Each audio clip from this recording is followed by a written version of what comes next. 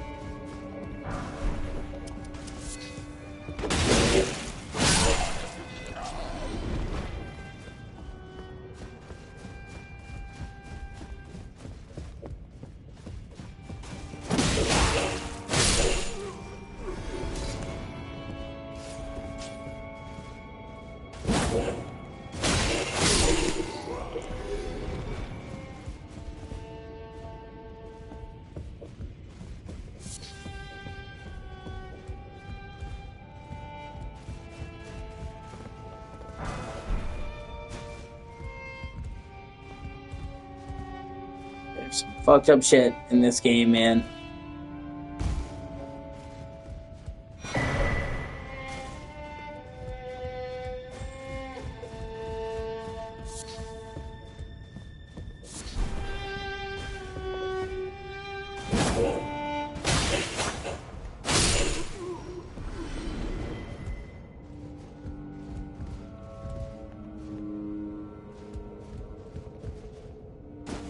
Oh my god.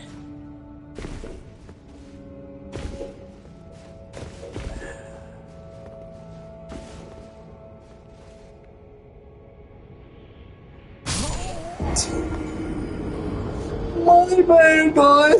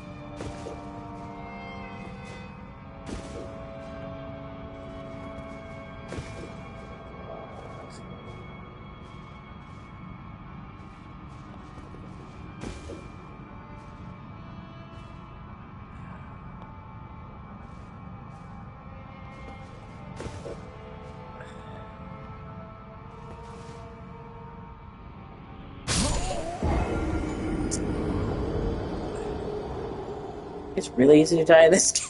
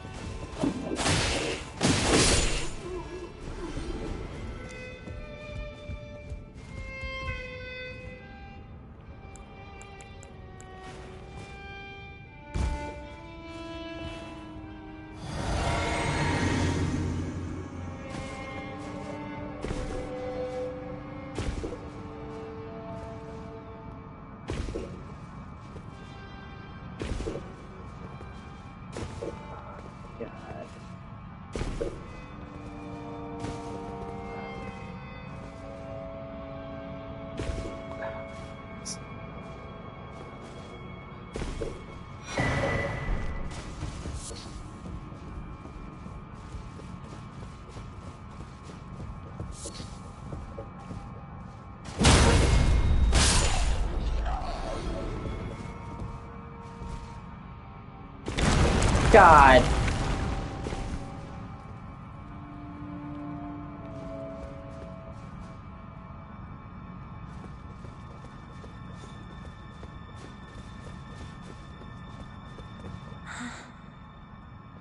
So you're here as well, are you?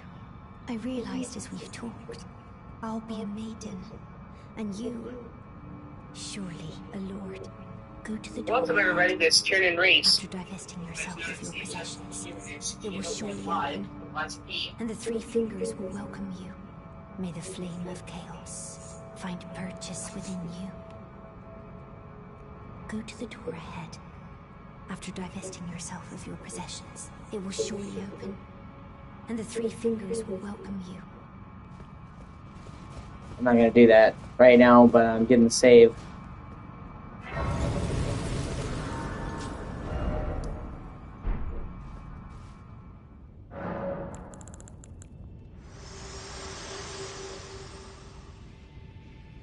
I ask you one more time, please, seek not the frenzied flame.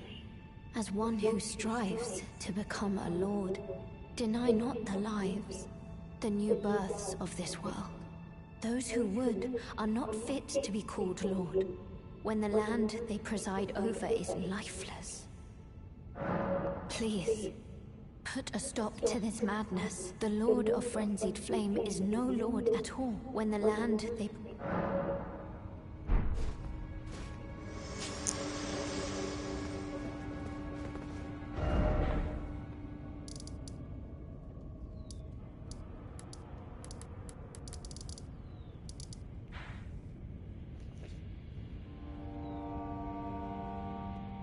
I like how she is super polite though about it.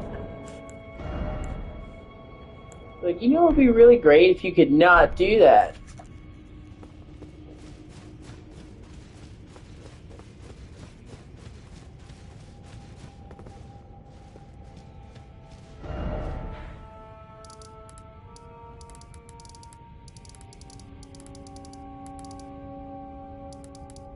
Like, it'd be really great if you could fucking stop.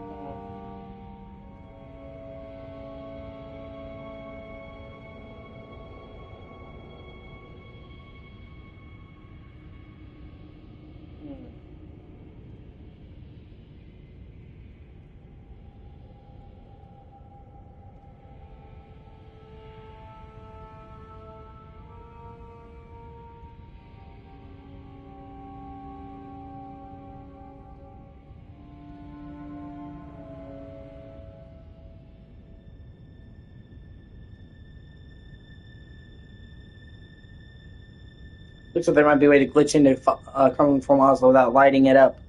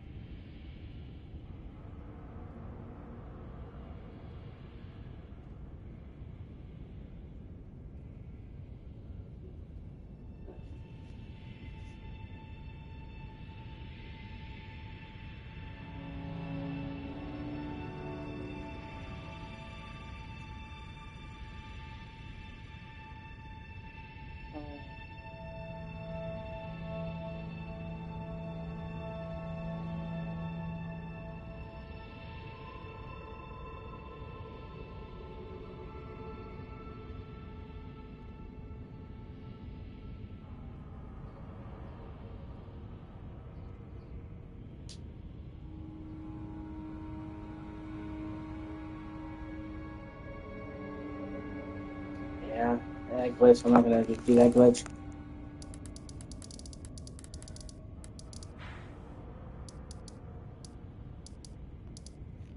Hold on, I'm checking. I'm getting to the point of no return. Getting close. I'm trying to check and do everything.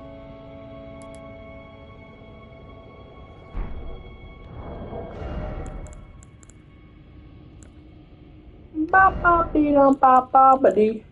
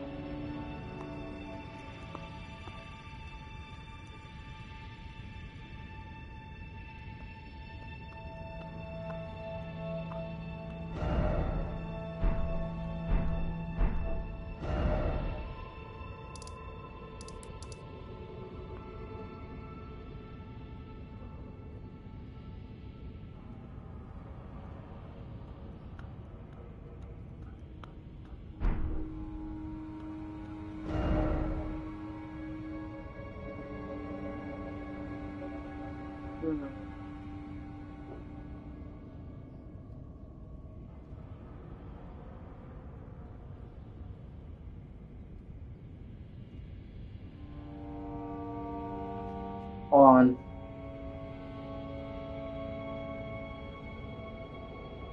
I'm trying to decide what I want to do before I make decisions that lock me out of a ton of content.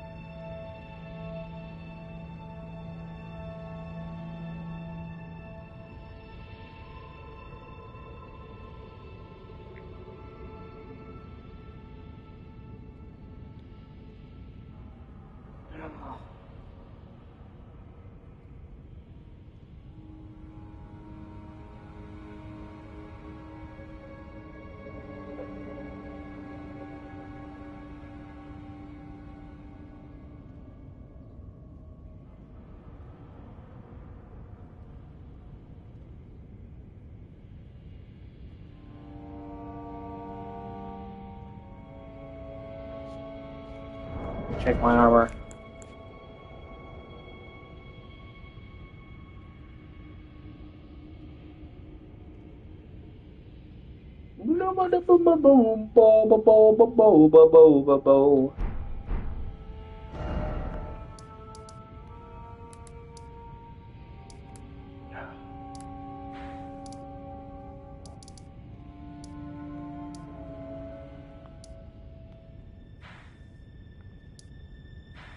Hell no! Hell no!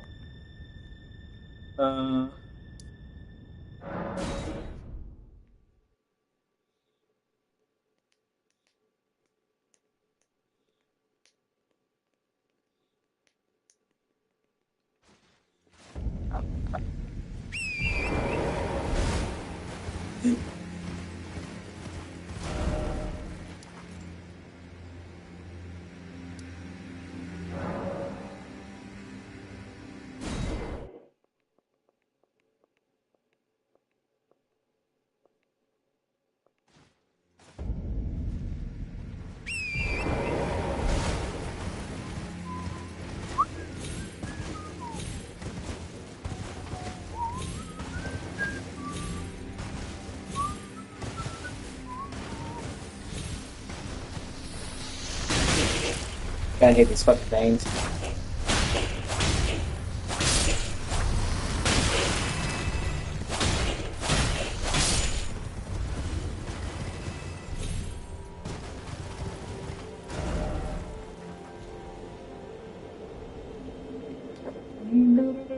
Do do do do do do do do do do do do do.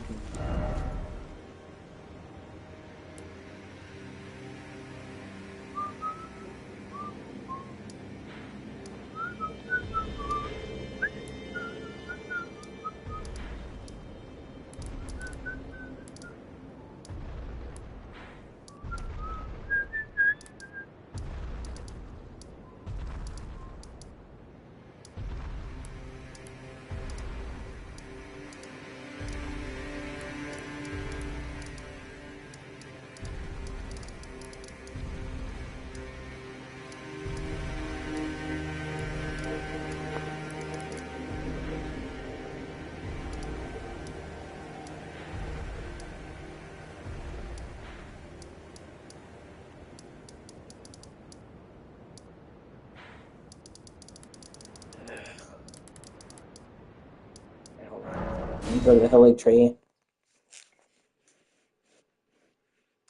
How's it going?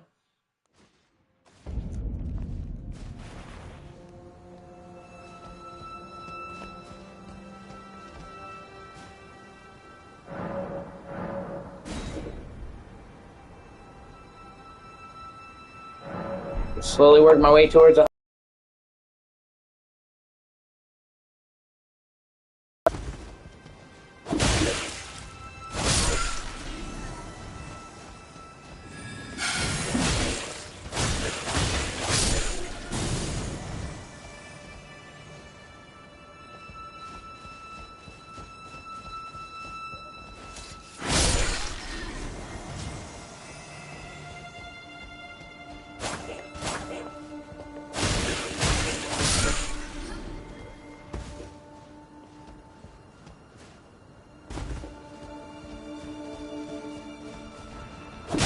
Yeah, I'm reading the chat.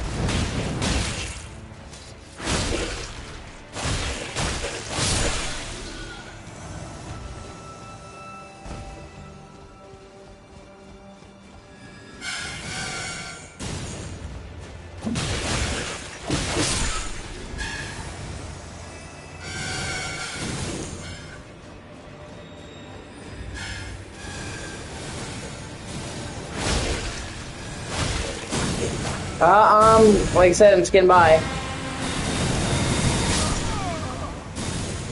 Ah, fucking magic, man.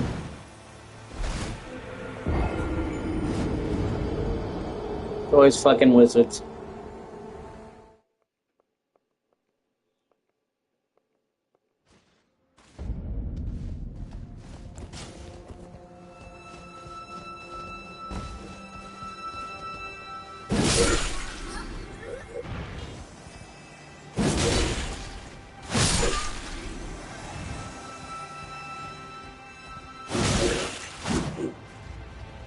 Ta!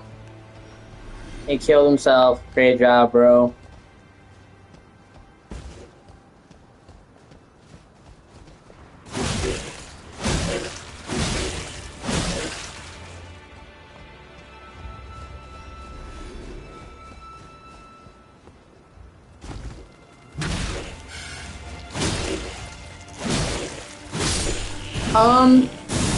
It's a great game if you know what you're getting into.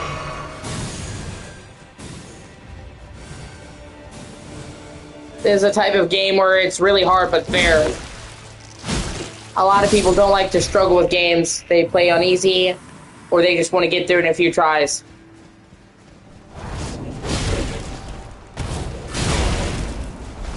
This is a type of game where you're gonna fail before you get it right.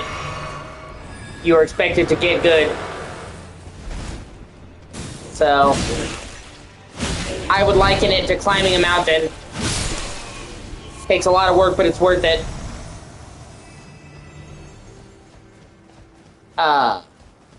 Takes a lot of work, but it's worth it. So, it pays off, but it's not for everybody. And the story is really good, but the story is mostly in the background.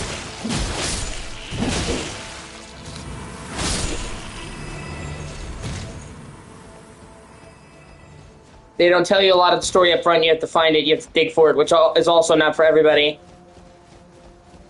You either like it or you hate it. The positive side of the story being in your face, that you of the story not being in your face, that you get as much story or as little story as you want to. The downside is you got to go looking for it.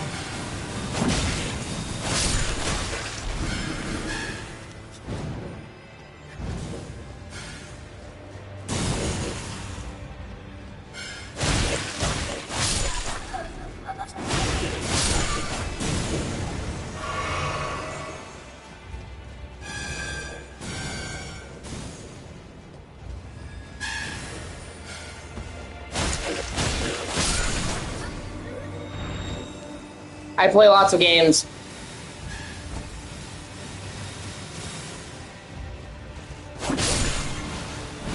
Of all kinds of genres. I play old games, I play new games, I play platformers, I play RPGs, I play horror games, I play first-person shooters, I play third-person shooters.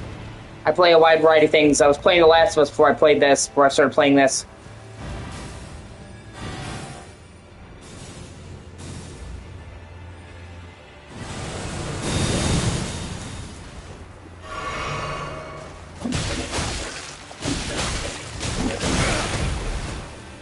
Aw, you bastard.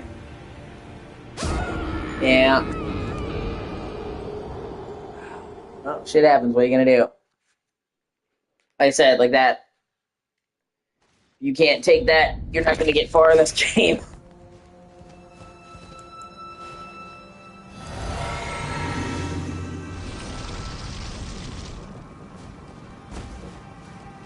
I don't really have a set stream schedule. I stream when I'm able to. I stream a lot, every day. I stream about 8 hours a day, and sometimes more if I can help it. So I pretty much stream every day, but my schedule's kind of erratic. For one, I have sleeping issues, so I sleep when I can. I've dealt with insomnia a lot my whole life, so my sleeping schedule is erratic, so my streaming schedule is by extension erratic. And then also I have to do a lot of things around the house. I'm a caretaker for people, so sometimes I'll have to stop what I'm doing to help my mom. She's disabled and she needs my help. So I don't really have a set schedule, but I stream a lot every day, so you're going to catch me one way or another.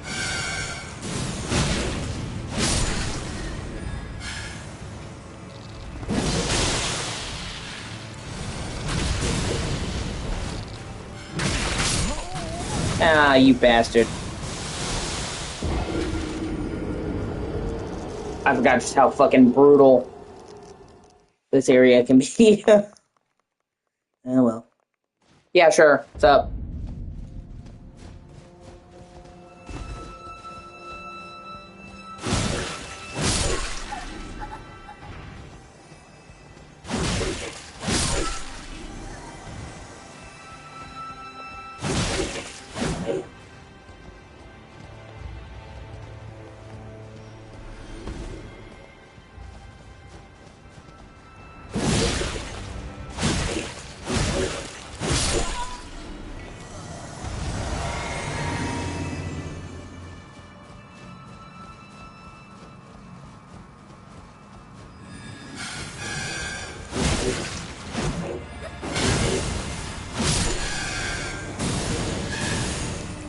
Fucking mages, man. Of course, fucking mages, dude.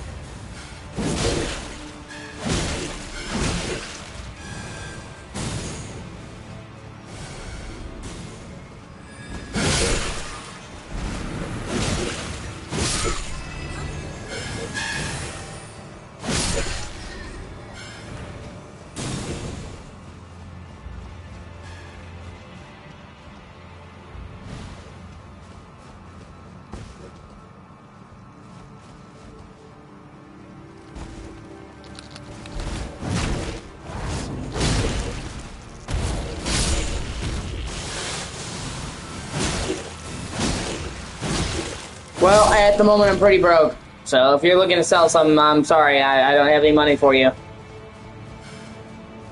And you'll just have to accept that.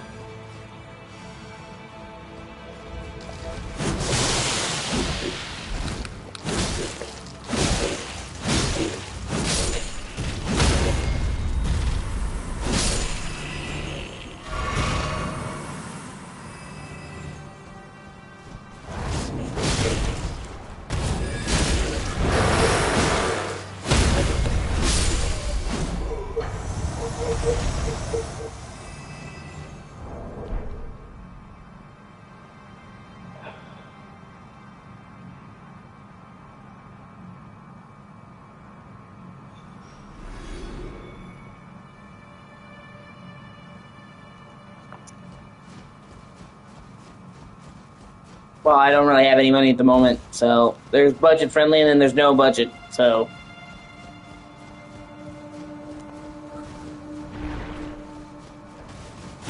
Yeah, I have a Discord, but I don't really give that out to strangers.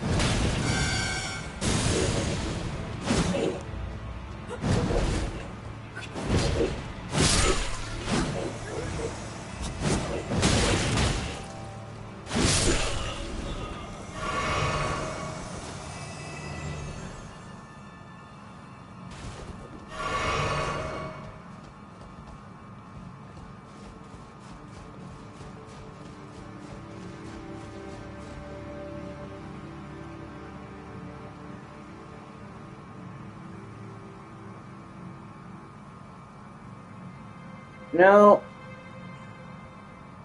I'm just going to cut you off there. I am not interested in buying anything that you have to sell. So, I hope that I wish you well. I hope that you have a good time. I hope you find somebody who helps you. But yeah, I'm not going to continue this any further.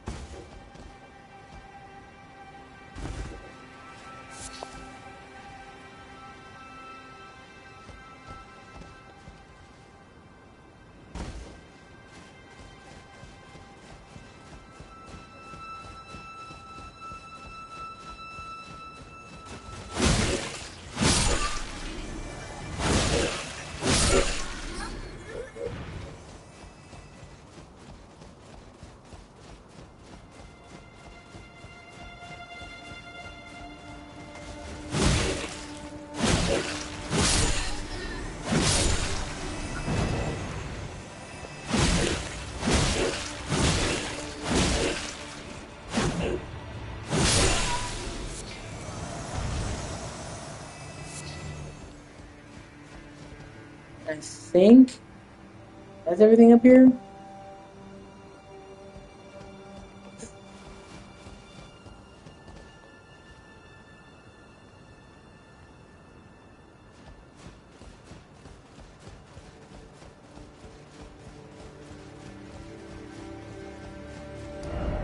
Well, that would be the first stage of this dungeon. We haven't even got to the tree town.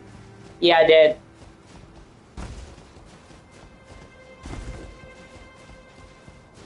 Because number one, I said no to what she was trying to sell, and she didn't take no for an answer.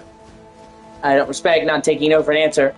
And two, there's a good chance she was just a scammer anyway, so I distinctly said like 3 times I'm not interested, and she persisted. So, no means no.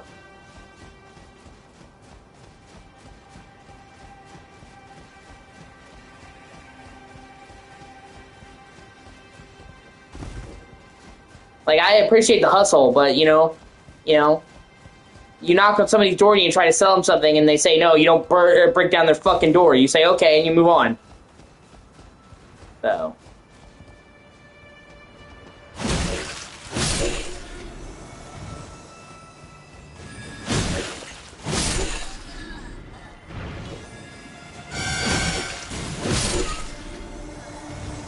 Well, honestly, I'd probably make my own thumbnails.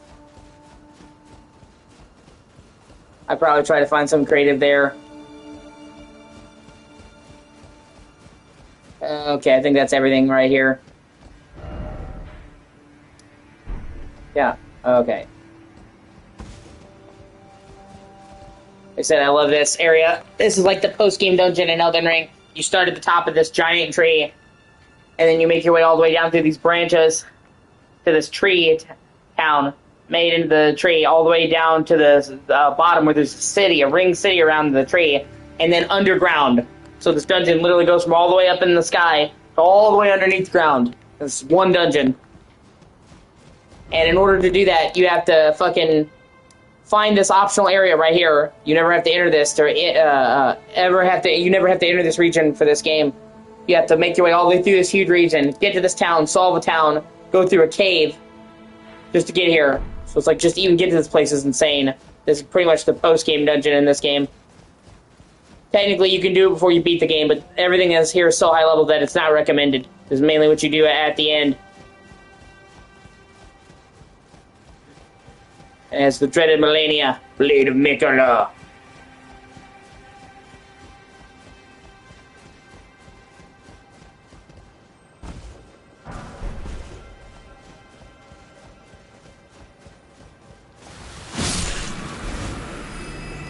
Fucking wizards, man. Are you kidding me? What the fuck? Oh, well, I'm right there.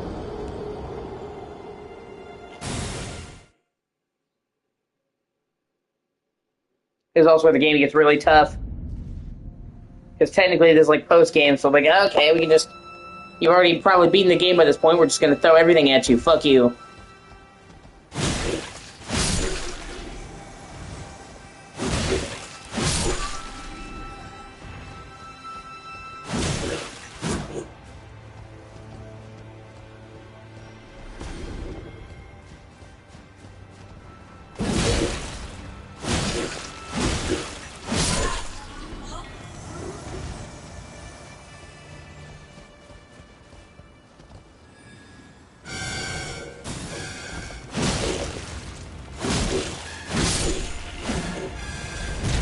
Oh, these giant ants, man.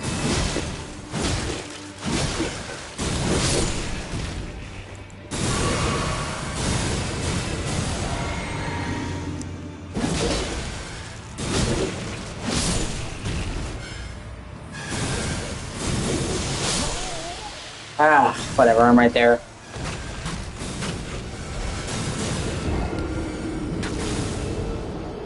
This place is also really fucking tricky, though, because everything does a shit ton of damage. I'm actually wearing good armor with good stats, and they're killing me very quickly. Like I said, this area separates the men from the boys. You either go full dick in this or you don't go any dick.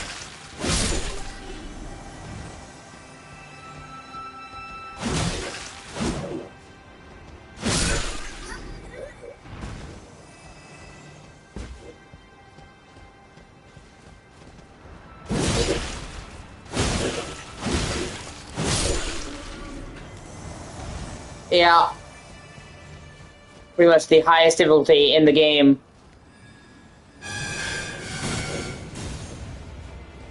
What are you talking about? You talking about this area? I thought you said you played Elden Ring before.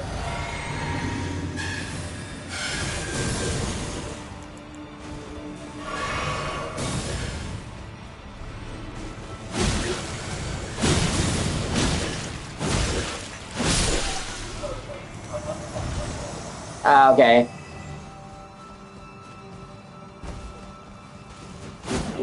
Yeah, well.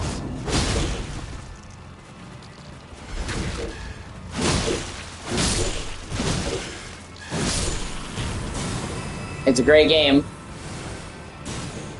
It's just really fucking hard. But I played all these games. Kind of used to it.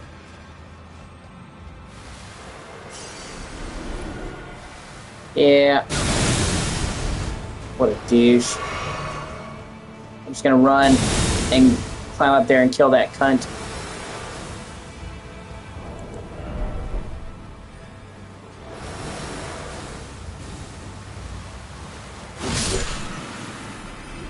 There's gotta be a way up there to get to that bitch. Ah, there is. Okay.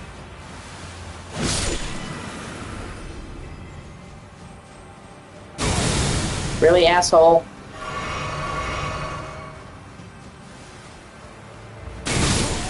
See, it does so much damage. God. Like I said, I have really good stats, and I'm dying that quickly. Well, this is pretty much it. This is the last thing you're gonna do in the base game. Is this area? This is the post game. This is it. So there really isn't any higher level area in Elden Ring.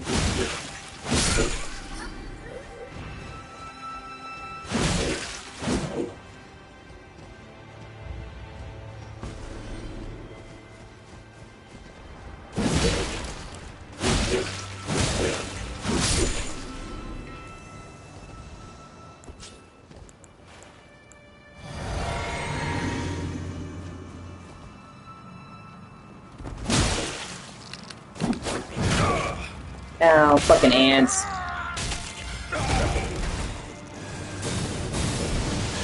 Well, it's unfortunate that you never played this. So it's a great game. It's hard as fuck, yeah. But it's worth it, and it has one of the best designed open worlds in gaming. There are parts of this game that take your breath away.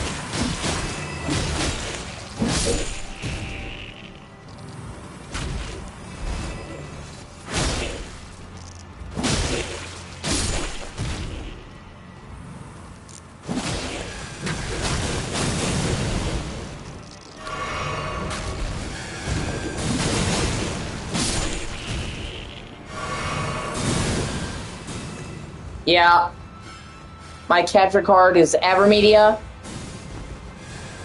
It's called the Avermedia Live Gamer Mini. So mine's called.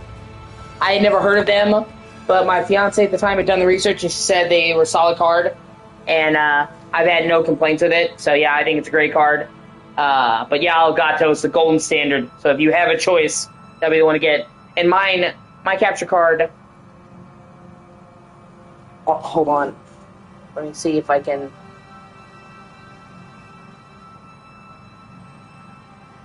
The thing about my capture card is, it's very tiny.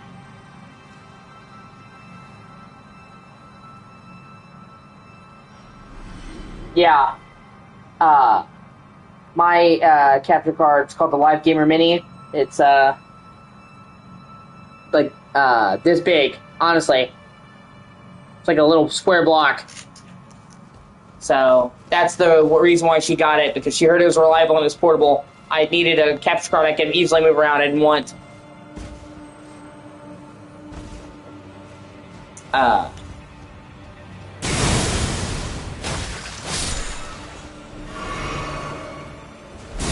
didn't want a capture card that was bulky. You son of a bitch. Why does that do so much damage? Ugh, whatever. Doesn't matter.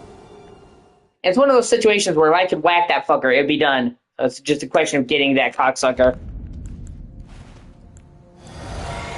Oh, well.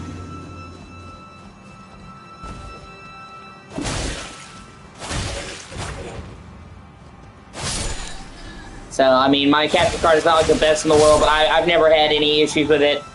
Knock on wood. And it's super portable, which is what I wanted. Like I said, literally I can fit my capture card in my pocket. So if I needed to go somewhere else, or if I was like in a hotel, I could set it up on my laptop really easily, which is what I wanted.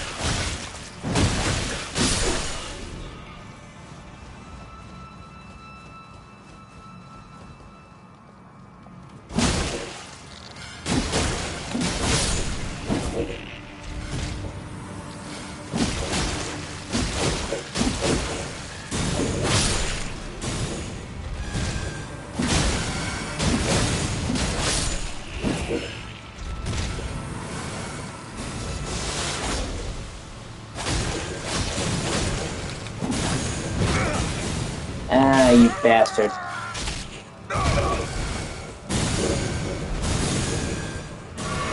What a douche.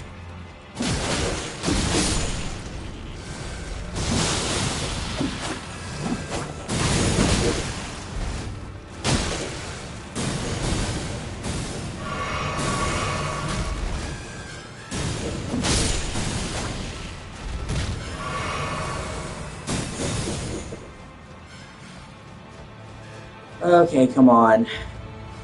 I just need to drop down to this branch and then run like fucking crazy to get there.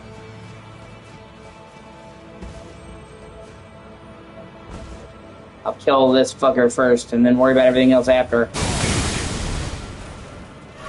And the tracking on that thing is so good, man. It's fucking bullshit.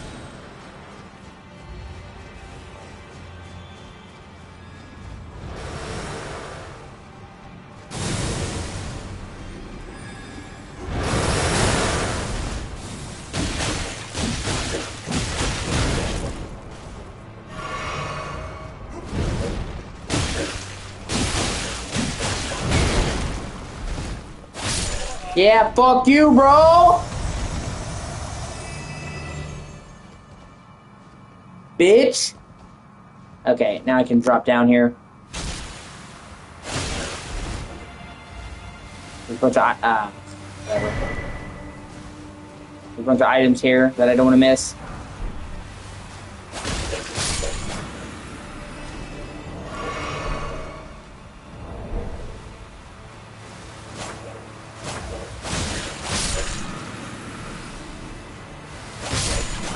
And now that I'm not getting pelted by the Grand Wizard up there, I can actually get the items in peace.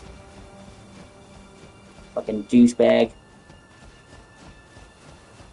It's cool because there's like a whole town built into the side of the tree here.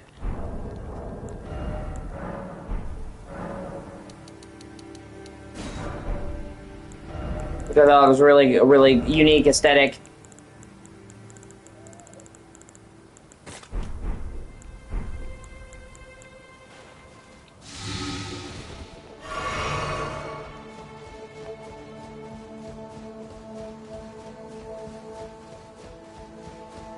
Like, oh, we're gonna build places in the tree to live.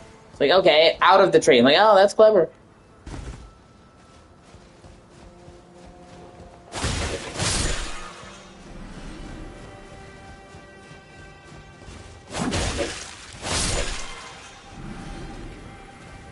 Yeah, the marketing for Elden Ring was really good.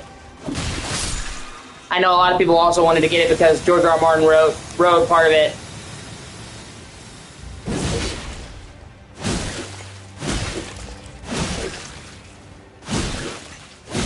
He did the background lore. Miyazaki, basically, the way that they did it, The way they did it is George R. R. Martin. No, I understand, man. I know that feeling.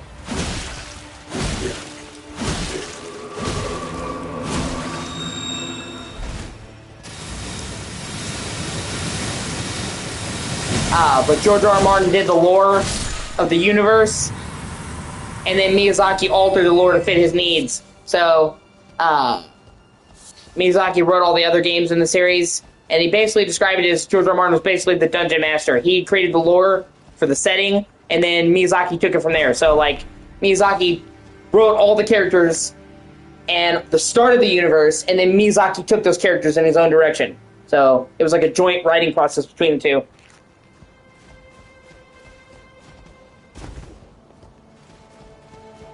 Yeah, no, he wrote the universe.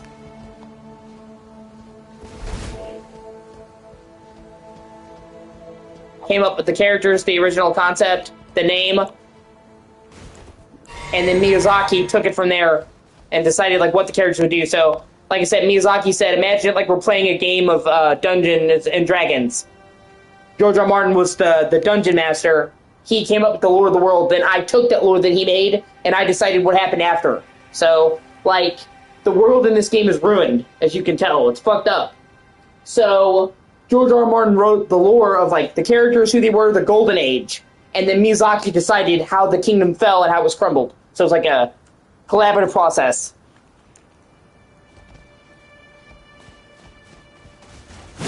And to my knowledge, it's the only game that George R. R. Martin has ever been involved with.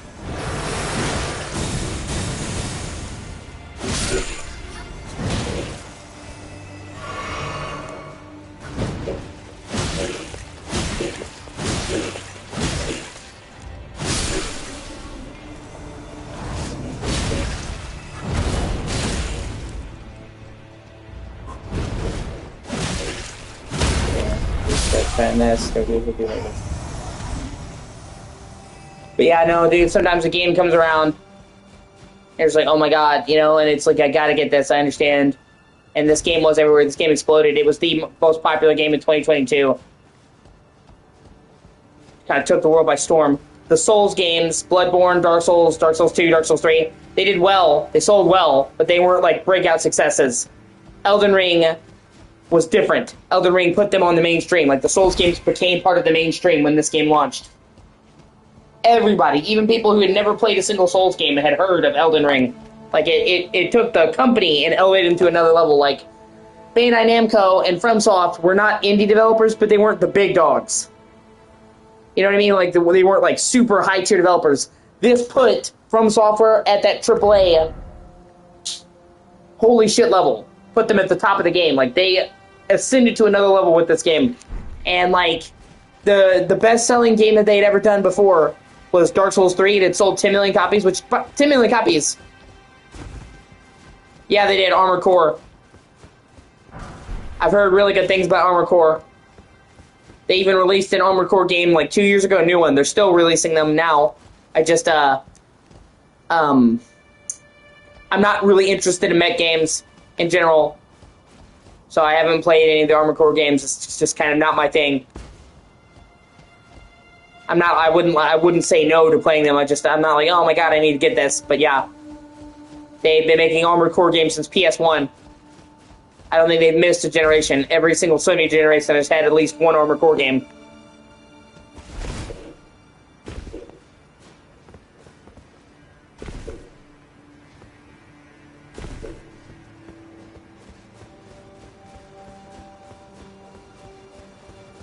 But, yeah, it was everywhere.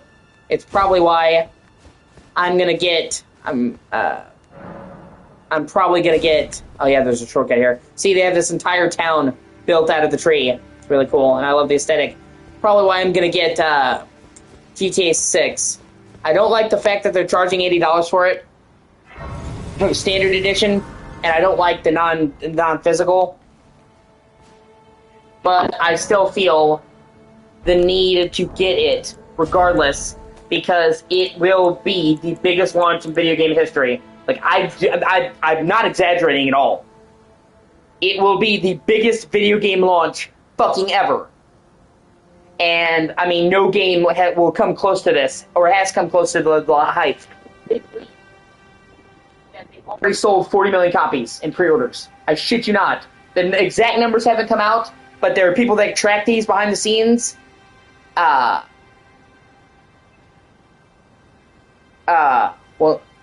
no, actually, none of it will. GTA 6 is digital only, just so you know. Nobody's getting a physical copy of GTA 6. It's digital only. That's the problem. But it's currently been estimated from people. They have several sites that can track. Yeah, and there's no physical copies for anybody for GTA 6. That was one of the controversies that came out. It's going to be $80 for the regular, $100 for the special, and it's not going to have physical for anybody. That's not a Sony thing. Although Sony is going to be quitting physical games in 2028, so yeah. Which at that point, why would you even waste the plastic? You're gonna make a game case that just has a download code in it. Fuck you. You know, and you're a fucking idiot if you buy that, man. Or you just really have a thing for cases.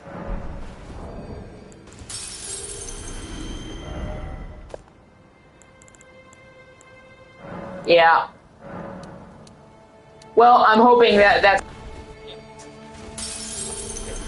Don't get me wrong. Many people have thought this was happening. Probably. Don't get me wrong. We knew this was coming because the majority of game sales are digital now. The last time they released a statistic, I think they said 80%. Yeah, 80 to 85% of all physical... no, fuck. I can't talk. The last time they did a survey, the people who tracked the game sales estimated that it was about 80 to 85% of all games are digital. Yeah, exactly. So, I can kind of understand why these people are doing this, because, like I said, 80 to 85% of all games are digital. So they're like so Sony is just thinking to themselves, well, the majority of our customers are purchasing digital games only, so why bother with physical for 15 to 20% of the market? But I would say I see where they're coming from with that point of view, where it's like the majority of the market is digital. But 15 to 20% is still billions of dollars of games being sold that are physical. That's still billions of dollars on the table. 2, it doesn't really cost that much to make games, physical games. Like, you have to have the manufacturing plant, you have to have the Blu-ray, but I think it only costs like $5 to $10 to make a Blu-ray. Now they've got it so cheap. So they're not really spending that much to make these games overall. And 3, we need to preserve physical media. It should still be a choice. Like, if people want to go digital, okay, but it should be a choice. Yeah, they are. Yeah, why is it always the rich people that are so fucking cheap? That's the issue, dude. It's always the rich people that are so fucking cheap, man. I'm tired of it, dog. The people who literally don't have to cut corners always do it. It upsets me. You think that the perk of having all that money would be that you didn't have to cut corners. It's fucking bullshit.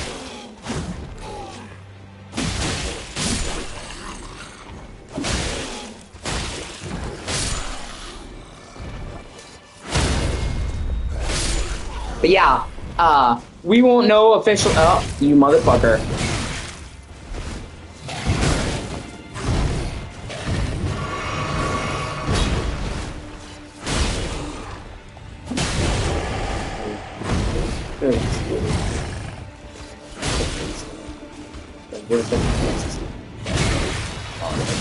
We won't know officially until they release the numbers.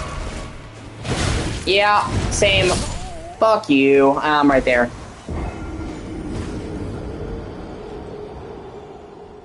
That is true. Yeah. I got to the point. I got to the point where I had so many 360 games, man, that I stacked up all the boxes.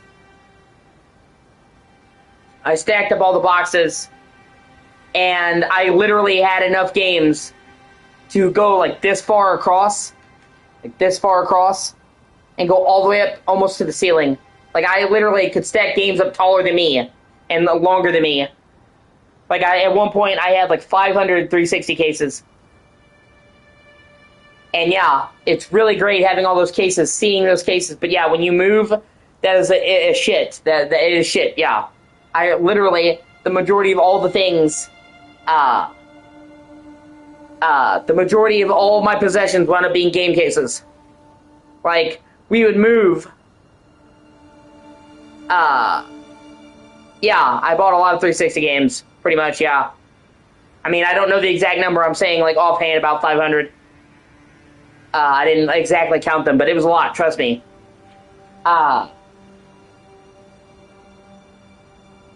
So...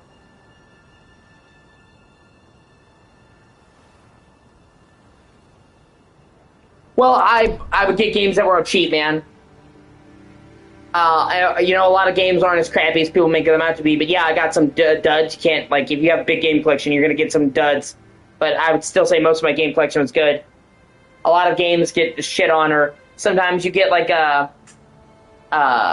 sometimes you get a game that's critically, lambasted, but it's good. Like, B-rated games. Some games got shit on by critics, and they didn't deserve it. Oh, that's fair. But no, seriously, like, I literally had a pile of 360 games that was, like, longer than my arms was across. And would go higher than me. And I'm 5'7", for the record. 5'7", 5'8". Nobody seems to agree on my height. That's fair. I'm 5'7", 5'8". I literally have taken my height, and they said 5'7", and they said 5'8" at the doctor's. And I was wearing the same shoes. So I don't know. I guess I magically grow and shrink an inch. Whatever. But yeah, so I'm 5'7", 5'8".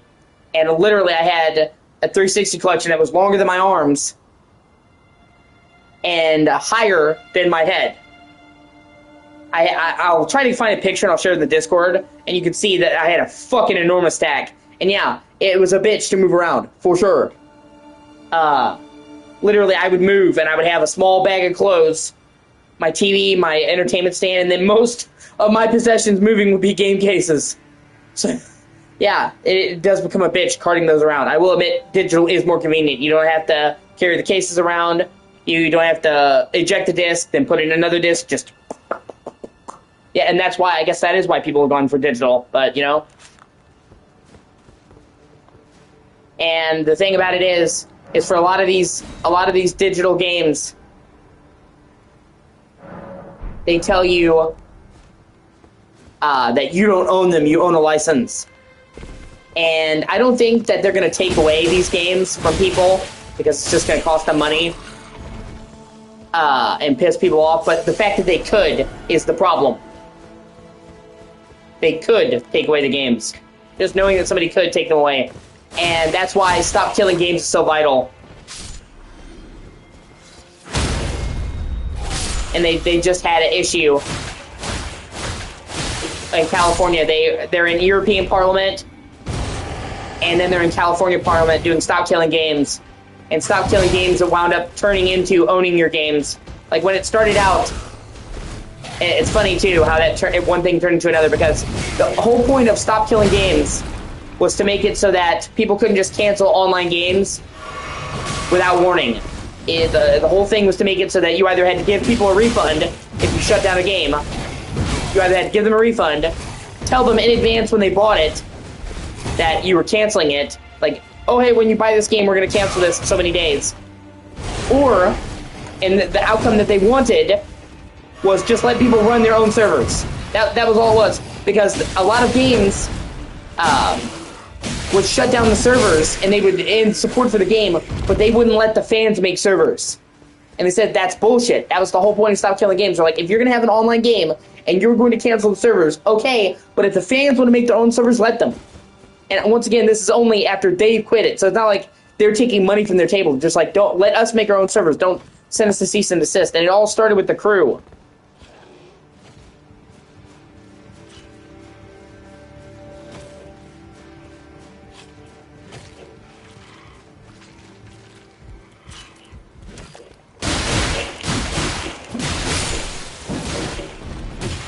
That was the game that did it. And it spirals from there, and that's what's funny, because it became a thing about game ownership.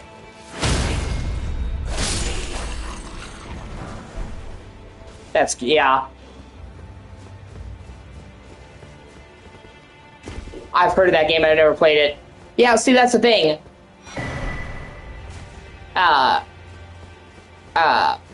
All they wanted for Stop Killing Games, man, was to make that a legal right. They have a legal right to have fan-made servers. Because Ubisoft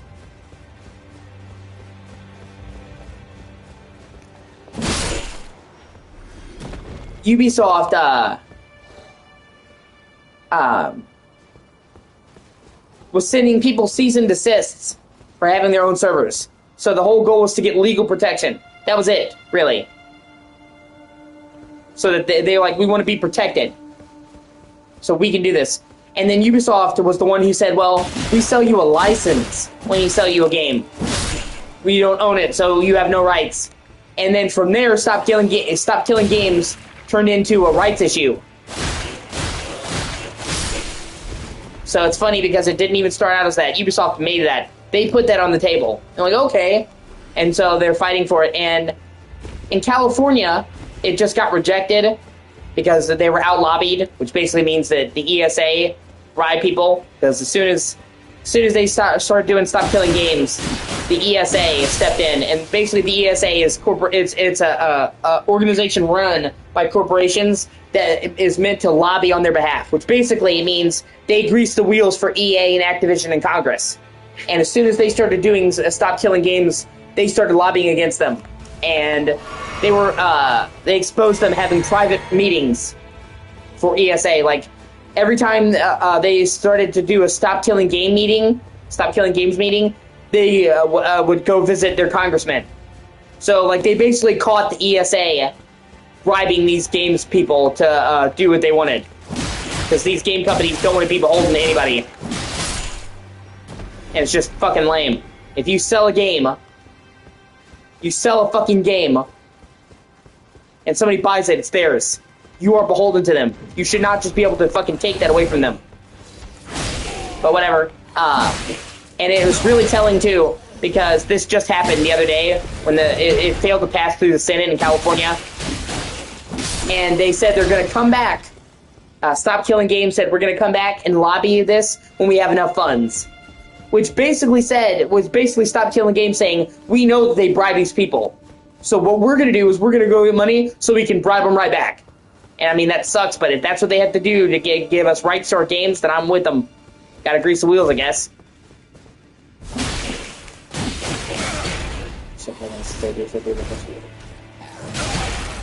Oh my god. These guys, man.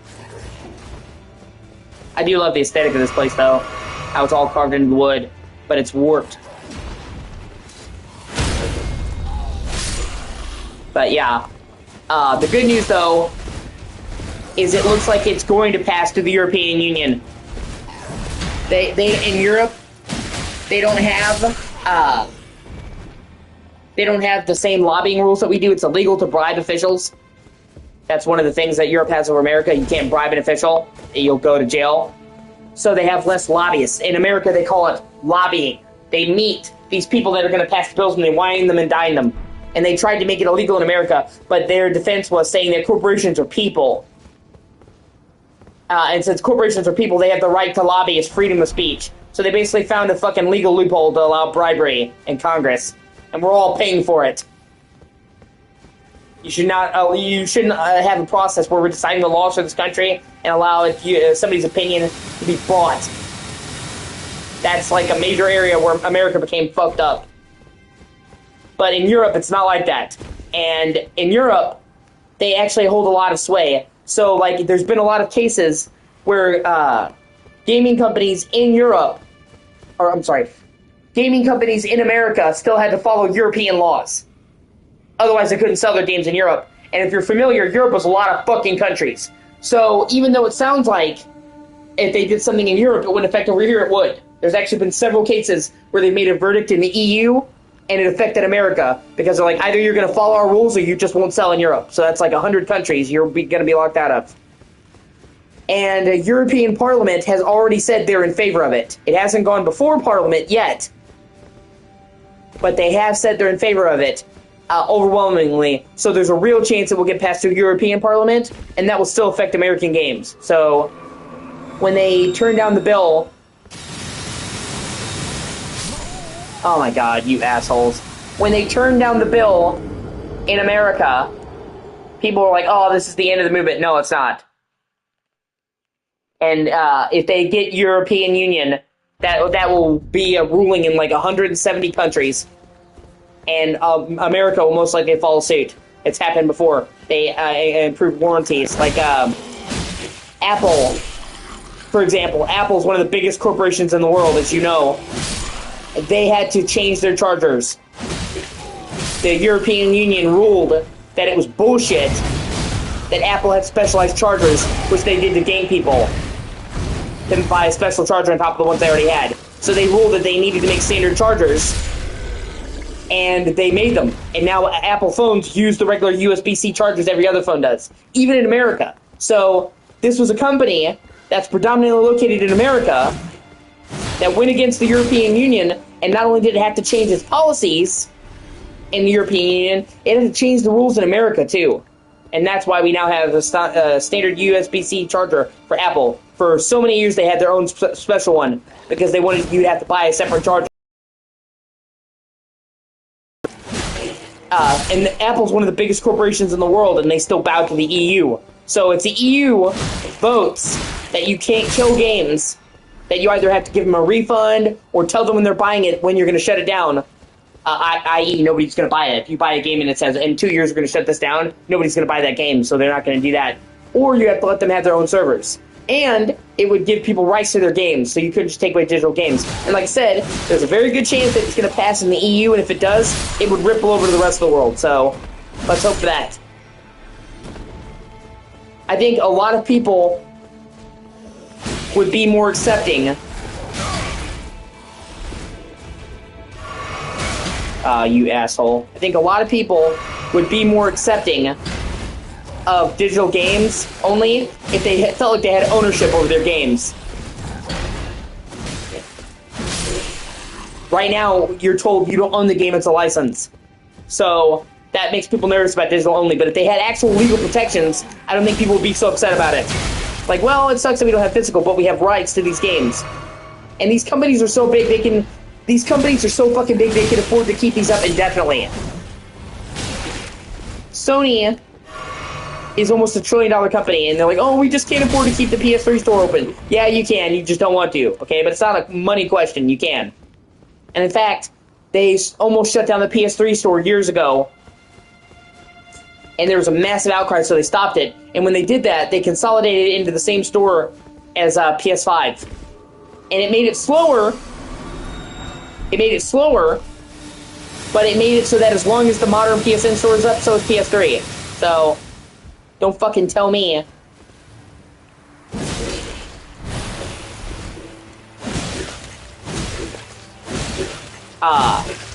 You can't afford to keep the games up. You know you can. Especially after they consolidate in one storefront, so. And from what I've heard on the grapevine, and take it for what it's worth, but it seems like a credible rumor, Microsoft is coming up with a way for people to convert their physical games into digital licenses, which that would be fucking awesome. I don't know how that would work. That would be fucking ridiculously cool, because a big part of Xbox is backwards compatibility. If they go to digital only, a lot of people's libraries are going to be lost. So if they have some way to convert physical games to a digital library, that would be really cool. I could see them doing it like, say the code name for the next Xbox is Project Helix. Imagine if they're like, okay, before you get this new console, you go to your Series X and you put in all your physical games, and then it recognizes that you have the disc. Oh.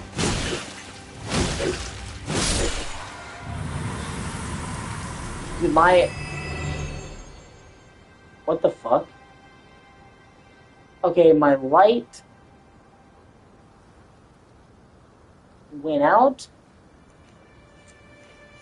but it's still partially lit. What the fuck?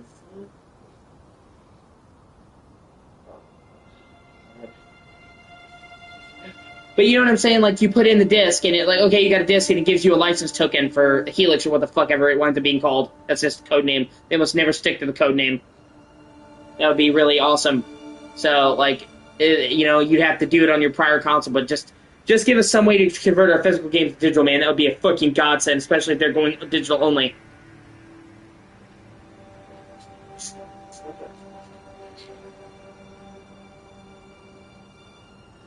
What a bitch. Yeah, I like to see about getting a new light bulb. I'll have to talk to my dad. Actually, hold on a second. Let me ask if we even have another light bulb. Yeah. I know, right, Echo? What the hell? My cat doesn't like it either.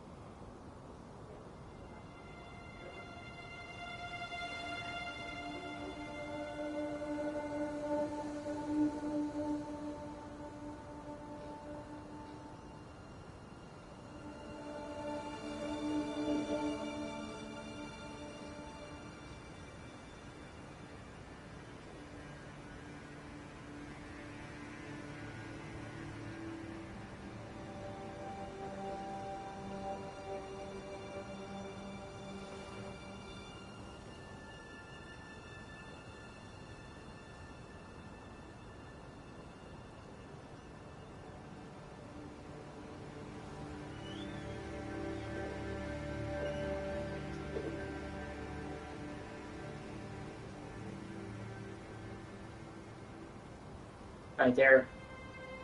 They're gonna look for another light bulb for me. I don't need it right now because the sun is still up. But hopefully we find me another light bulb, because if we don't, I'm gonna be in trouble. Maybe, is it like a power thing? So at nighttime, it gets really fucking dark in here. Without a light bulb, I will be in the dark. Literally. Second.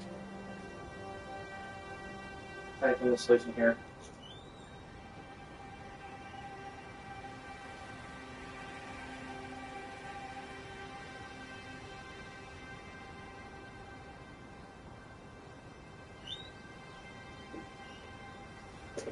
It's not one problem, it's another, I swear to God.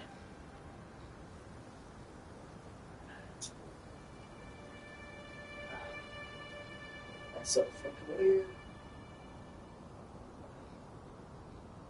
Oh, I'll just try to fuck with this later.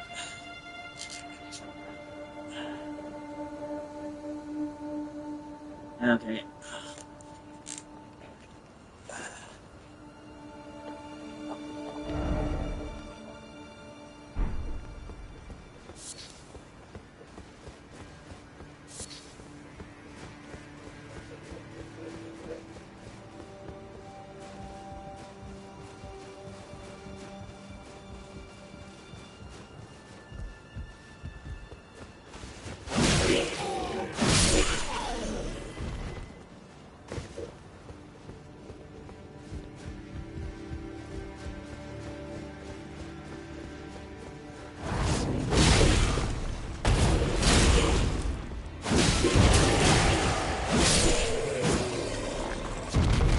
Yellow.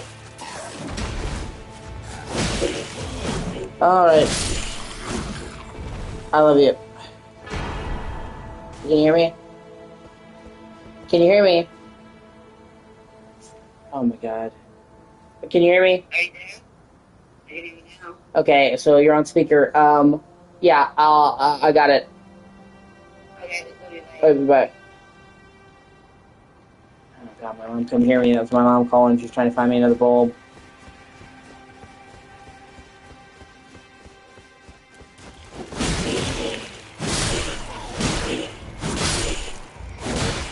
Can you hear me now? I'm turning the fucking Verizon, dude.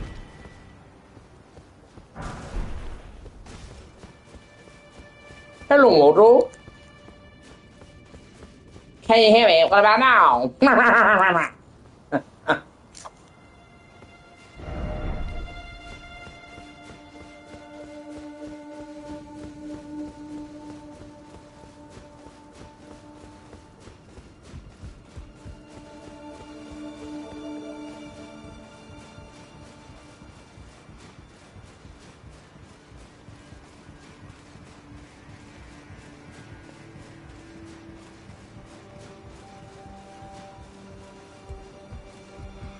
Oh, shit. Yep.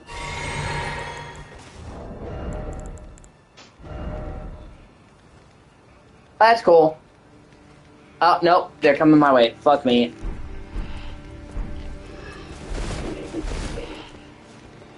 It's definitely worth getting if you have never played it. God damn it. I already have it on PS5, so I don't really need to buy it again, but it's a great game. Ah, you son of a bitch. And whatever.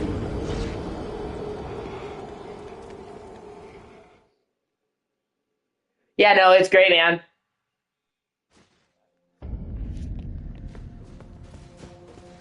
If you never played Cyberpunk, dude, I can't recommend it enough.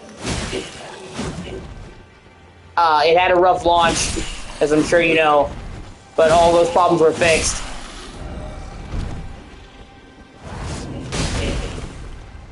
Ah, knocked him to his death. What a bitch. All the issues that were there were fixed. You shouldn't have any issues with it now. I mean, not endless, but very fucking long.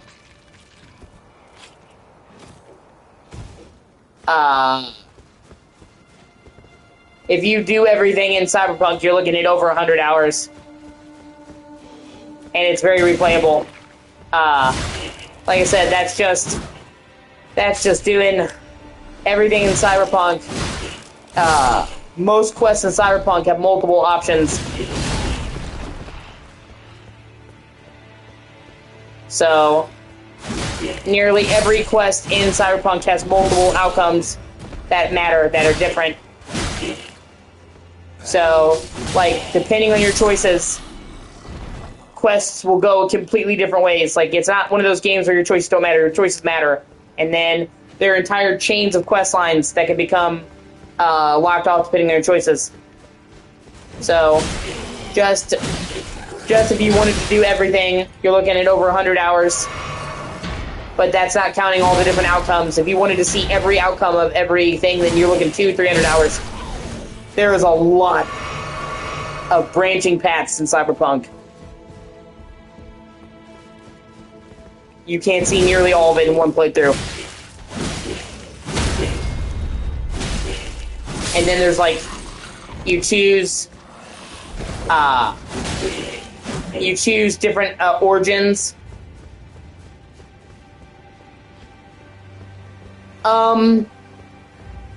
There's only a couple, because it's really hard to do choices like that matter, that completely change the game. You gotta make multiple quests.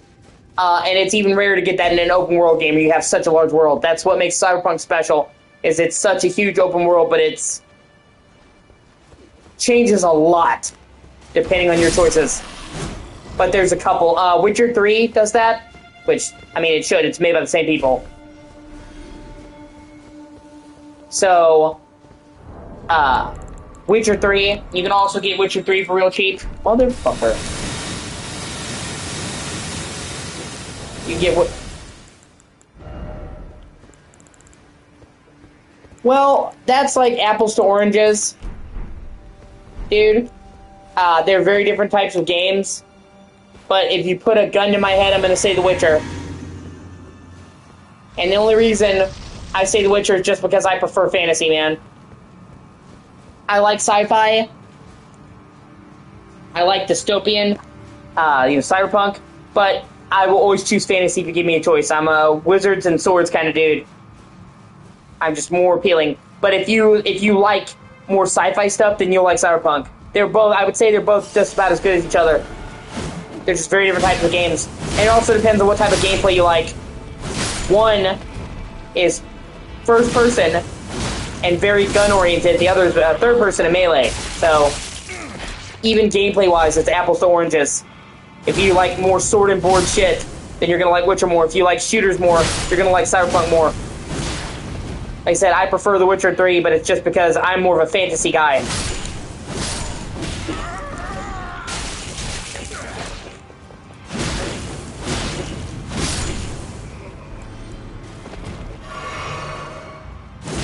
They're both great, though. And you can't really go wrong with either of them. They're both what I would call 10 out of 10 games.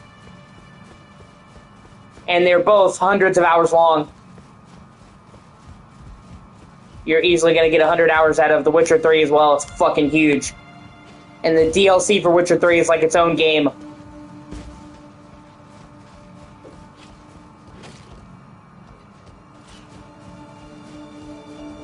Which reminds me, I need to do Cyberpunk one of these days. I've been meaning to do a full playthrough of Cyberpunk. I haven't yet. I played it at launch.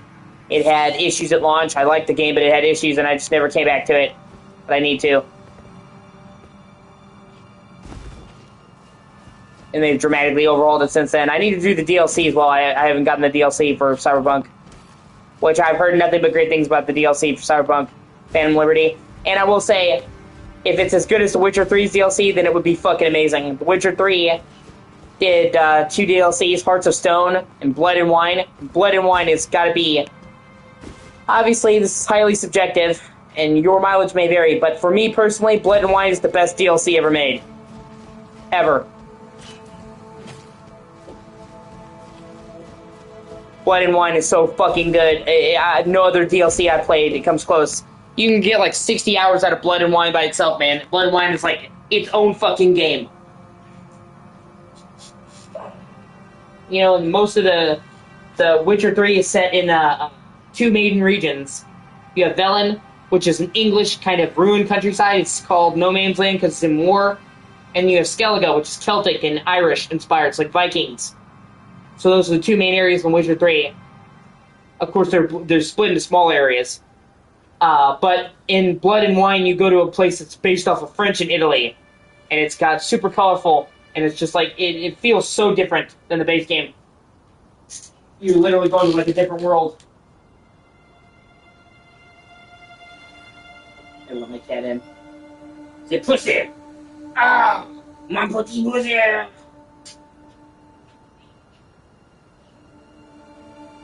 But yeah, it's fantastic. Either way, dude, you can't go wrong with either of them. Oh. But yeah, I need to play the DLC for Cyberpunk one of these days. Maybe after this new playthrough I will.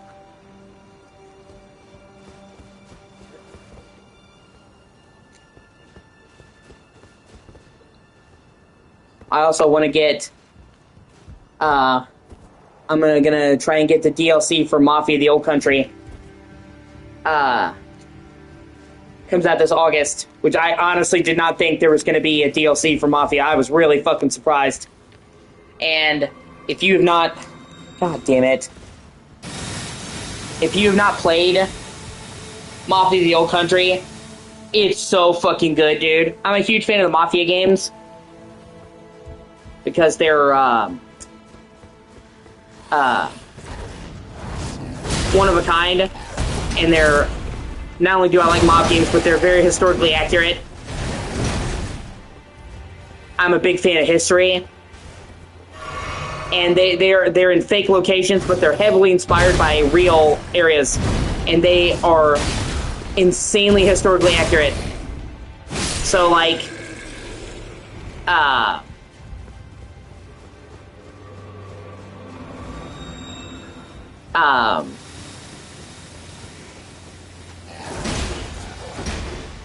yeah, like Mafia 2 was based.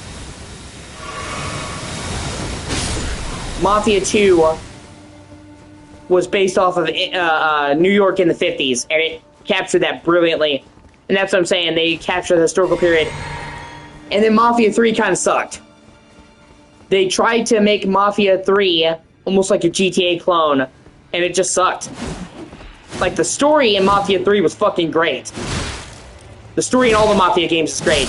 But they padded out these endless open world activities that were repetitive that you had to do for the story. So it's like, every time you would do like a big main mission in Mafia 3, it was fucking awesome. Well written, well directed. The actual story of Mafia 3 is great. But it's like every time, before you get to do this one big main mission, you gotta do 5 fucking shitty filler missions. And people hated it because of that.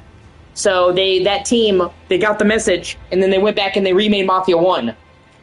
And they did a really fucking good job with the remake of Mafia 1. And then after that, because the team that made Mafia 3 wasn't the original team, they left. They actually, believe it or not, the guy who wrote Mafia 1 and 2 went on to do Kingdom Come Deliverance. Which is as far of a genre shift as you can make. But both of those games are fucking great.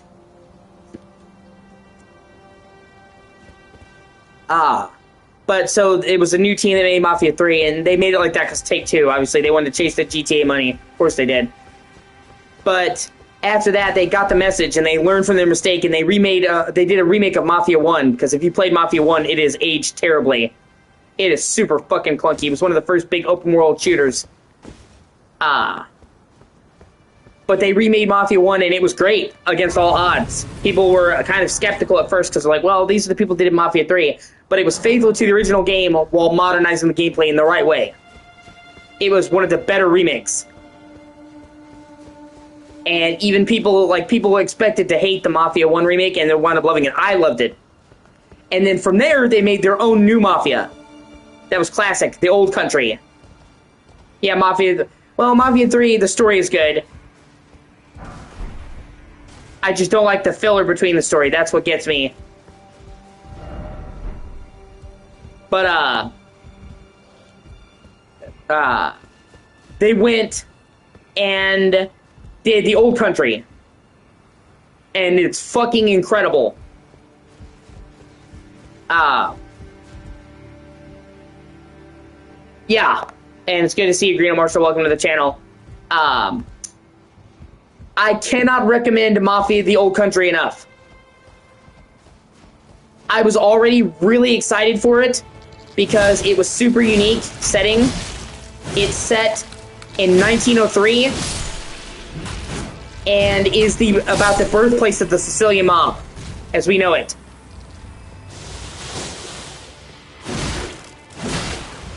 So,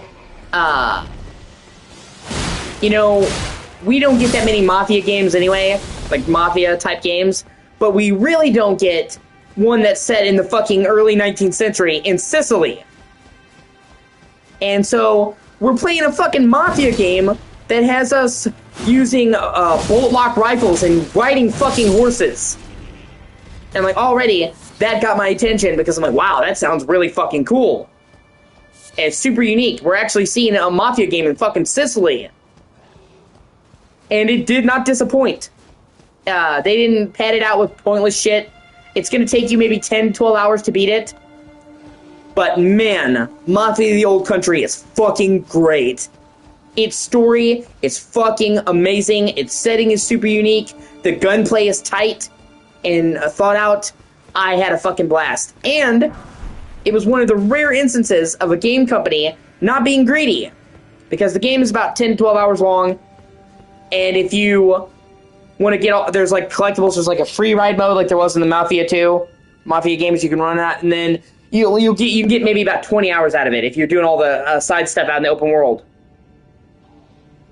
But the game is $50. So a lot of people thought like Take-Two was gonna like shove it to people and do it 70, but they didn't even charge full price. And then if you wanted to get the deluxe version, you could pay $10 extra and get 60. But it still was cheaper than most games coming out. And I fucking loved Mafia: The Old Country. And then they added a free update. They added a bunch of new content to the game, which I was surprised at. Like 5 new weapons, bunch of new cars. And then they announced a couple weeks ago they're doing a fucking massive story DLC. And it's only gonna be $10. So, like, even if you got the deluxe edition of Mafia: The Old Country, and then you got this DLC, you would still only be paying what you would normally pay for a brand new game, $70. So, they didn't gouge people. And for $50, it was totally fucking worth it. I can't recommend it enough. And I'm gonna get that DLC at launch. And if you're into the Mafia games, which I'm into the Mafia games, and you played them, it has a shit ton of connections to the other games. It's really done well because it is standalone. You don't need to have played the other Mafia games to play it, but it has connections to every other game in the series and sets them up. Like, it has characters from Mafia 2 in it. Like Leo Galante, if you play Mafia 2, he's the dude that helps you out in the prison. He's an older man. You meet him when he's in his 20s in Mafia 2, or in the Old Country. They have characters from Mafia 1. So it's one of those games where you don't have to play the other games, but you're going to be like, oh shit, I recognize that guy. And it has all these really cool connections that sets up the later games in the series. So if you did play those other games, you're going to be having a much better time. And I think that's really great. And the DLC is actually focused on one of the main villains from the first Mafia game, Eno Salieri, however you say it. And they showed him younger in the DLC. Because they talked about in the first Mafia that Eno and them all came from the Old Country. So it's totally cool. So it's like, oh shit, we're doing a big-ass DLC for Mafia. We're having the main bad guy from Mafia 1 in this. I'm like, I'm sold. But this is like 30 years before, so he's a much younger man.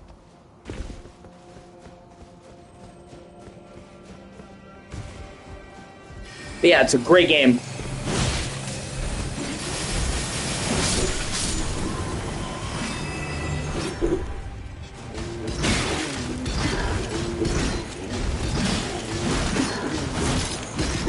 Yeah, I remember it. Yeah.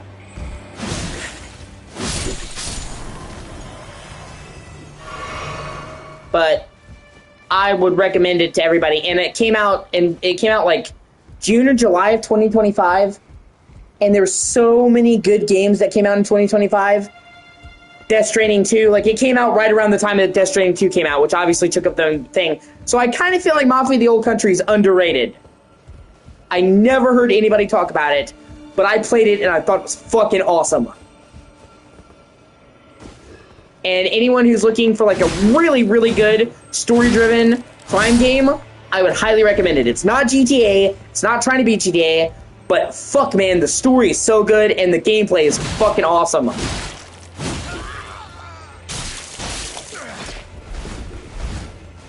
And the problem with Mafia 3 is when it was being Mafia, it was great. It was all the stuff they tried to shove into it between Mafia that made it fucked up. So with the Old Country, they're like, okay, we're just gonna go back to doing Mafia.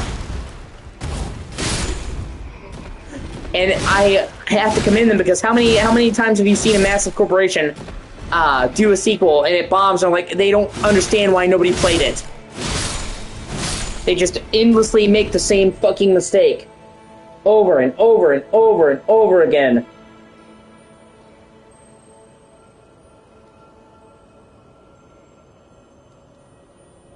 You know, and it's so frustrating because they're like, when will you understand? When will you learn your lesson, man? But with Mafia, they actually got the message. Oh, okay, people don't like this new shit. They want the old Mafia. And then they actually made the whole Mafia. And then they didn't overcharge people. It's a really good, competent game that was $50 new. And, I mean, this is Take-Two. They're usually so greedy. And I was like, wow, they made a big fucking AAA game. They didn't try to dig people with the price, man. So it deserves mention for that. Yeah, it's gone.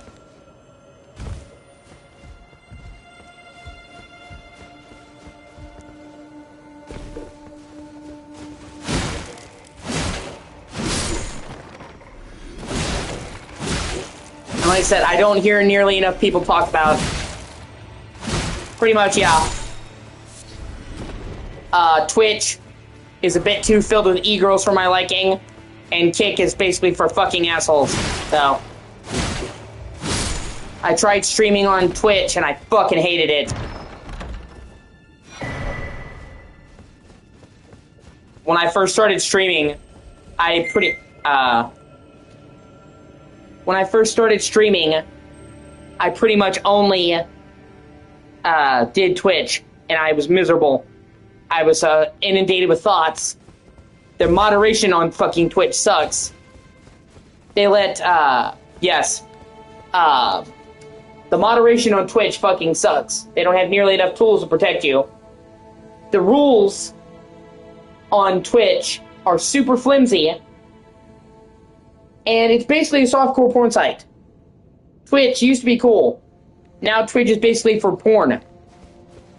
You can make a brand new account on Twitch without any prior history. People have done this. They tested it. You can make a brand new account without any prior viewer history. Some people try to say, oh, it's your suggested. And the first thing you will see when you open up Twitch is basically chicks in bikinis gyrating. Like, seriously, you can open up your Twitch right now and look at the For You page, look at the top page when you open it, and I guarantee you, like, 9 out of the 10 people on that are going to be chicks in skimpy clothing. And then they started trying to see what they could get away with, because they basically had to keep upping the ante. Because they had to stand out from other e-thoughts. So it went from chicks in skimpy clothing to chicks. I remember there was a thing where Amaranth was grinding a pickle in a pool for donations. Oh. It's just a PS5 controller. I was playing on PS5. So they started one-upping each other. And it got to the point where Twitch would ban other people for frivolous reasons, but they would let these e-thoughts get away with anything. There was a chick, I remember, this was like 2-3 years ago. She got fucked on stream. She was getting rear-ended on stream. Guy was... And she thought she was safe because she had the camera cutting off the guy, so you could just see her, like, on the table like this, and you couldn't see the guy. But people were able to see it because she had a screen door, patio door that reflected it. So, this chick literally got fucked on stream. She got a 24-hour ban. Another guy, his pants fell down, and, like, genuinely fell down. And he was dancing, and his pants fell down. He was permabanned. And it took a bunch of people campaigning to get him back. So, if you're a girl and you're a slut, you can literally get fucked live on stream and be gone for 24 hours. But if you're a guy and your pants accidentally slip down for 3 seconds, you're gone for good. That's what I'm saying. And it started getting where they could get away with murder. Like, Extra Emily. I don't watch her stuff, but she's big on Twitch. Apparently, she almost got into a car wreck twice now on stream because she was, looking at her chat while she was driving. And now, on Twitch, it's supposed to be a rule, you can't look at your chat while you're driving.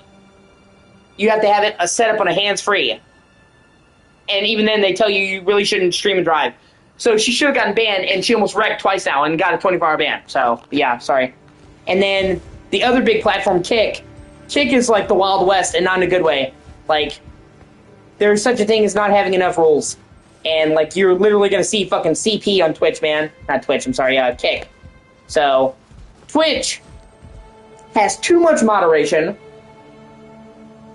and Kick doesn't have enough. And, YouTube is not perfect. Don't get me wrong, YouTube is not perfect. I've bitched about several issues YouTube has. YouTube will automatically moderate chats for no reason. It's really weird about what it will and won't show. YouTube won't show a lot of the text on the screen. So the whole point of showing the text on the screen is so, I don't have to read my phone. When I have to open my phone constantly to look at the chat, it's distracting. So that's the whole reason for the chat to appear on screen. Well, for other people to see what they said on screen. People want to see what they say on screen. So when YouTube cuts off the chat, I have to open my phone and see. And YouTube is really weird about when it will and won't do that, by the way. Like, it's not like there's not a consistent limit. Well, if you say this many things, it'll be off screen. It's random. You could say 15 characters one time. I appreciate that. You could say 15 characters one time and it would be on screen, and then 15 characters another time and it won't. So YouTube has issues, but I prefer it. Out of all the big platforms, I think YouTube streaming is the best. So that's why I picked it. And that's why I basically, I guess as you say, main YouTube, because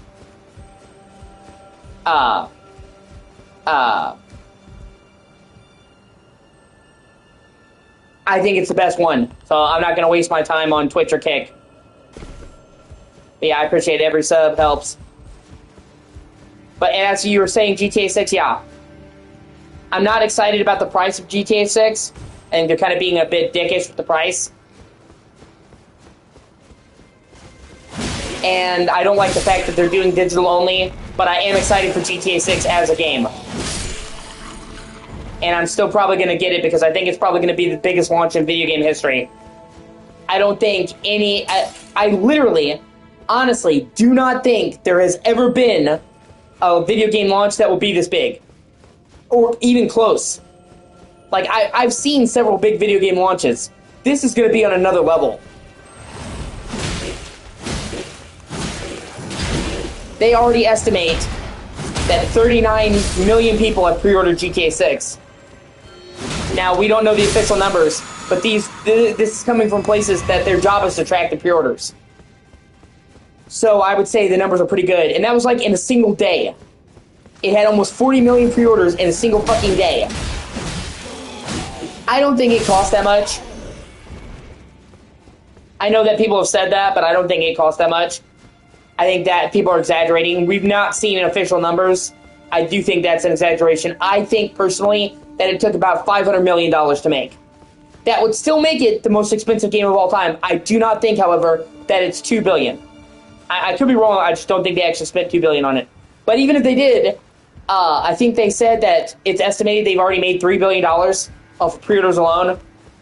So, literally, even if it cost $2 billion, they're already in the green in 24 hours.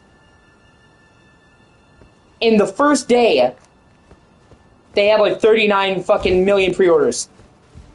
So even if it cost $2 billion, they sold a crazy amount. So, but that's what I'm saying.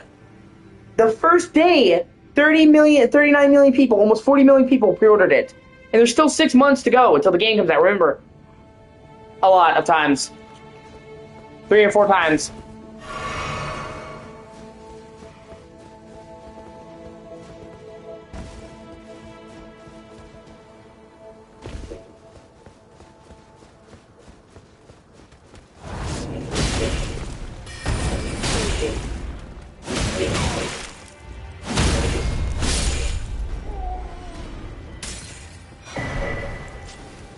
Yeah. So, this will be the biggest video game launch in history. I don't think... okay, let me put it like this. I don't think there has ever been a bigger video game launch ever. And I'm not just talking about my life, your life. I'm 30. I don't know how old you are. I'm 30 years old. I turned 30 a few months ago. But in general, I don't think there has ever been a video game launch that's this big. And I'm not sure if there ever will be. I think that this might actually end up being the biggest video game launch of all time ever. So, I'm not really excited about the price, because I think if they made $3 billion in one day, they could have gotten away with making 70 and still would have made a profit and not dick people. So it seems unnecessary.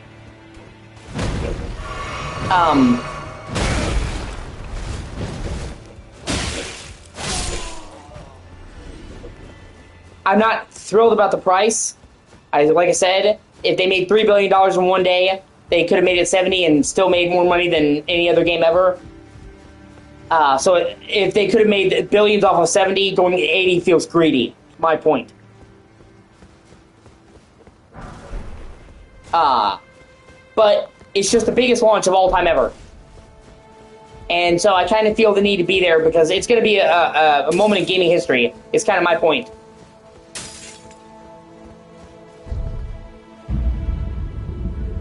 So I'll still probably get GTA 6 at launch, even if I'm not thrilled about the price, because like I said, we're never going to see another launch like this ever again. This is a one-in-a-lifetime part of gaming history. Once-in-a-lifetime part of gaming history is what I meant to say.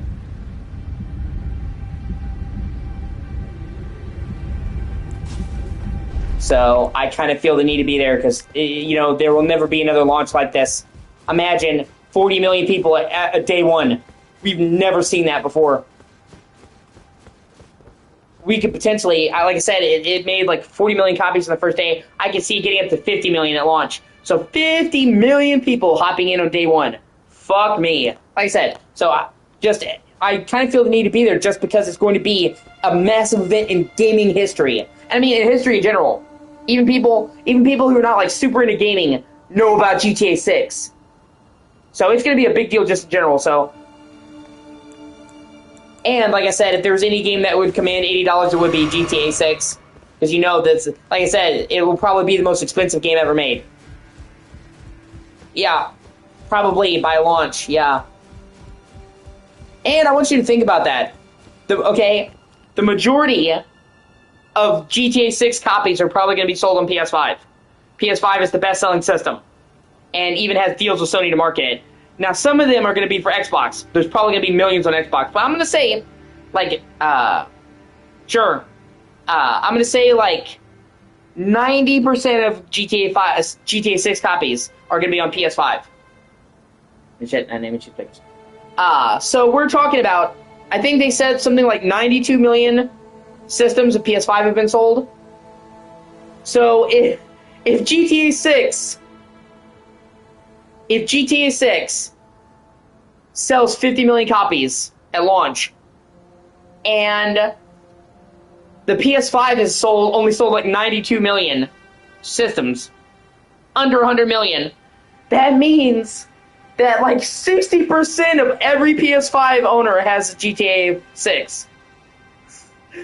That literally means over half, everyone who owns a PS5 has that game. That's fucking ridiculous. So, here we fucking go. Boss fight.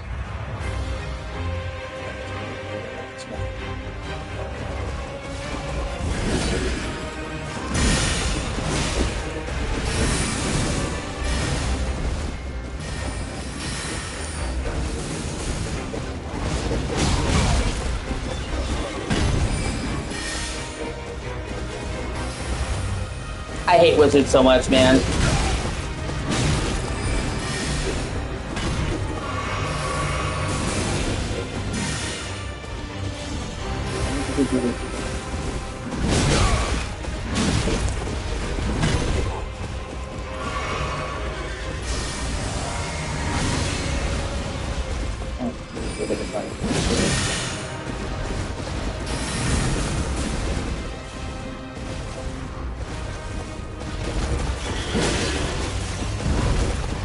Okay, man.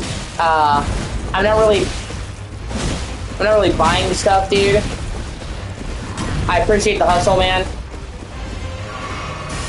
But, I'm kind of broke at the moment, so I can't really buy anything from you or have you sell me any art or shit like that, man. And you're just gonna have to understand that.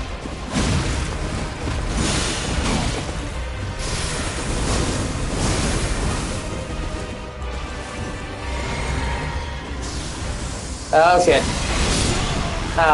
Well, honestly, not bad for a first try. And I didn't have a lot of supplies when I fought that cocksucker.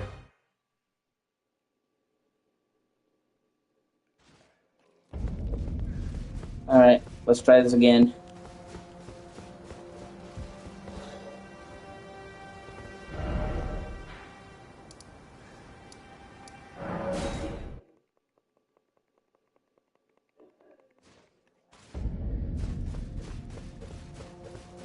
The elevator should be right around here.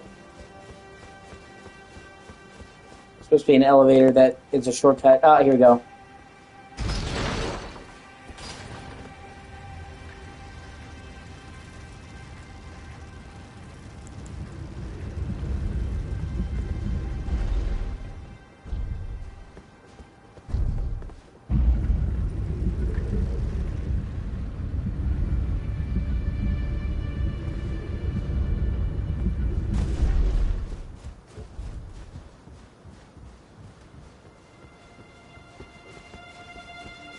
I was going to do it.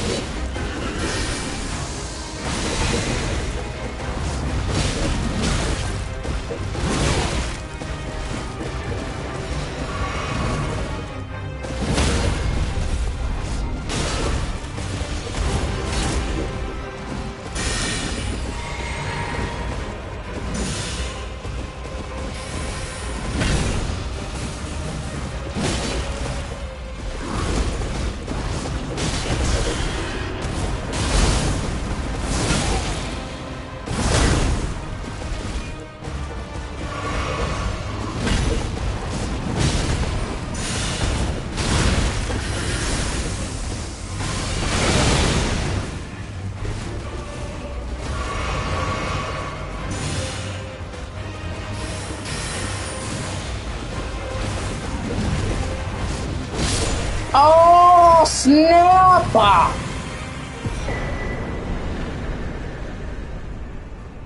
How you like me now, bitch?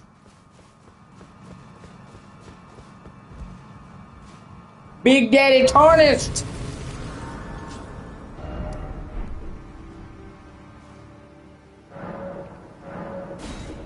Get fucked!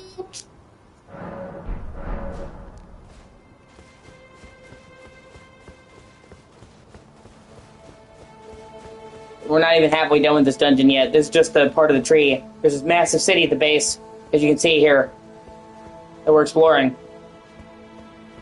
And then after you explore all this shit down here, you go underneath. And there's an underground layer. Like, this area is so fucking large. They said this is the final real thing in the main game, the post-game.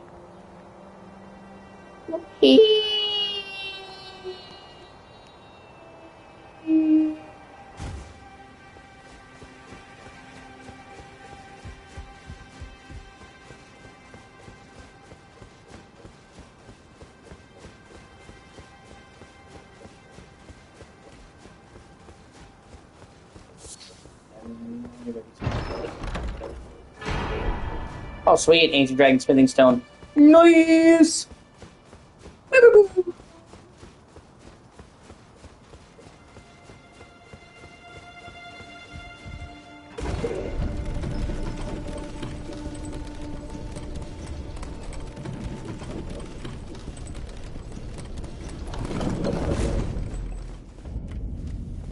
Oh my god, and this area is so pretty.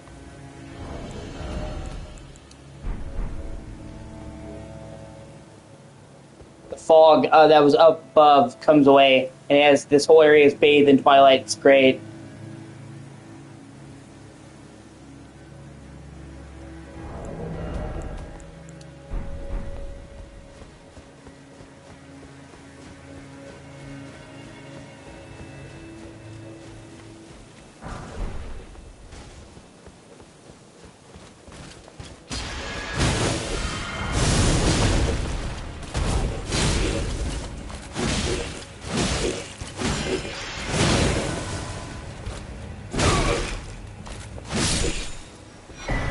You done, bro?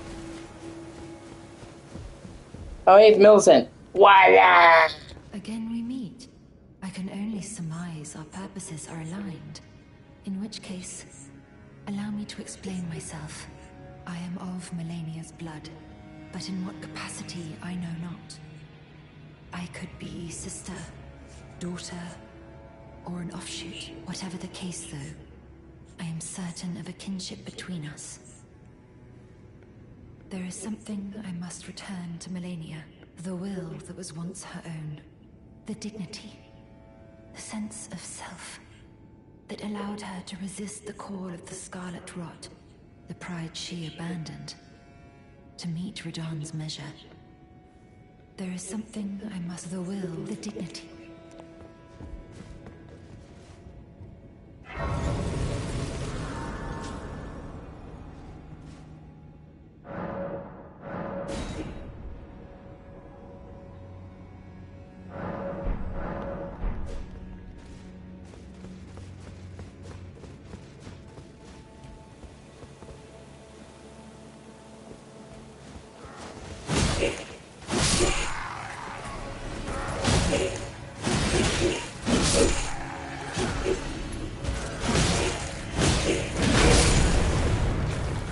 Yeah, I forgot those dudes fucking explode. Of course they do.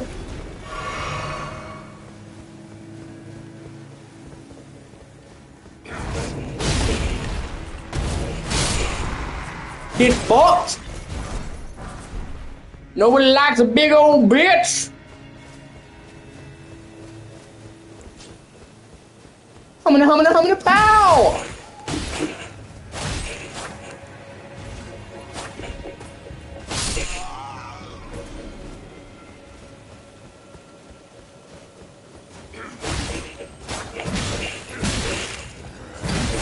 Bless you, Echo.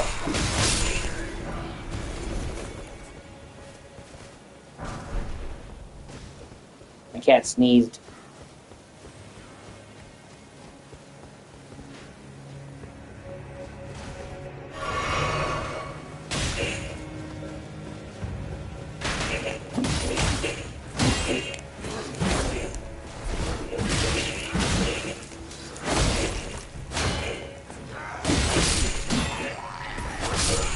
We light you, bitch.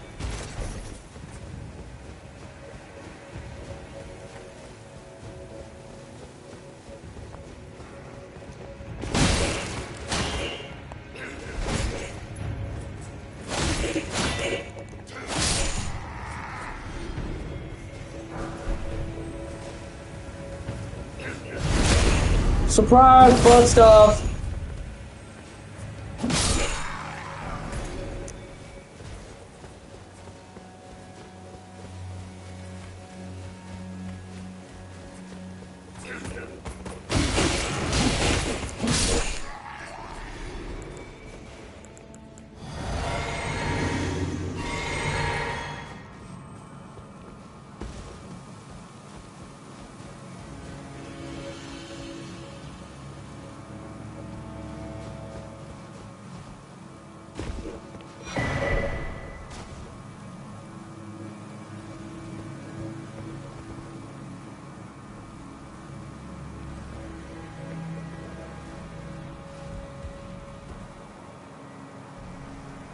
Fuck me, that takes me quite a way down.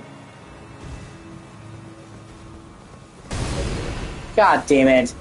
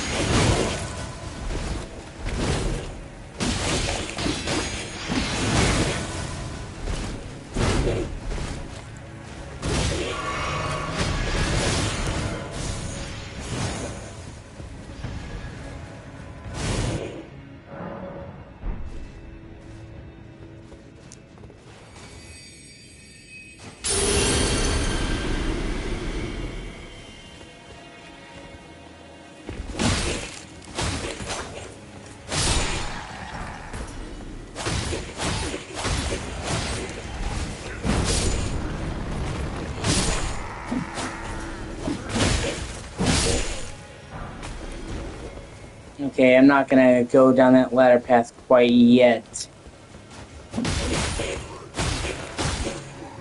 Because the tree spirit's down there.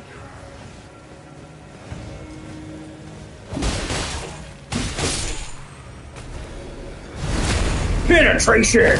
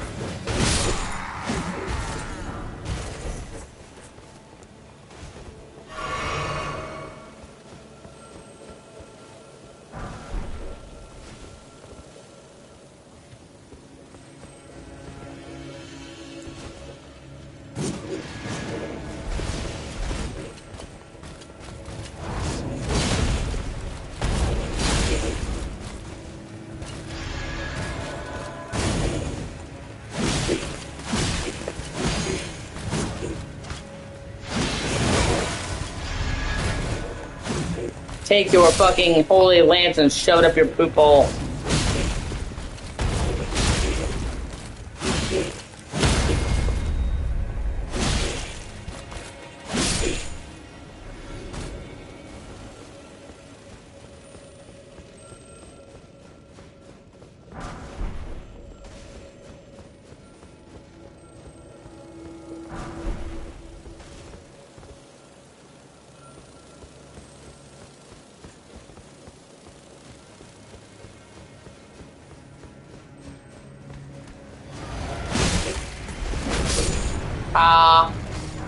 Great job, dickhead.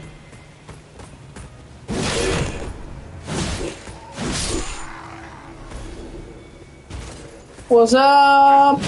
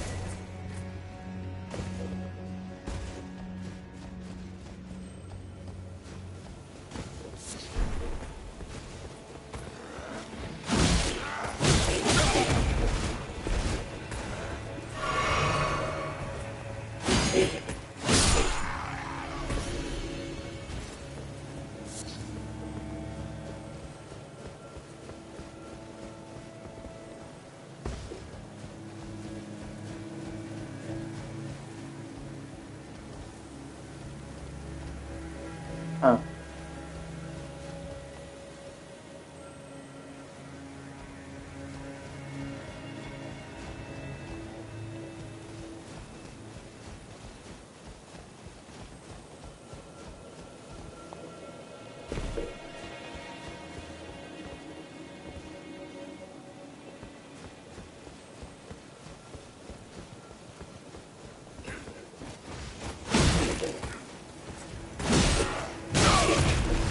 Oh, fuck.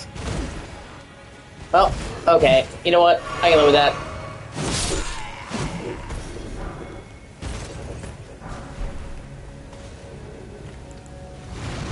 Oh, god damn it. Yep, this is gonna get bad quickly. Oh, boy.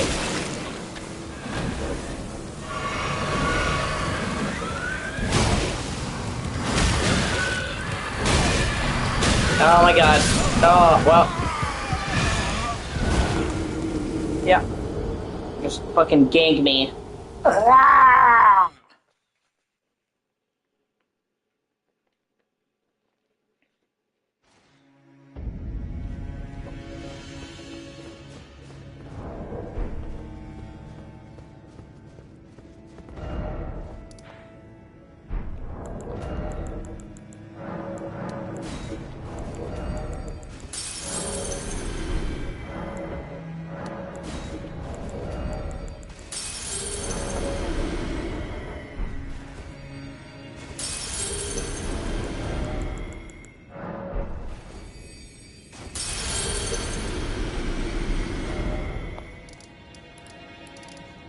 Hold on.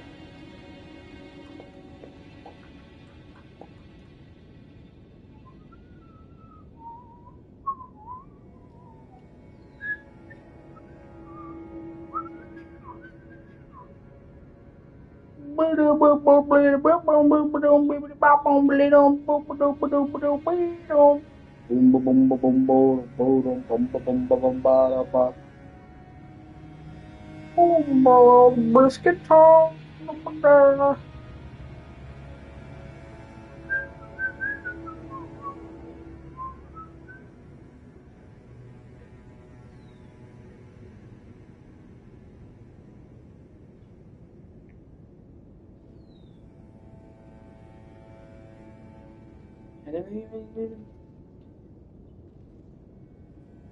Yeah, it's starting to get really dark in here without the fucking light.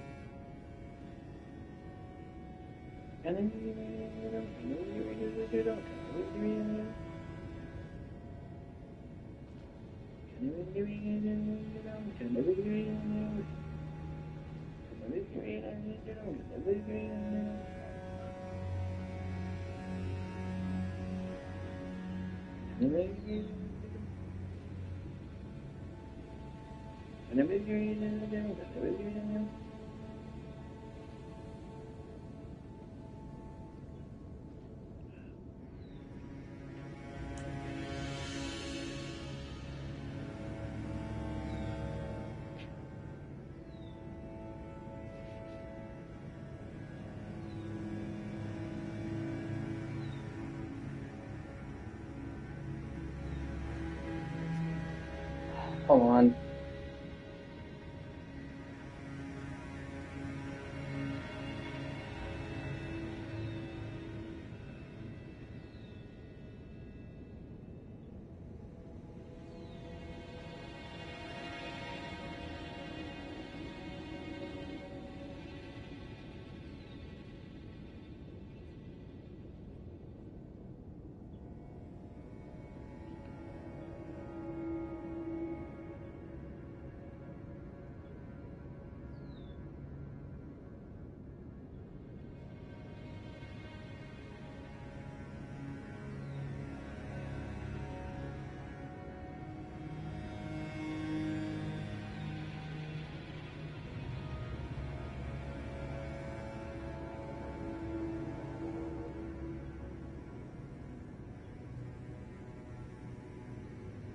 Okay. I might just start up the DLC real quick just so I can get the backhand blades.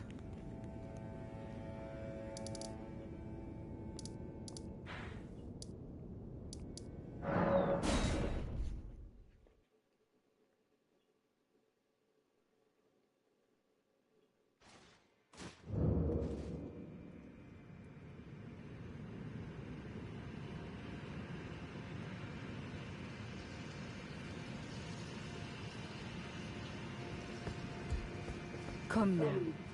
Touch the withered arm and travel to the realm of shadow. I will not be far behind. May we meet again.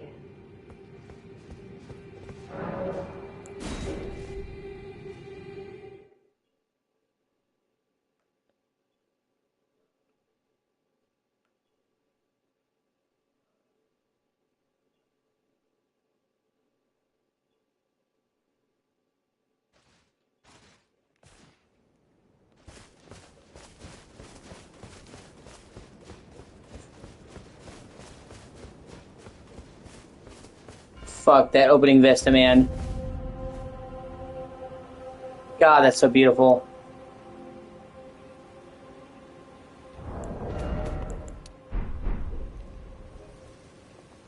This DLC really is something else.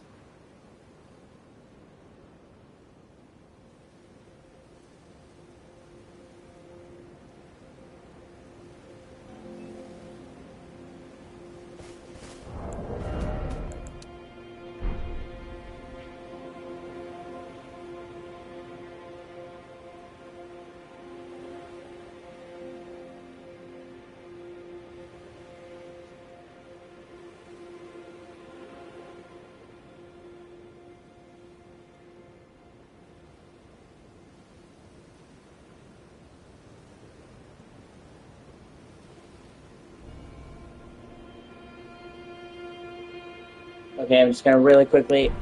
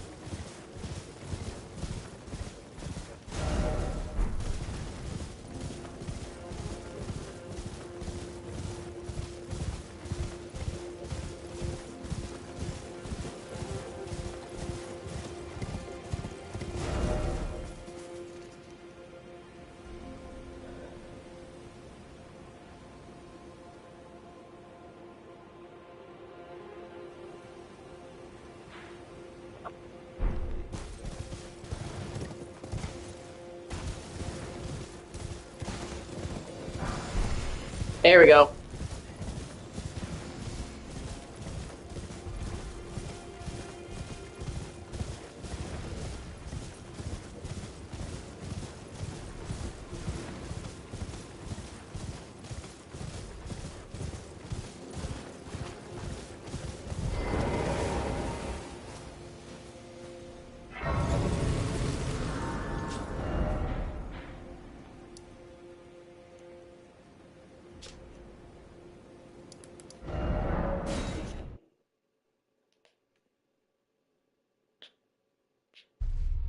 I just really wanted the round.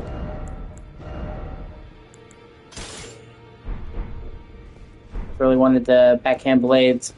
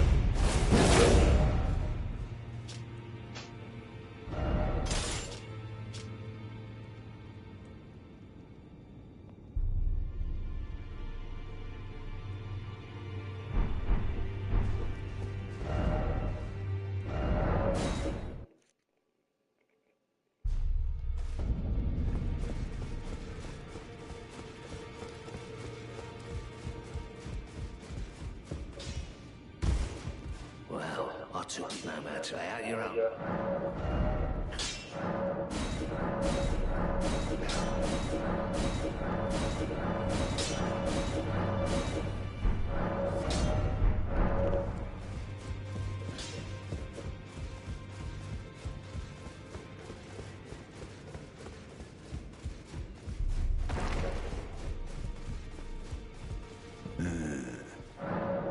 There are four Nicola of his twin, Luna Prince, and Rani saw here if you should little trade. We both as such.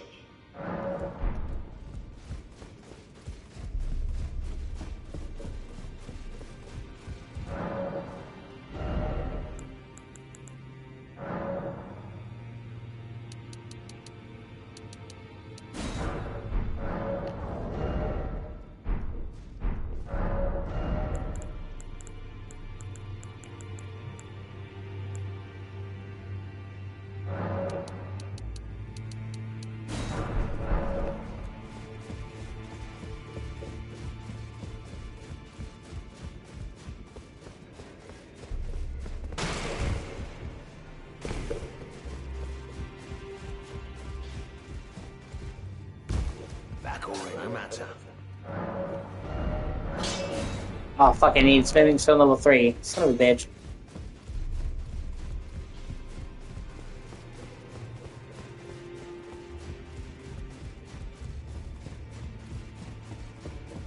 Whenever you...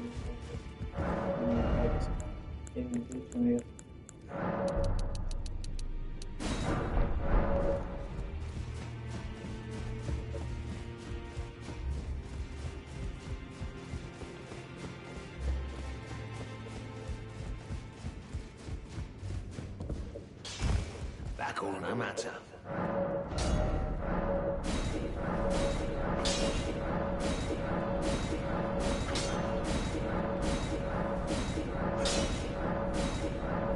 Oh, I need spinning stone 6.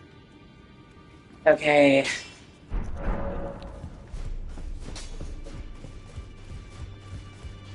I'm trying to get these weapons maxed out.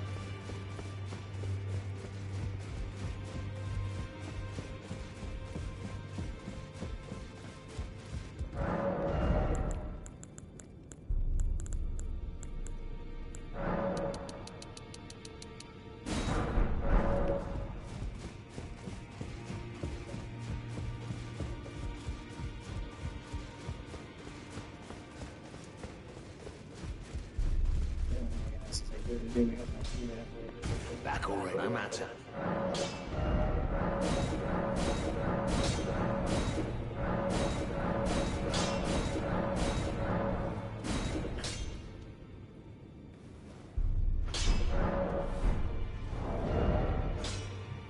Sweet, I maxed them out. Nice!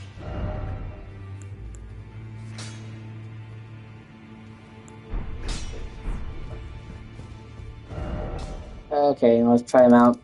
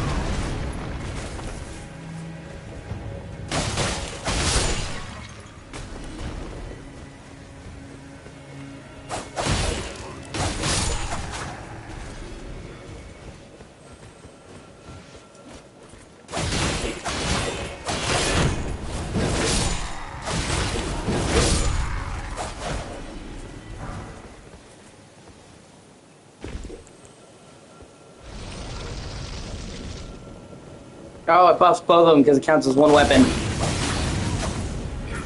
See, that's one of my problems usually with dual wielding. Is it only buffs one of the weapons, but since it counts as one weapon, it buffs both. That's fucking sick! Surprise, motherfucker!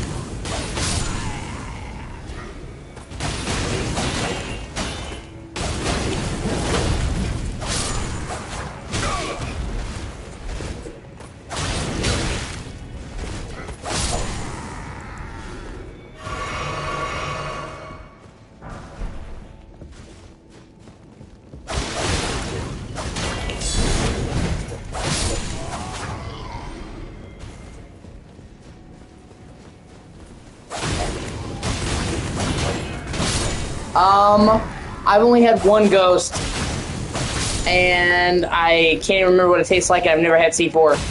I pretty much just drink Monster. Well, actually, never mind. They actually do a Sour Patch Kids Ghost energy drink that I really like. I really like Sour Patch Kids, and it actually tastes like Sour Patch Kids, so Ghost. I forgot Ghost did that one.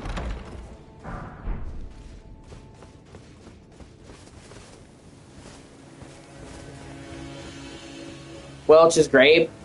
Is it? See, I don't really like a whole lot of grape-flavored drinks. Because they normally don't taste like grape, but if you're saying it tastes good, then I'll trust you. I'll have to give it a try then. I'll see if they have it at the store next time I go. I only have one gas station near where I live that I can walk to. It's a marathon.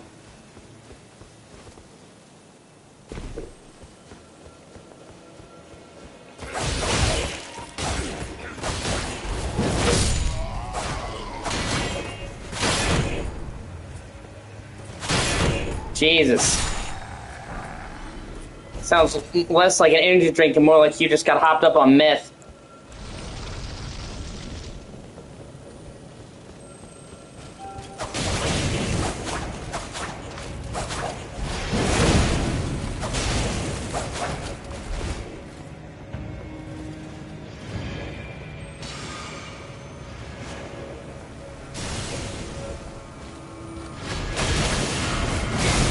Ugh. Fuck these guys.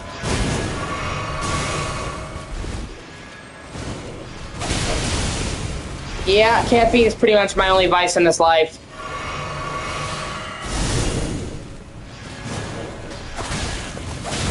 I don't smoke, I don't drink, I don't do drugs. The non-prescribed kind anyway. I take Zoloft. That's anxiety medication. You know what I mean when I say drugs.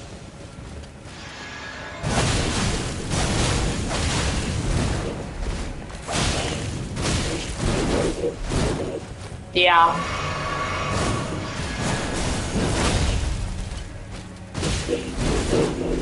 But, caffeine has always been my, habit of choice. Because my anxiety makes me super tired. Like, anxiety actually... Oh, that's a great deal, actually. Anxiety actually, makes you tired, wears your body out. So, because I suffer from severe anxiety, I'm tired all the time. So, I started drinking energy drinks to counteract that. Still a good deal.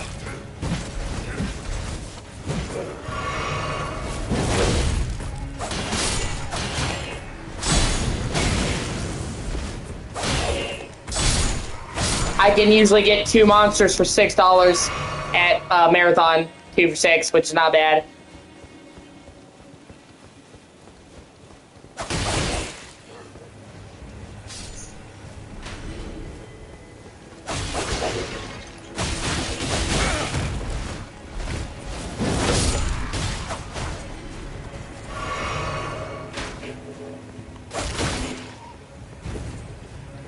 Yeah, I don't live. If I lived a mile in another direction, we kind of got fucked. Because if I lived a mile further north or a mile further south, I'd be next to a bunch of stores. But the nearest gas station in like 2 miles is the one I go to. There's like no other gas station within walking distance for me. And my leg is fucked up, so I have to be careful how far I walk. Oh boy.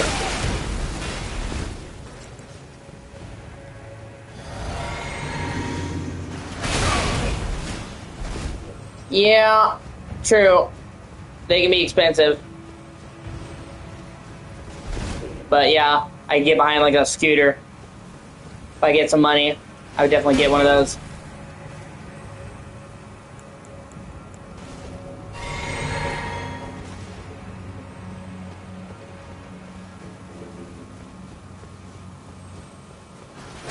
That's not bad at all. Motherfucker. Fucking archers, man. A whole lot of them can suck my balls.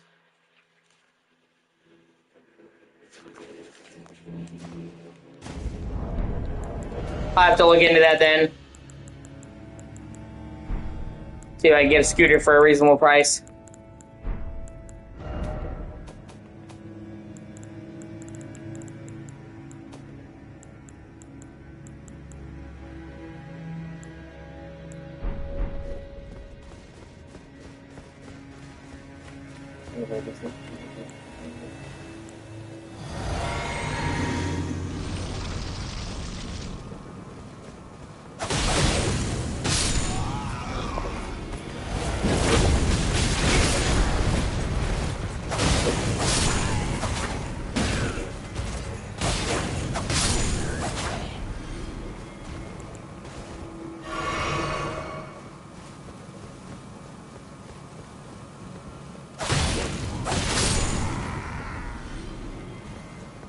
Oh, wow. Well, definitely have to keep an eye out for that then.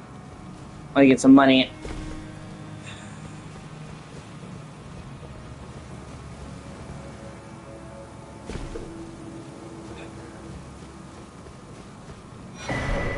Here we fucking go. God.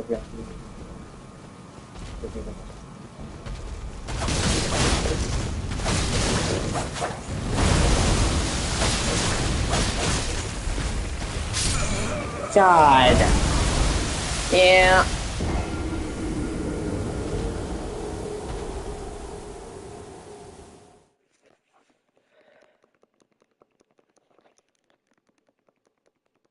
It's also why I stopped buying physical games. Because I didn't live nearby anybody that sold them. There's like no game store within like 3 miles of me. So I would have to go like 8 to 10 miles just to go to a game store or spend money on an Uber. But the money for an Uber would literally be more than the game I'd be buying. So that's why I started going digital. I used to primarily buy physical. I just couldn't get to the game store. So I'm like, fuck it, I'll do digital, and I just kept doing that. So I didn't live near a game store. When I used to live near a GameStop, and I used to go there all the time.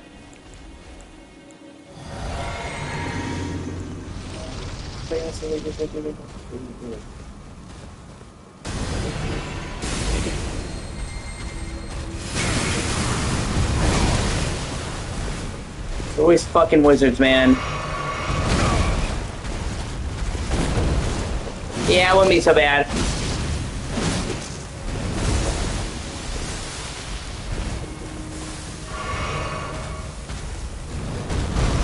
Thankfully, there's a one-time spawn. If I can just kill this cocksucker, I won't have to deal with it anymore.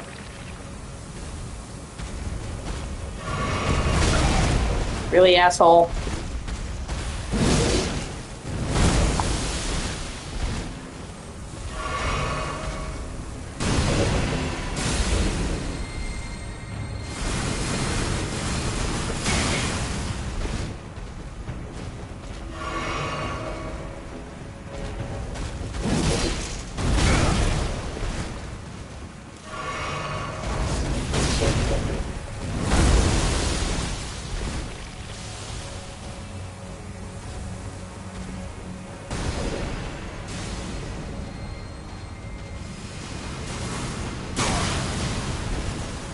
God, I hate that fucking thing. Oh, wow, I fucked myself. Awesome. Oh, well, shit happens. What are you gonna do? Oh, well.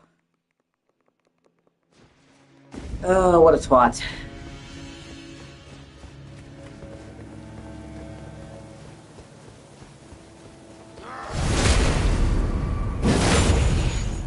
Oh, the good news is if I can just kill that fucker, he won't respawn. That big tree thing's a one-time spawn.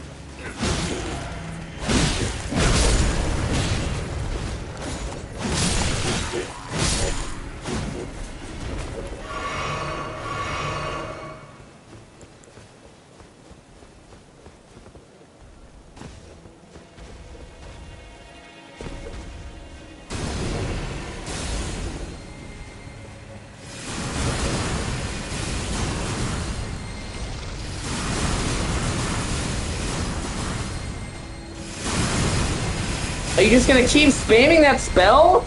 You bastard?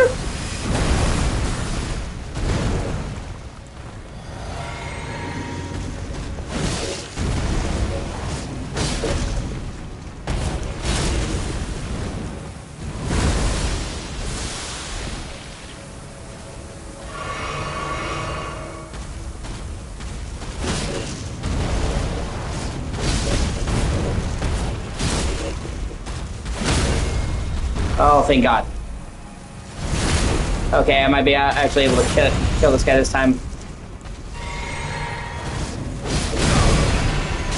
Oh, God. No, no, no, no, no, no. Oh, no, you fucking beast. Alright, motherfucker. What up, bitch? Like I said, if I can just kill that fucker once, he'll stay dead forever. He's a one-time spawn. That's why he's so bullshit. Like, well, you only have to kill him one time, so we're gonna make that one time extra shit. Why? Because we can. That's why.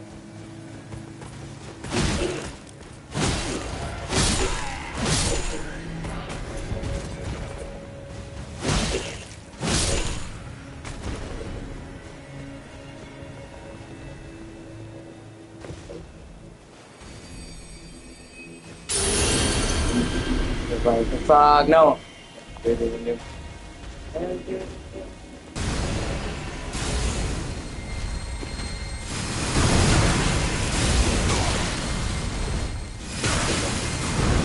I hate this fucking thing so much, man. Never God, Nevin, please extend the shore by the next pro term now.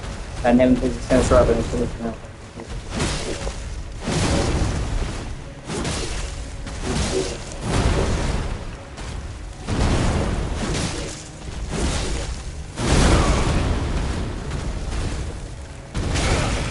Really, asshole? What a twat wobble.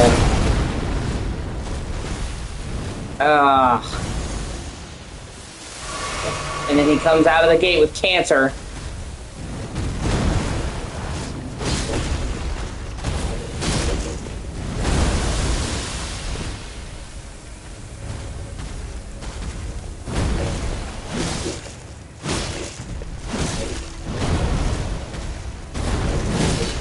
God, this guy sucks a dick.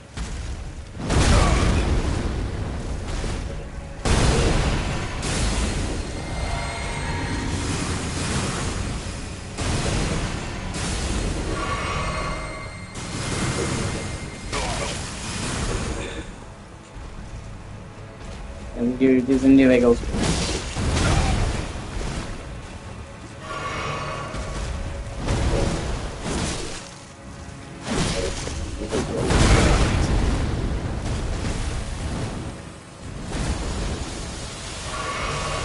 Oh my god, the reach on that thing is just fucking dumb.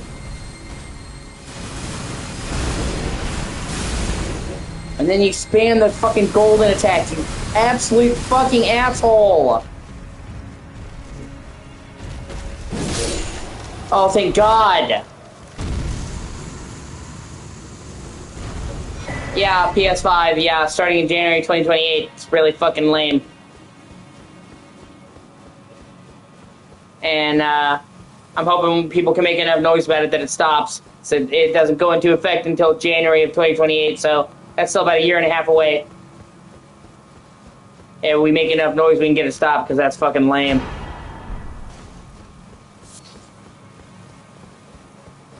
At least I finally killed that cocksucker. Oh, I thought this thing would never die. And they're also shutting down the PS3 and PS Vita PSN store next year. Well, if you're in like Honduras or Southern America, then they're shutting it down next month. But for most of the world, including America, it's going to be July of 2027, so roughly a year.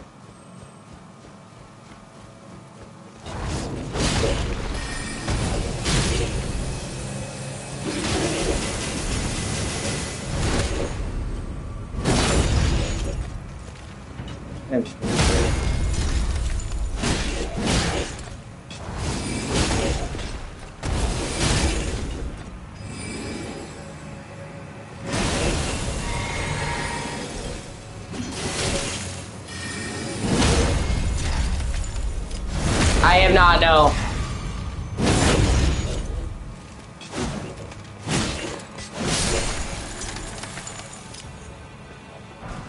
I'm considering getting it, but I'm not sure. I haven't made up my mind yet. I really don't like the whole pricing thing. Okay.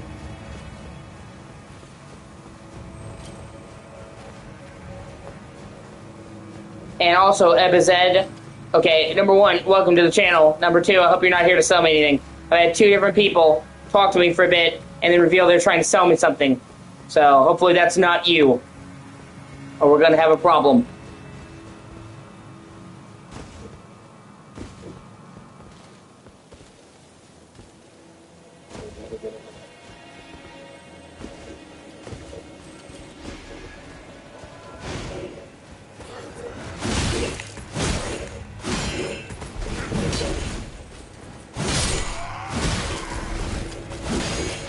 Yeah.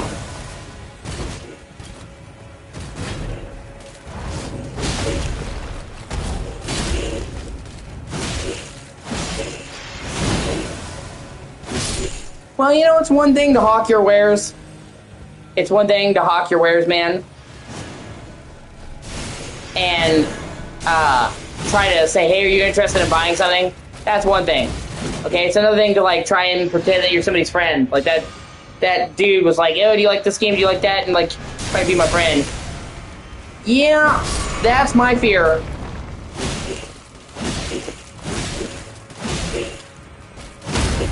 That they'll use GTA as a scapegoat, and everybody will try to increase the prices.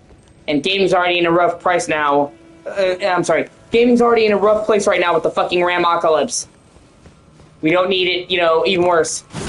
So it basically feels like a Rockstar saw the gaming industry being in a shitty place, and then said, you know what, we can make it worse.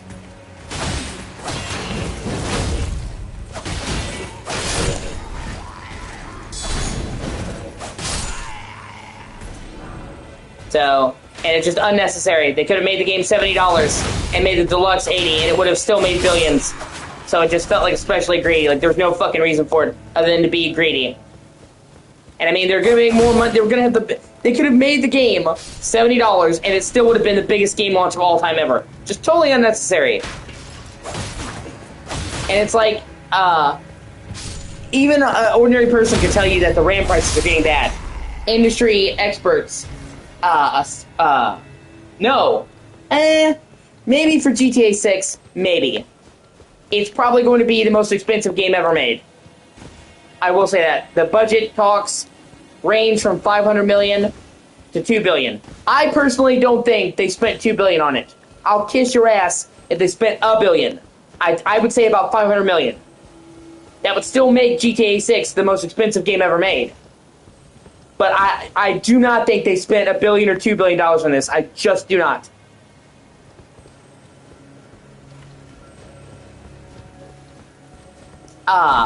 But they've already estimated that Rockstar has made $3 billion off of pre-orders alone. So, in the first day, even if it was $2 billion to make it, they've already made their price. They've already made back the money to make the game before it's even out. And like I said, if they made the game 70, they still would have made all that money back. And they wouldn't have pissed people off. Hey, it's good to see you, Dustin.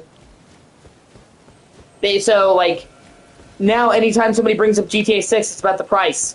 And if they just left it at 70, everybody would just be talking about GTA 6. It was needless controversy for greed. Like I said, they still would have made billions off the pre-order. Just greed for the sake of greed is just fucking lame. But I'll still probably wind up getting it. Well, you have to tell me how you like that, Dustin. I'm not a big fan of games like that usually.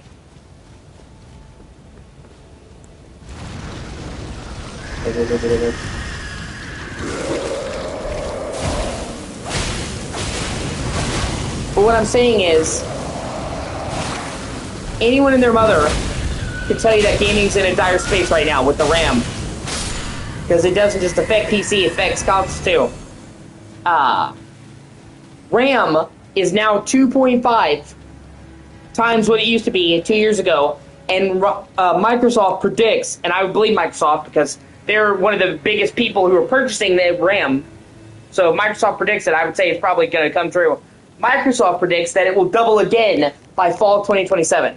So then, things will be 5 times more expensive.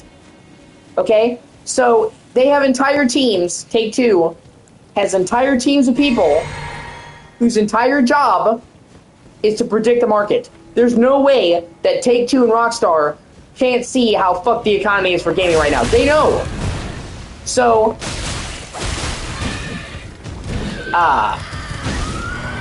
if it was me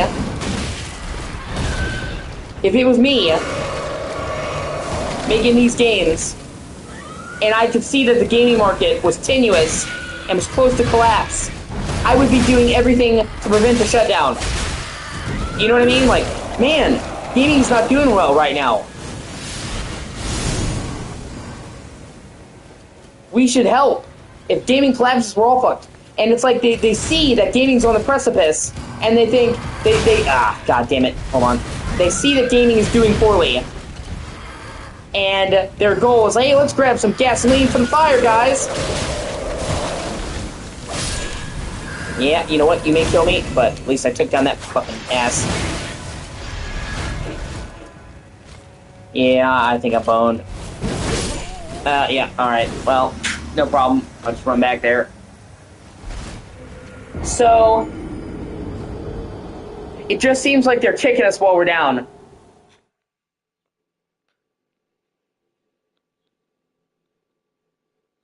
Yeah, that would be a good idea. Well, see, actually, that might happen. The problem is it's taking a while. Azus, or however you say it, Asus, you know what I'm talking about. They make a little bit of RAM, and they're the ones who did the Xbox Ally, the ARCOG Ally. They were just saying a few months ago that they're intending to get into making RAM. They made a little bit of RAM, but talking about becoming a massive player in RAM, and that all of their RAM will go to making gaming PCs. So it seems like that is actually what Asus is trying to do. And because I think what they're trying to do is they're trying to undercut NVIDIA, because if they can get in now and undercut them with the RAM, they might lose some money in the short term, but they'll put themselves as one of the big people of RAM going forward, and for gamers going forward. So, like, if they handle their cards right, they might lose some money in the short term, making RAM at a loss with the prices, but when the RAM comes down, they'll still be the main people in the market making it, because NVIDIA is leaving the market. They're not making very much RAM for gamers. So, it's actually a pretty big power play by Asus, however you fucking say it, it's hard to pronounce. And that could actually see them becoming the dominant RAM maker for gaming, like NVIDIA used to be. So it actually is a super high IQ move, because they might take a loss up front, but the price will go down, and when it does, they'll still be the number one in the market, and will be going forward. They're basically putting themselves in the lead of the industry. And most people would kill to be, the maker of PC RAM and console RAM. And they said their plans are they will not be making the RAM for anything else besides gaming.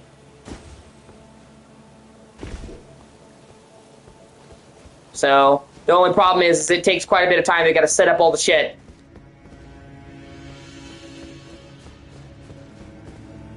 Yeah, for sure. And honestly, the AI bubble's gonna pop.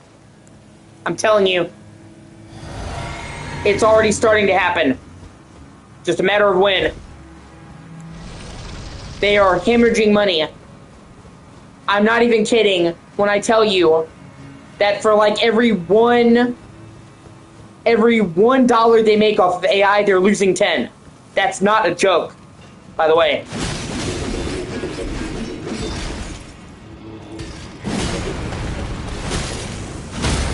Like, OpenAI said that they made $13 billion off of RAM last year. Only problem is they spent $35 billion. So OpenAI is one of the biggest purveyors of RAM, and they lost $3 for every dollar they made. And they're one of the big dogs. So I guarantee you nobody else is making money off of it. And the whole point of this move to AI was it was supposed to make things cheaper. Yeah, it is.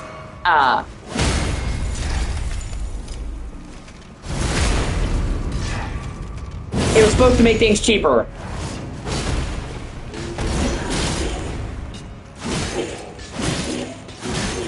And they're actually finding out that it costs more to run AI than a human employee. So the entire reason, well, that's fair. The entire reason all this AI pushes were made is because these corporations thought they would save money off of human employees. And now they actually have revealed statistics that they're actually losing money, that it'd be much cheaper just to hire a human being. So OpenAI, which is literally, it's one of the three biggest purveyors of RAM. The three big dogs is OpenAI, NVIDIA, and Grok, which is Elon Musk. But anyway, OpenAI is hemorrhaging so much money that they have had to take 3 loans to stay open, totaling billions of dollars. OpenAI is now $60 billion in debt and has not seen a single return on investment. And they think they're going to run out of the rest of the money by the end of this year. So they already got a loan for like $30 billion in 2026. They think by the end of this year they're going to be out of that money and need another loan. And if the loan stops coming in, they will instantly shut down. So they literally have taken like $100 billion and have not made a single dollar in profit. So at a certain point, who's going to want to keep funding this company? It's been like 5 years now. They haven't turned a single dollar profit. Like I said, they're losing $3 for every dollar they make.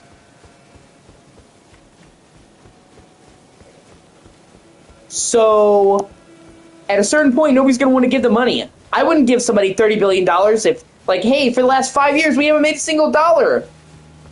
We're a totally great investment. That's my point that I'm making. So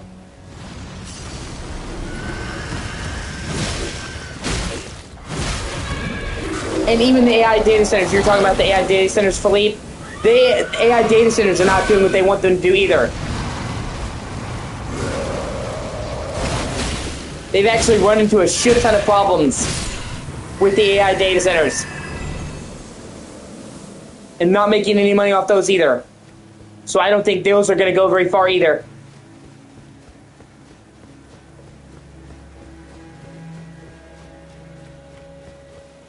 Yeah, because they're convinced that they're going to make money.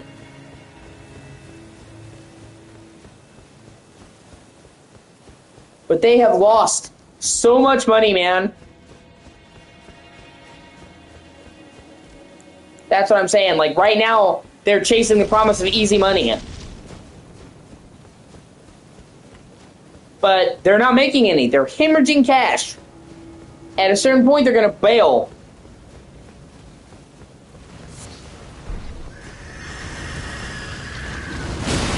Because they think eventually it's going to start making money. That's why. They think if they play the long game, it'll pay out. Like, well, it's not making money now, but it will in the future. But it's not. It's like, it's doubling and tripling the losses. So that's why. They hope in the future it'll make them money. But thus far, it has been a huge fucking money pit. And in fact, it's getting worse. It's not like turning the corner. They, OpenAI revealed... Yeah, they're idiots too. I wouldn't discount that. OpenAI revealed their financials, and they said they spent $15 billion in money on AI last year. Okay, so get this. Okay, no, I'm sorry. Hold on, let me give you these statistics right. OpenAI revealed in their investor shareholders in 2025, they spent $13 billion and made $5 billion back. So, like, losing $3 to every $1. And then this year, they spent $60 billion and made $13 billion. So they spent twice as much money as the year before, but lost 3 times as much. So I'm saying it seems like the more money they pour into this, the more money they lose. And at a certain point, it's just not going to be worth it. I mean, imagine... Oh my fucking god, I hate those things so much, dude. They suck. Imagine you're a company, and you're trying to make a profit, and you're literally losing money, and losing money, losing money, losing money 5 years in a row. How long are you going to keep that up? And you're doubling and tripling. So you have a company who says, give me $5 billion. Then they don't make you a profit. Give me $10 billion. They don't make you profit. Give me $30 billion. They don't make you profit. At what point is any sane person going to say, okay, we keep doubling down, dog, and we're losing more? That's what I'm saying. And even Sam Altman, he's one of the guys that pushed OpenAI the hardest.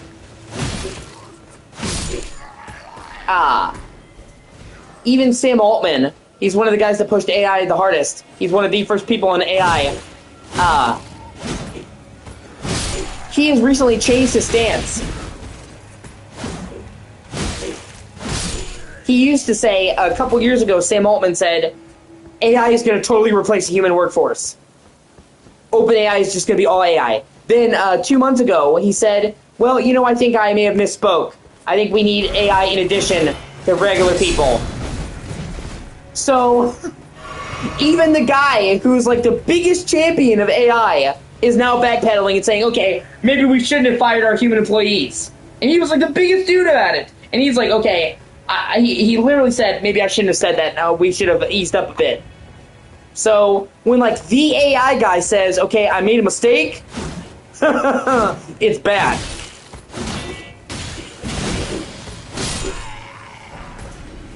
He literally is like, man, we probably shouldn't have let go of our human employees. That was a mistake. Because his company's hemorrhaging money. And right now, like I said, they got a $30 million loan. I'm sorry, billion. I keep saying million. They got a $30 billion loan to keep going. And they think that's only going to last them until the end of the year. So 6 months. They're burning through $30 billion in 6 fucking months. And they're actually trying to find another loan. They haven't found somebody to loan them. So, if they aren't able to get another loan in the next 5 months that are left in this year, they're going to go bust. And that's one of the 3 biggest markets. That's what I'm saying. It is a bubble, and it is already starting to pop.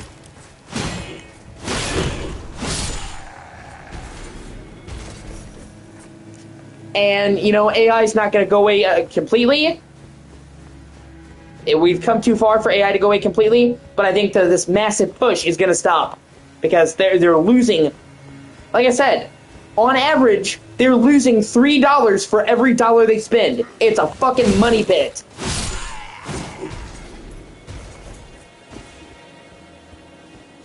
And they actually estimate that it's going to get worse. So they keep saying, we're going to turn the corner, guys. We're going to turn the corner. We're going to turn the corner. And it gets more expensive.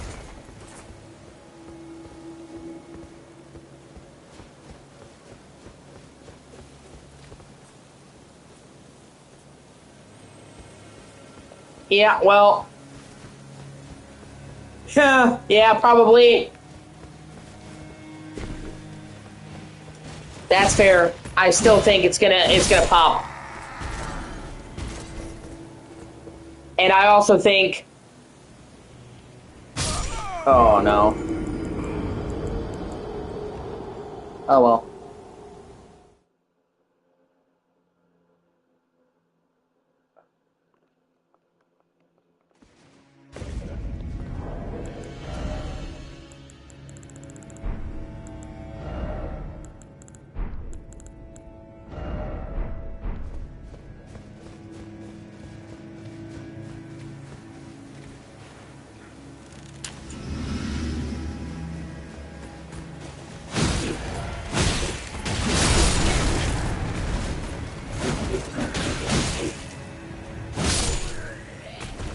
Well, I guess we're gonna see, man.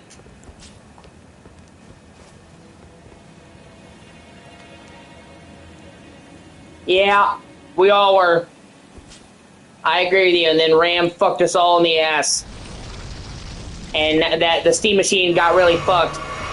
The whole point was it was supposed to be budget. And $1,000 is not budget friendly. It was supposed to be an alternative for consoles. And nobody's gonna buy that. Like, Steam machine got really fucked by this AI thing. Not that there was anything they could have done. They actually delayed releasing it because they hoped the prices would go down. There's nothing really Steam could do.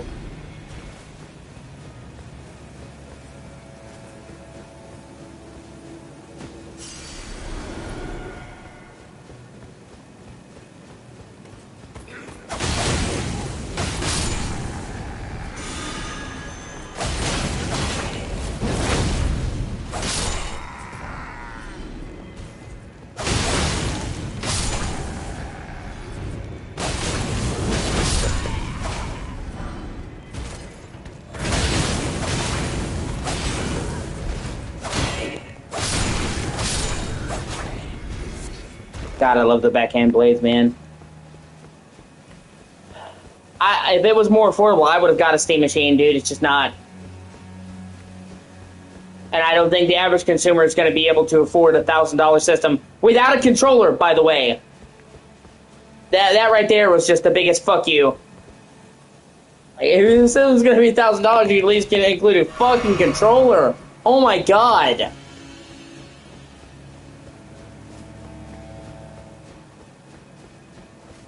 So give me a fucking break, man.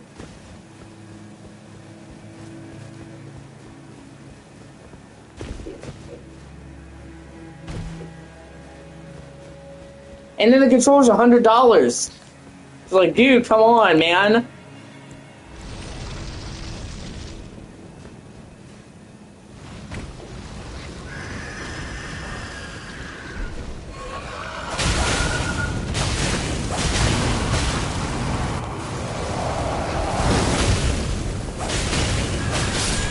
Yeah, fuck you, bro. On gas, bitch. But hopefully the prices will come down. I really do think the bubble's gonna pop. Of course, that's just me.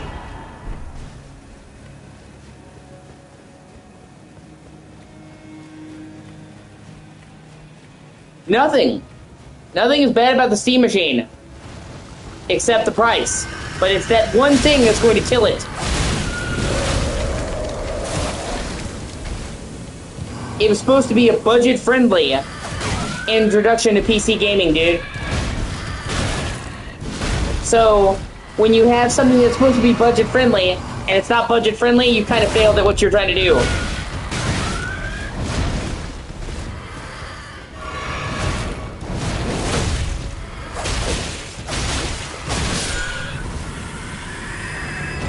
Like, there's nothing really wrong with the Steam Machine, it's just...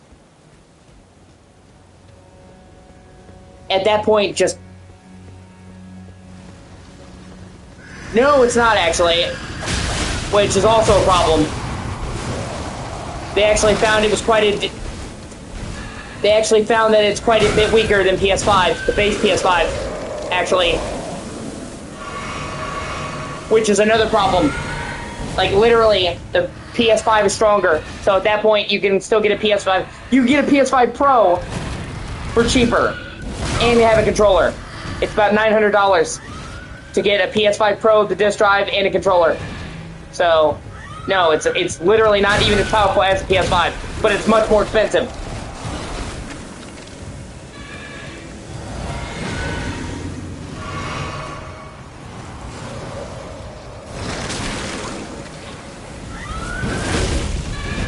Digital Foundry and then did tests on it, and they found that it's really GPU limited.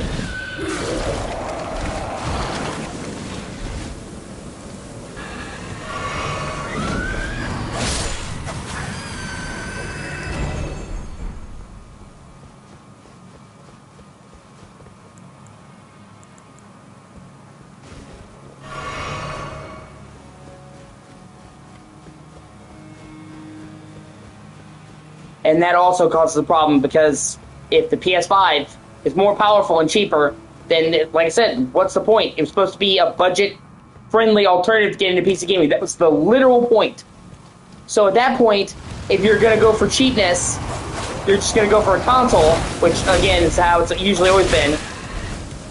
Or you're just going to go full dick and get a full PC. It basically renders the Steam Machine obsolete. There's no reason for it to exist at its price point.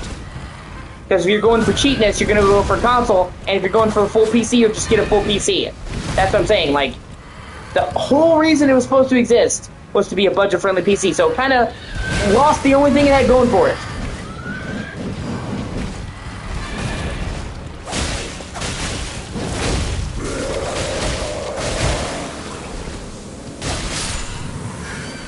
And once again, that's not Valve's fault. They started working on the Steam Machine years ago, before the AI crisis, and they even delayed the Steam Machine for months because they hoped it would come down. So, it's not really anything Valve can do, but still kind of fucks them nonetheless, actually.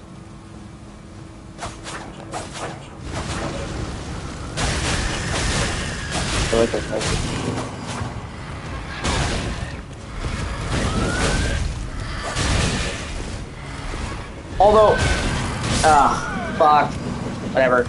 They actually said, they said that they could subsidize the console like Xbox and PlayStation. Xbox and PlayStation usually sell the console at a loss, and they make up the sales in games. And they're like, well, we can't really do that. I'm like, what the fuck do you mean you can't do that? Yeah, you can. When you, the whole reason it works is because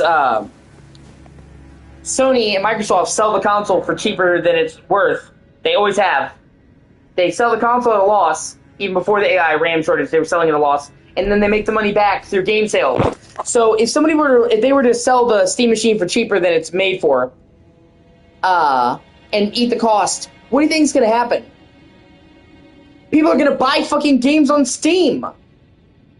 And that's the one area where I will call bullshit, because they're like, well, we can't sell our system at a loss and make up the money on game sales. What do you mean? Yeah, you can. Everyone who buys a Steam machine is going to buy games on Steam, your platform. Like, I mean, technically, the good thing about the Steam machine is you can buy games from other places, like COG and shit, but 90% of people who buy a Steam machine are going to buy fucking Steam games.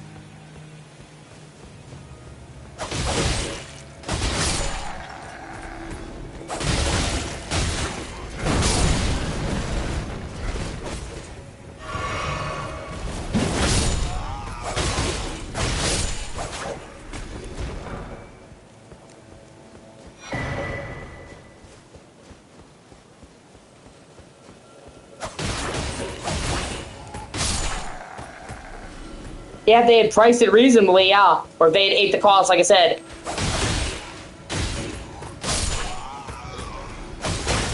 It is, yeah. That's what I'm saying. If they could just come down on the price a little bit, man, it could be big. Like, originally, the price of the Steam machine was supposed to be $700. And dude, if they would have sold the Steam machine at $700, game changer. It would have been more expensive than console, but you would have the freedom of PC. That would have sold. And that's what I heard was the original plan, for it to be $700. And I'm like, man, if you guys could have just done that, dude, you would have made money like fucking crazy. And like I said, even if they took a loss on the system, they would be making that money back on fucking Steam, man. People are going to buy the Steam machine, then they're going to go and buy games on Steam, and it doesn't matter what fucking game you buy on Steam, Valve gets a 30% cut. And then if it's like Half-Life and shit, they get all of it. So, literally, and Steam has like 90% of all PC game sales, man.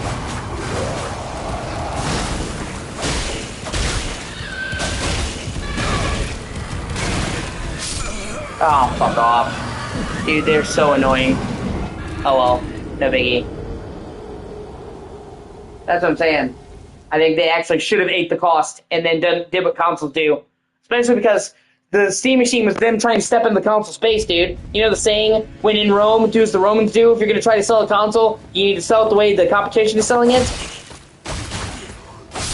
I guarantee if they would have sold the Steam machine at $700, they would have sold like 10 times as many. They might have lost money on the parts, but they would have made that money back on fucking people buying Steam games. Guarantee you.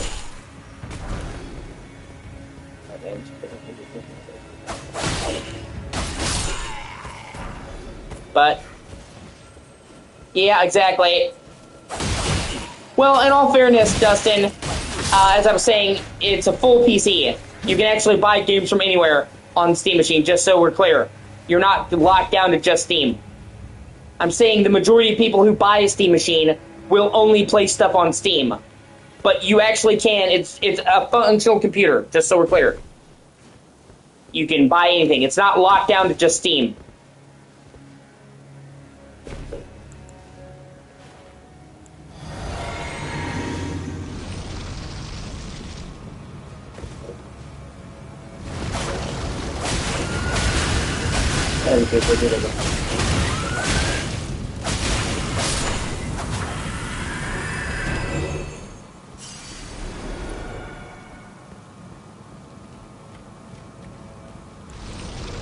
Okay, we can just get past these fucking things. This is the worst part of this area, man. I hate this so much.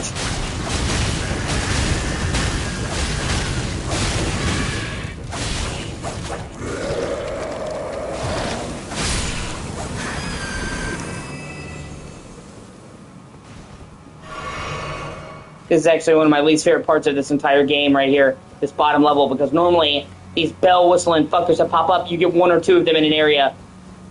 And normally that's fine. There's not that many of them. They're fine at one. But this whole bottom level is patrolled by nothing but these guys. It's fucking irritating.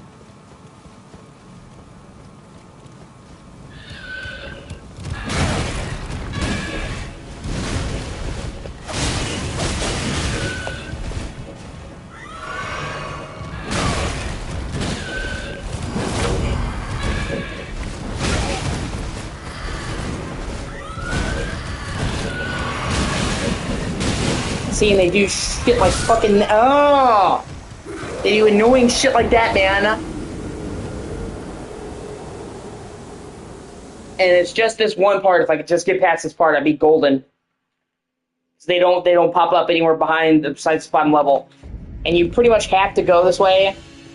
You pretty much have to go this way, because up the stairs you get pelted by archers. There's like 3 archers on a ledge. And it's fucking lame.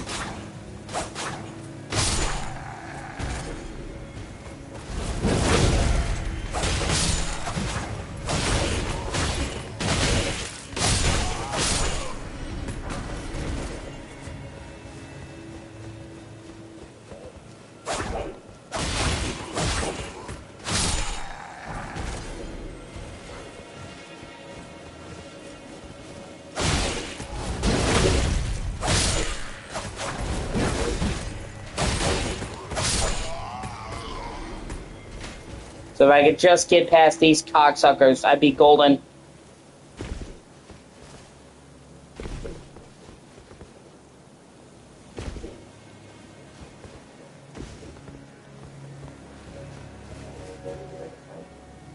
Don't die.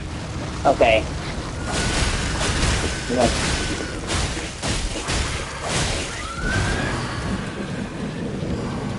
Crazy. Actually, you know what? Hold on. I wonder what they'd be more weak to. It doesn't really matter.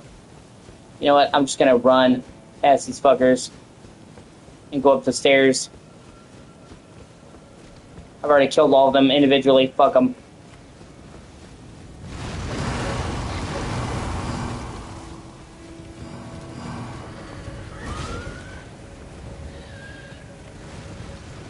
Oh, fuck this shit, I'm out.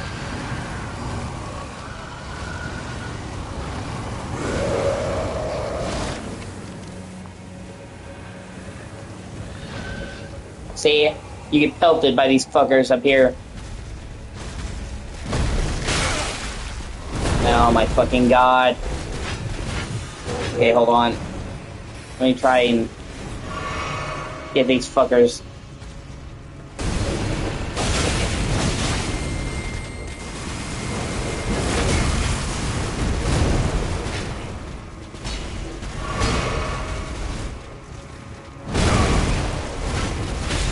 Oh my fucking god. Oh my god, this area, man.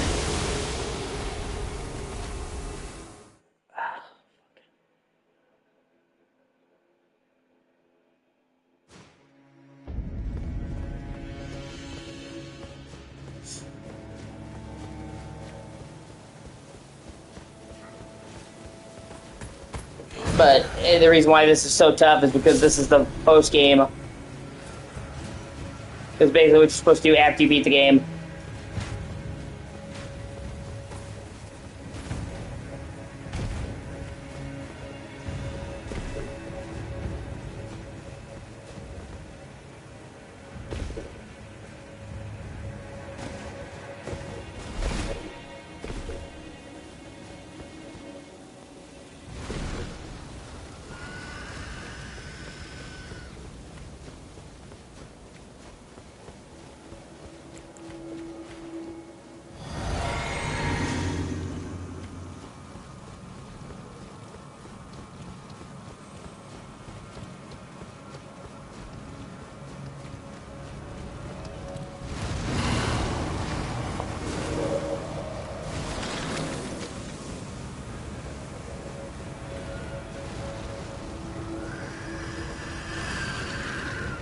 Come this far, I shan't be deterred.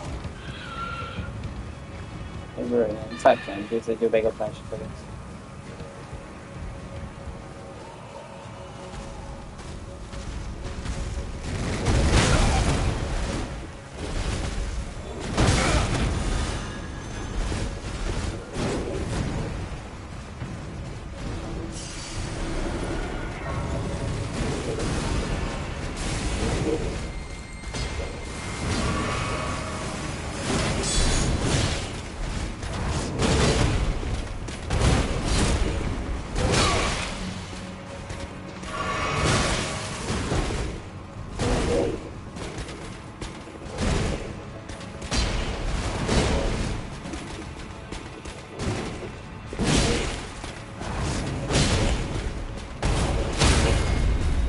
It goes into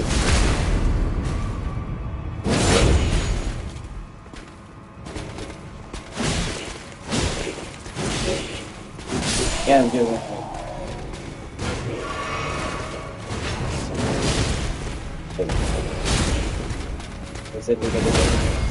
And then we do it, and then we do it. Okay, here we go. I can just chip away. Oh, no you don't. You tried to heal, you cocksucker.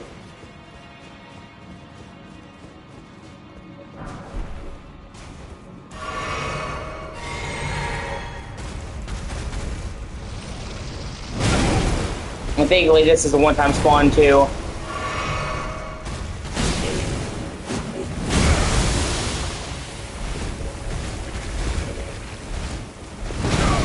God.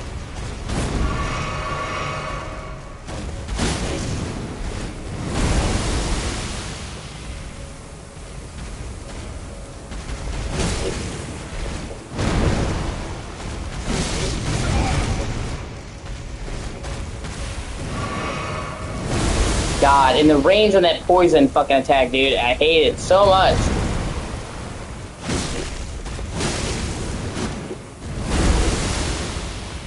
Thankfully, I think the hallway stops it. Nope. Yeah, why should they have to listen to collision? Oh yeah, now we're gonna fire the gold bolt to fuck you. Oh my god. Oh, you're gonna keep spamming, man, you fucking cocksucker.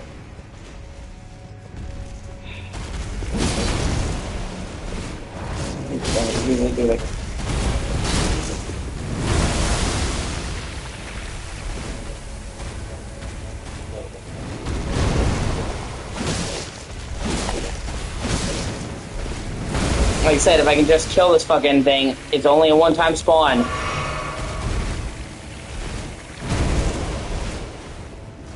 Is it? Fuck, God.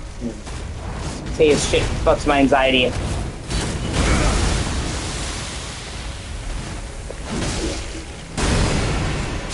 Come on! Fuck! Ah, whatever, I'm right there. Fucking piece of shit!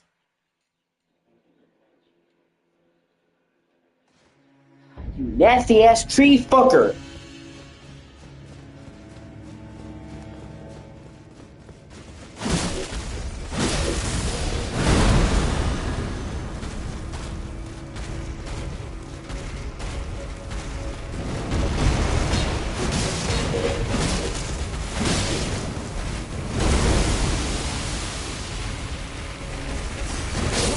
Oh my god! Fuck! Thankfully I'm right there, but fuck! You know, why me and die me before you fuck me in the ass, man? Spin on it! Ease it in there! Fuck!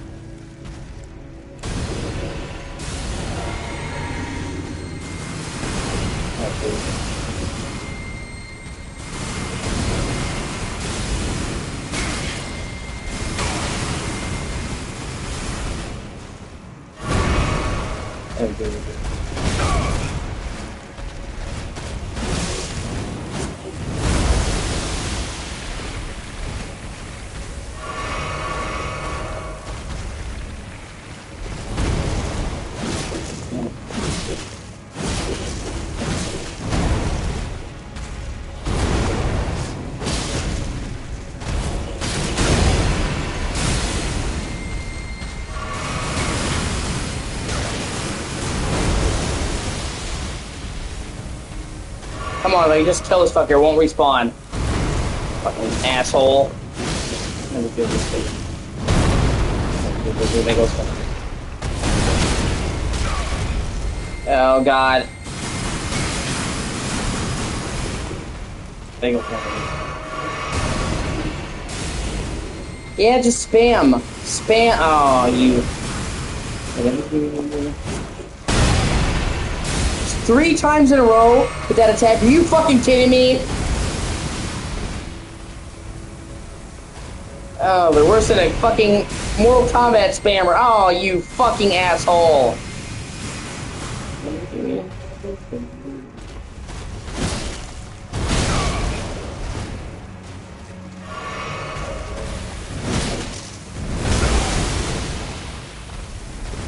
Let me keep back.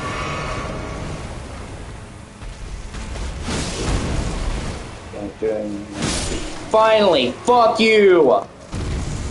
With every fiber of my being, fuck you!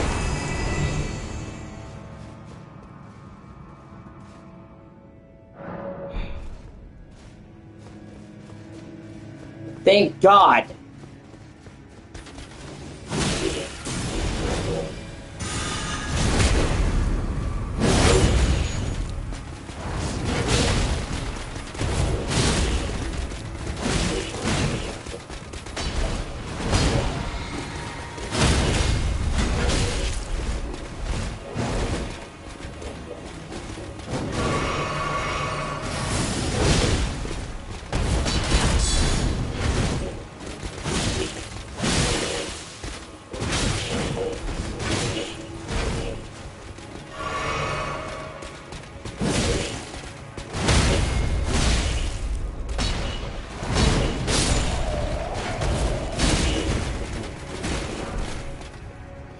Right?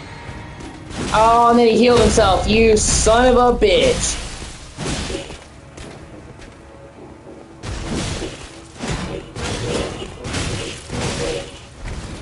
You're not so tough now without your little tree, are you, pussy?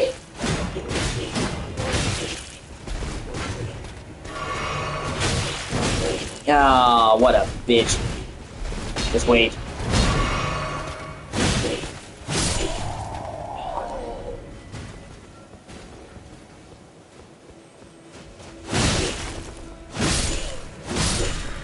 Yeah, remember when you pelted me with arrows? You fucking assholes?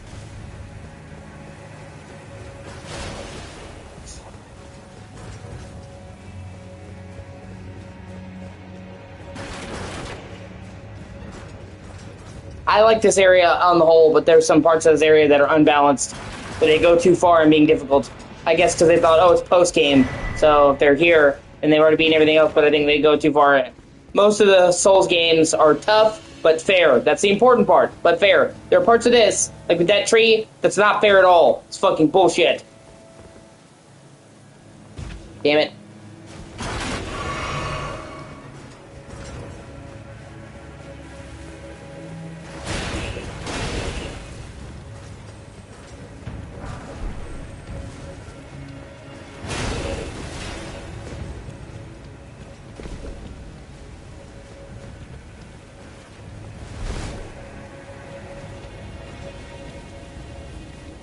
Okay, amazingly, I think they didn't notice me. That's hilarious. Really? Yeah. Yeah.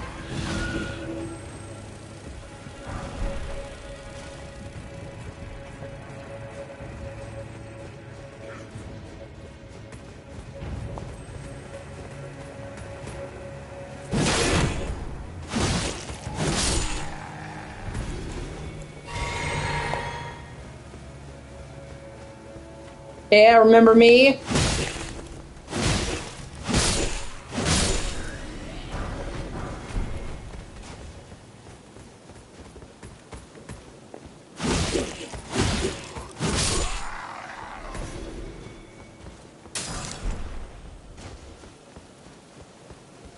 feel like there's probably gonna be something up here. Ah, okay, sweet. Okay. Before I move on here, let me look around a bit. I'm trying to get everything here. This area is quite vertical as well.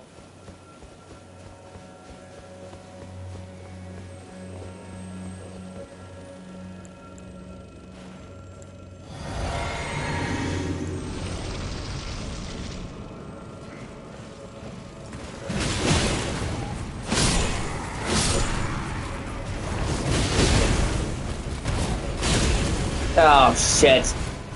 Yep, okay, now we're gonna... Okay, we're gonna need to control the space here. One of those fucking knights is not that bad, too, is the problem.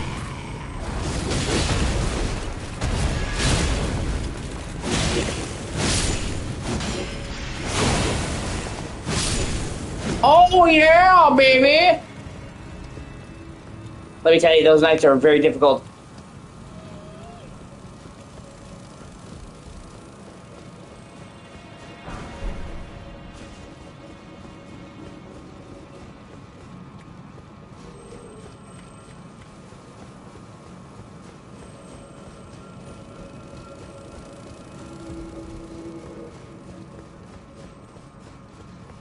Okay.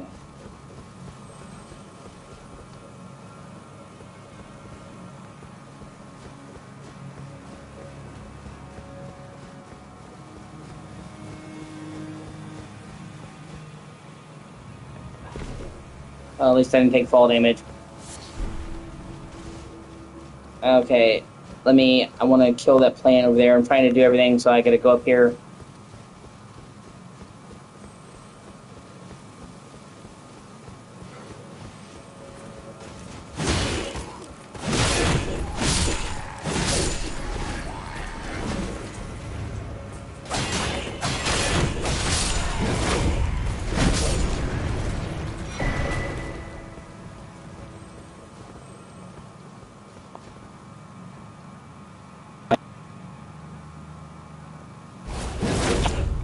Ah, shit.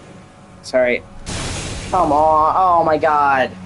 Seriously? Fuck! Of course I aggroed the fucking monster.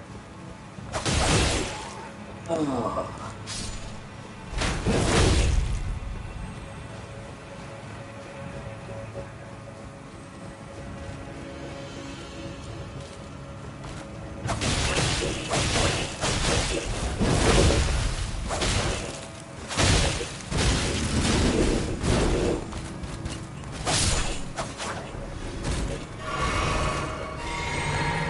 Trying to get up there so I can get over the roof and kill that plant, but I can't. I'm not seeing a whole lot of ways to get over there. That's back the way I came. There's no. Oh, wait a minute. Here we go.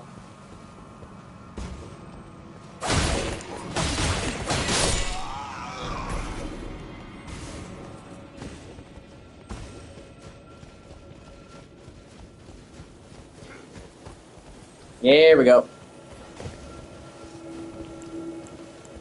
Buff the weapons with.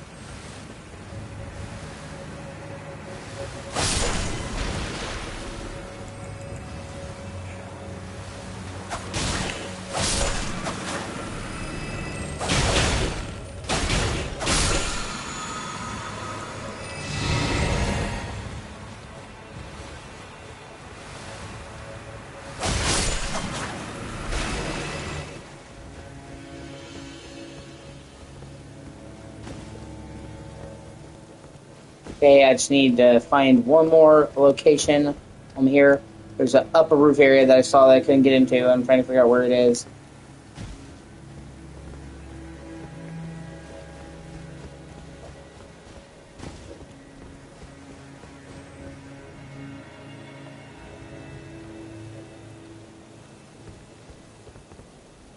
There's another roof exit, hold on.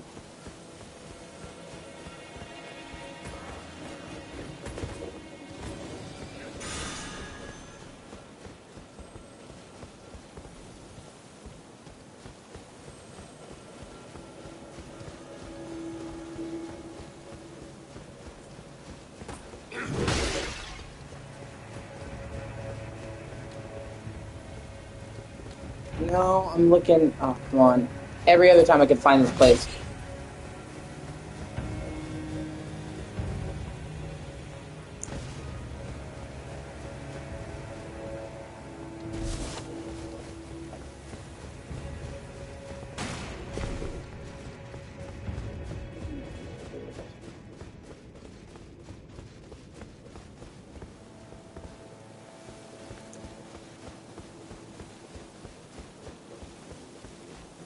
Come on, where the fuck are you?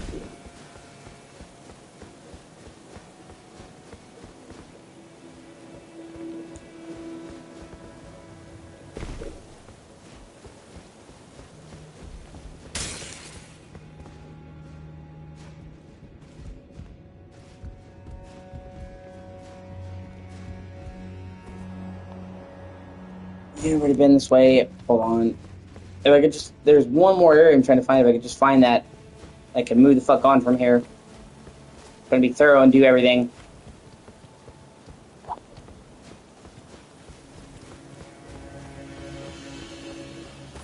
Yeah, I've done a couple of those, actually, on my channel, Abizet.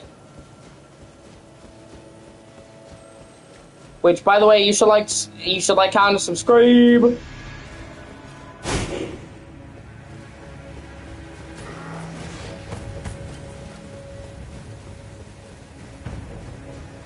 Oh, here it is.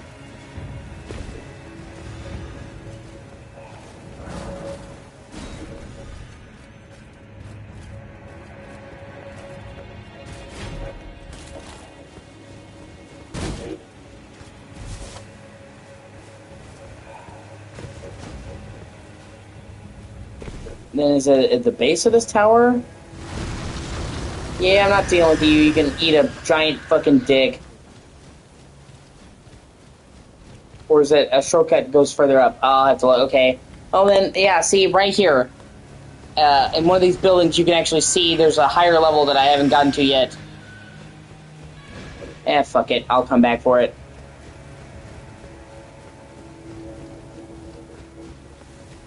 Yeah, wait. Nope. Yeah, see, in this hallway right here, you see? You can look up and you can see there's a whole top area here, which I'm not fighting these fucking things. I already fought them. And I don't know how to get up here.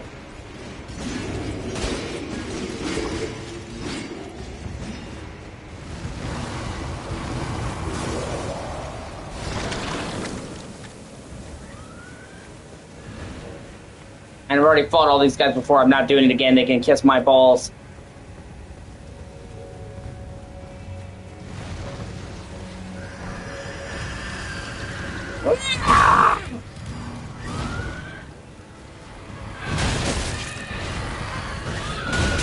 Oh my god. What the fuck, man? Look at that, dude. I barely got off that ladder alive. Give me a fucking break. Wow. Oh, well. Okay.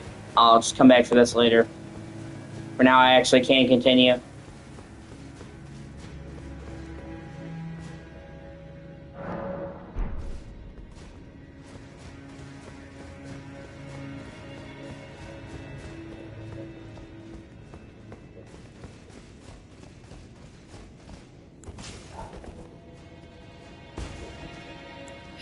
Well, shit.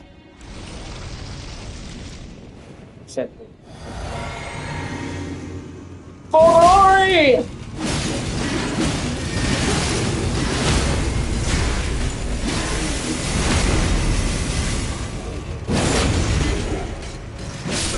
Ah, fuck.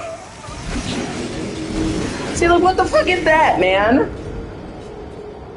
Yeah, thankfully that's right by the fucking checkpoint. But come on, dude, you put 3 of those fucking crystalline bitches in like a 5-foot enclosure? Give me a fucking break, man.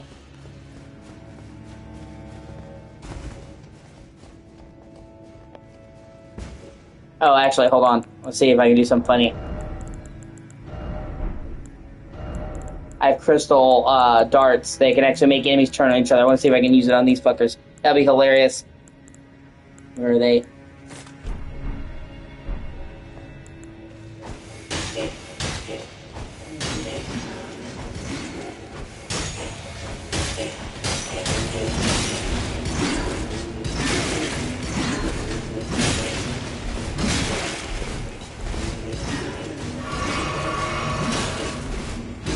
Nope, well, at least I know I'm able to kite him away.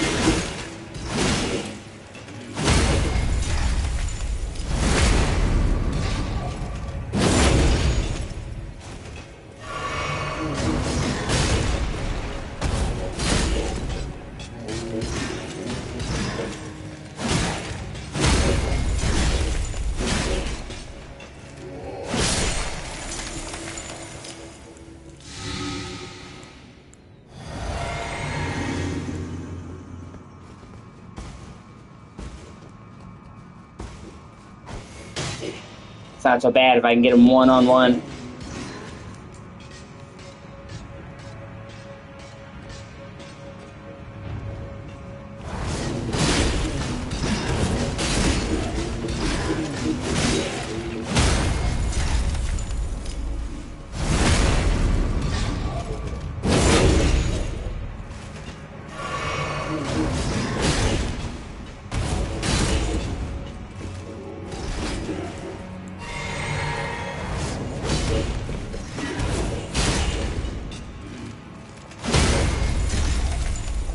Like, from an aesthetic area-wise design, I love this area so much.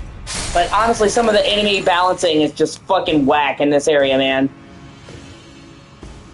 Such a pretty area, so gorgeously designed with so many layers, but then they just do bullshit like this or that doorway with the tree dude. And it's like they throw the balancing out the window, man.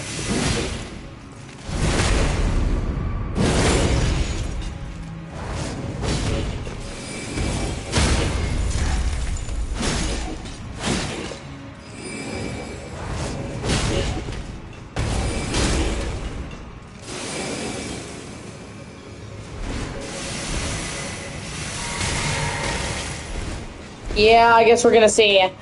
We don't know yet if that's what's gonna be the case. People speculating that it's gonna be 30. But, we don't know yet. And other sites that have leaked info about it said there's a quality and performance mode. So, it's still possible that we'll get 60 FPS, but...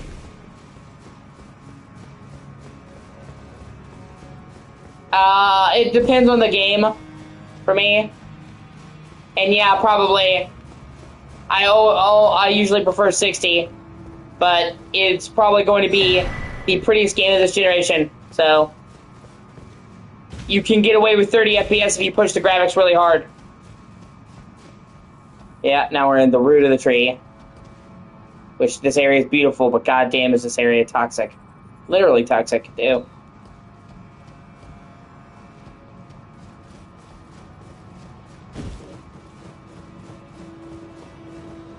Rockstar almost always goes for 30 FPS, so I kind of expected this from them.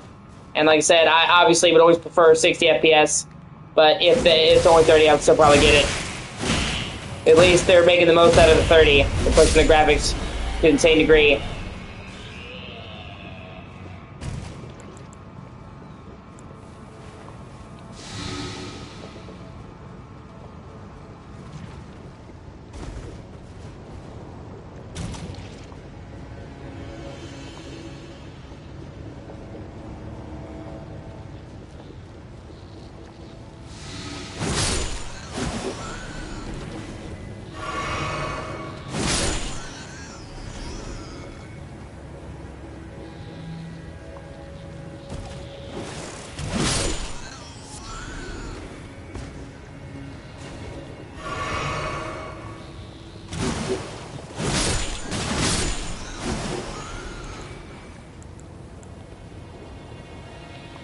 Yeah, let's have you wade through a slow-ass poison swamp. That's a great mechanic, 10 out of 10. Oh yeah, we're gonna poison you. We're gonna make you walk incredibly slowly. We're gonna butt fuck you. Yeah, we're gonna be game of the year. Oh man.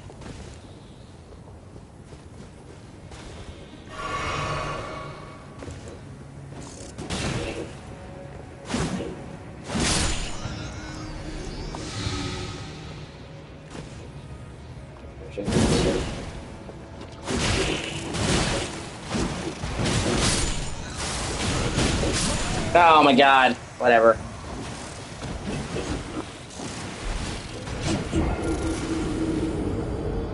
You got me, guys. You can stop. Actually, I think I might have an ability that helps me get across that faster.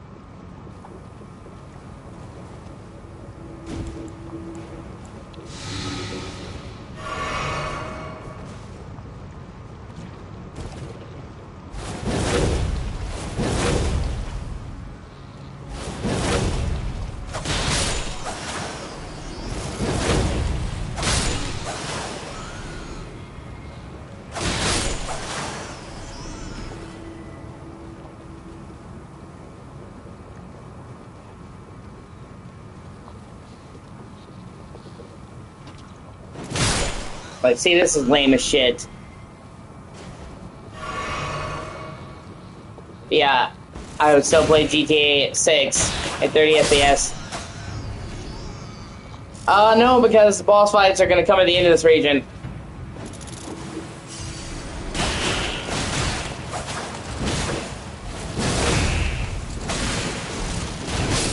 Oh my fucking god. Yeah, whatever. Let's do this. The mother of all boss fights is coming up. Just you wait! I am Melania, Blade of Mikola, and I have never known defeat. Which, by the way, she's full of shit when she says that. Lore-wise, she's actually full of shit. Okay, because she fought Radahn. And Radahn overpowered her. And she had to embrace the Scarlet Rot, which she had held back. And nuke the area, which is why Caelid, this whole area right here in the map, got fucked up because she unleashed the Scarlet Rot she had been holding back. And it basically was like cancer for this region, okay? But she did not beat him. Okay? If you're in a fist fight with somebody, and then you drop a nuke, did you win that fist fight? If you had to resort to dropping a fucking nuke to win, you literally already lost. So she's like, well, actually, you know, it's more like I fought Radahn to a tie. No, he beat you, bitch. Then you had to resort to, like, super turbo cancer.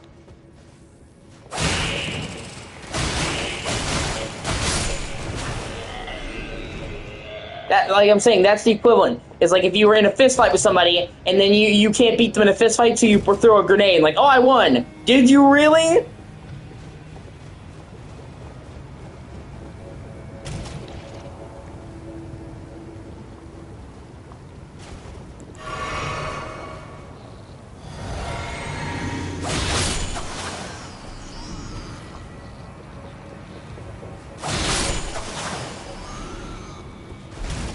Also, that's to say nothing of the ethical ramifications, by the way, of her being so unwilling to lose that she was willing to nuke an entire fucking country. Caelid was a beautiful green nation. She ruined it all. So, kind of a pretty dick move, honestly. Well, I'm about to lose this fight, so I hope you guys are ready for Turbo AIDS.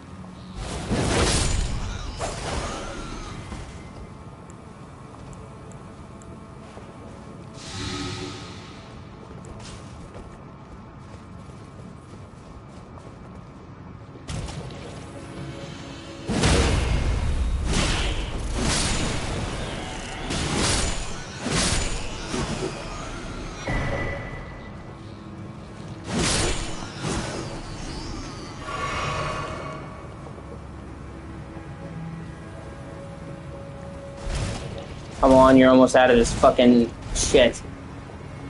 Oh my god. That's the boss arena down there.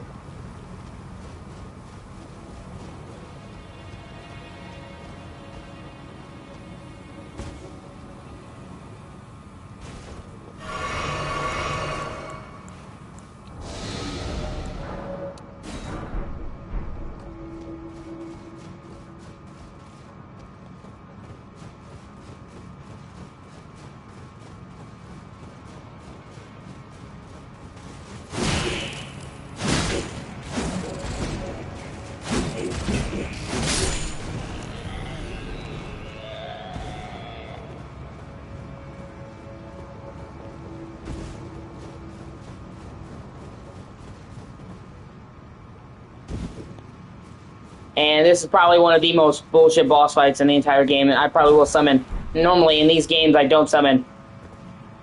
Even in bosses that are very hard, but this boss fight with Melania, she attacks incredibly quickly, and she heals herself. It's fucking lame.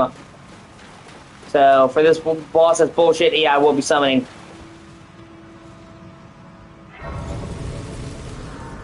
Sweet, checkpoint, where am I? Drainage channel.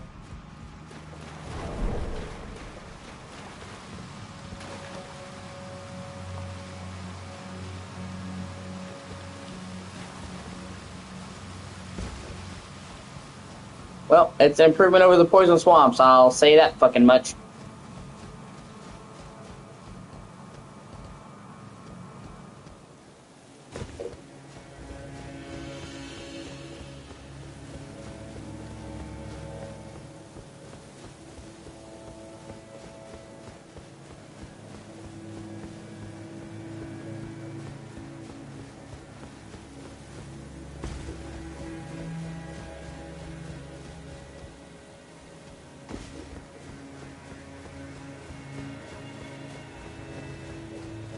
Like I said, this area is so fucking massive, man.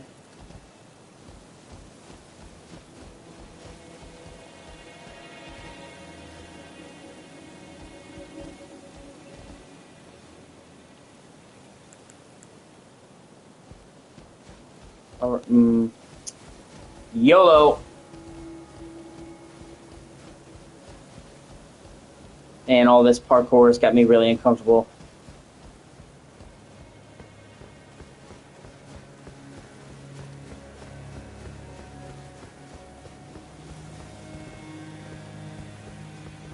I can drop down there. I gotta find a way into the gardens. But would it be better? Yeah, probably be better.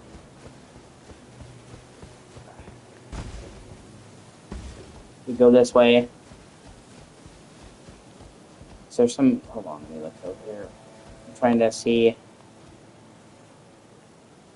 Yeah, there's a hole in the roof here. Let me see what's going on down here.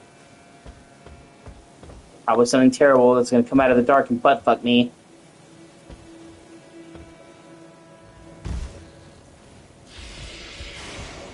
Oh my god. Are you kidding me?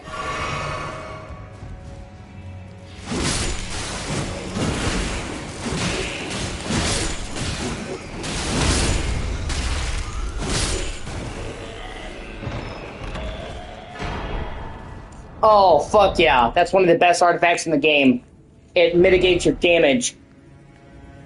It cuts 20% of the damage in the game off. All damage. It gives you 20% damage negation.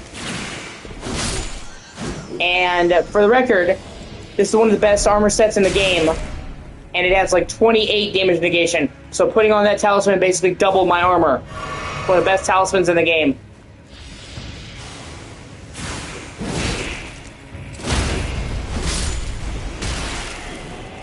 And you can see I'm taking a lot less damage. And it's from all sources. Normally it's like, you get a lot of shields that's like, take minus magic damage, minus this damage. It's all damage negation. So it is a fucking must. I was looking for that, and I just kind of found it. So like, well, there's a hole in the roof right here. Like, common sense tells me I should probably be taking a looky-loo. Is this a shortcut, or are we going deeper into the bowels of the abyss? Oh, hey, nice. Checkpoint! Okay, this is actually... I think this is... Yeah. That's the boss right down there. I'm gonna... Hold on, I'm gonna wait before I fucking do that.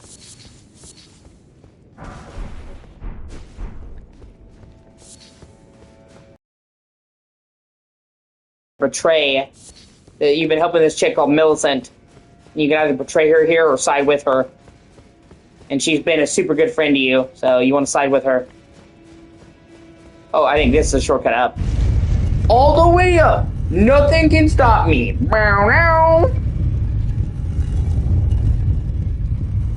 Oh, fuck!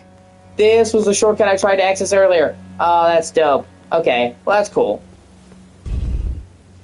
No such thing as too many shortcuts. Oh, yeah, baby! Oh, actually, hold on, wait a minute. I think I saw a second, like a hidden floor. I could be mistaken. I swear I saw a hidden floor.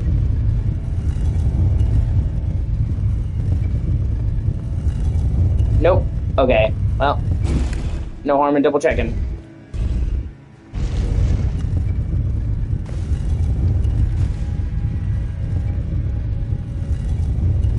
There are several times where there's a hidden floor you have to partially get off of the ladder for.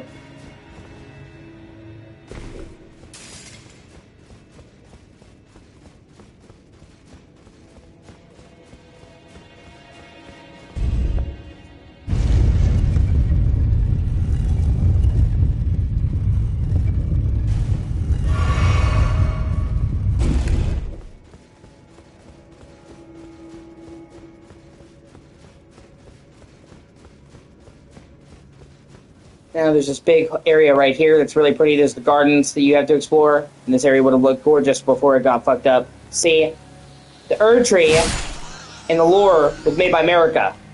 So, her son, Mikola, wanted to make his own Erd tree for people who were cast out by society. People who were weird and disformed. So, like, this tree was actually made with, like, the best of intentions. It was to give some people with nowhere else to go home. And he was planted in the tree, but two things happened. Number one, he was removed by Mog, because of all his shit I'm not going to go into. And once he was removed before the tree was finished growing. So it kind of, like, caused the tree to falter. Like, if you fuck with the tree at the roots, you kind of fuck the tree. And then his sister came back, and she had the Scarlet Rot, and she poisoned it. So, like, this place used to be beautiful, and used to have, like, the best of intentions.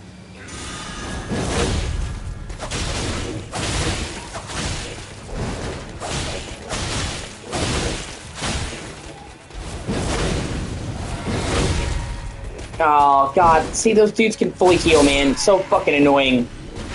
Even I can't do that, man, when I chug an Estus. Or whatever, Crimson Flask, but you get the point. Fucking asshole.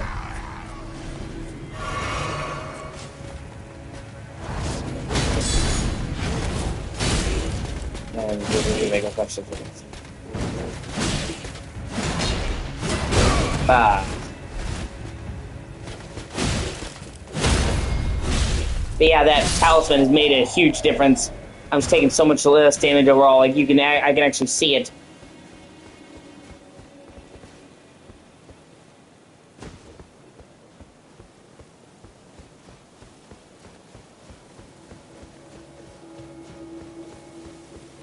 That's what I'm saying. You start up all the way at the top of that tree. You make your way down into the tree town. Then you make your way down into the city. Then you make your way down to the fucking gardens. And you make your way down underground, many miles down underground. Like, you can see in massive route. Like, this is one fucking dungeon. This place is fucking enormous.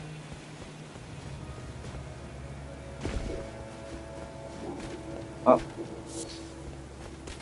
Ugh.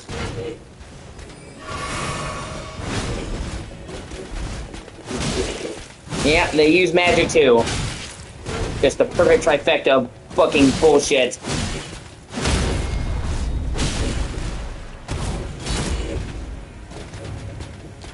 No, you fucking don't. Suck my dick. All the way to the tip.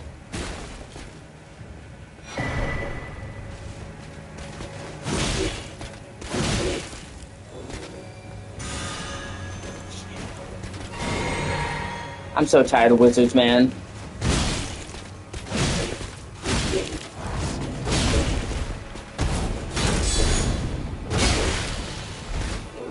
Yeah, but come on. Whatever. Okay. What a bitch. And it's no biggie. I actually have a checkpoint right there. And so I literally go right back up the elevator. And I'm, as the kids say, Gucci.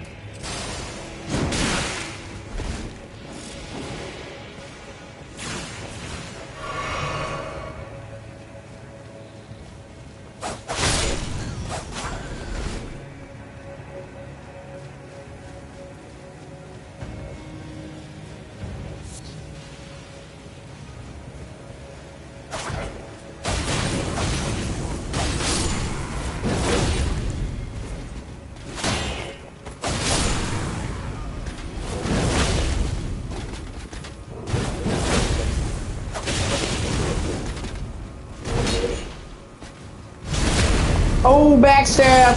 Get fucked! Oh, and he healed himself. God, I hate them so much! Just a fucking... And from what I've seen, it's a full fucking heal too, man. Give me a fucking break, man. They can buff themselves with golden magic. They have fucking regular magic.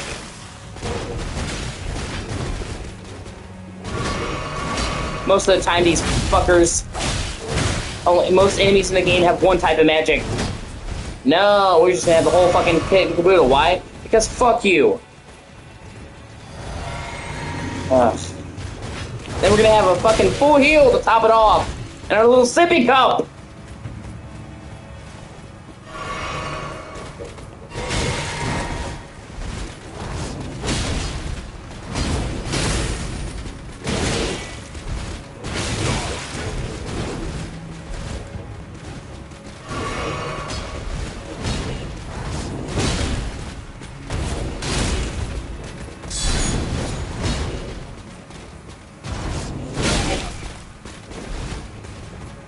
Yeah, take that ball, you fucking...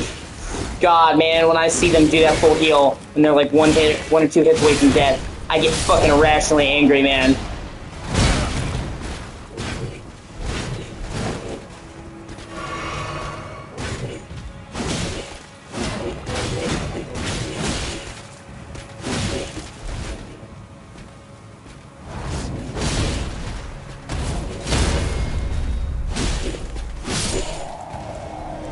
Finally, holy shit, I thought they would never fucking die.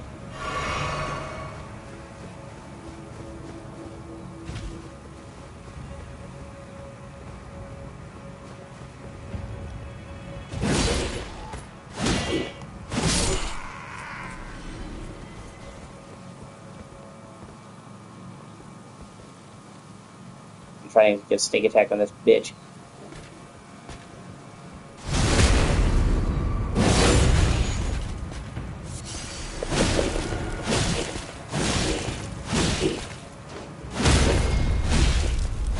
There we go. Overwhelmed him. Didn't give him a chance to heal. Eat my ass. Oh, you think you're better than me because you got a golden cloak.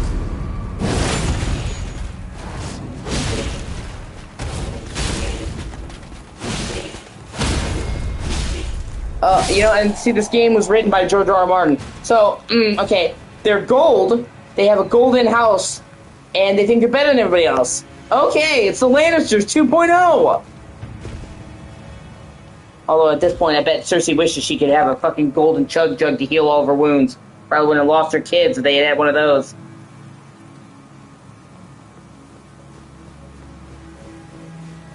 Oh, Java, you're being poisoned! Quick, sip on this! And...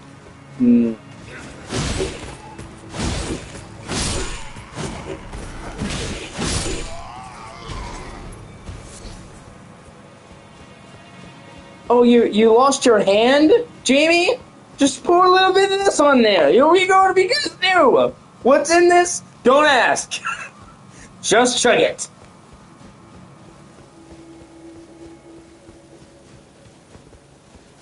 Oh, man.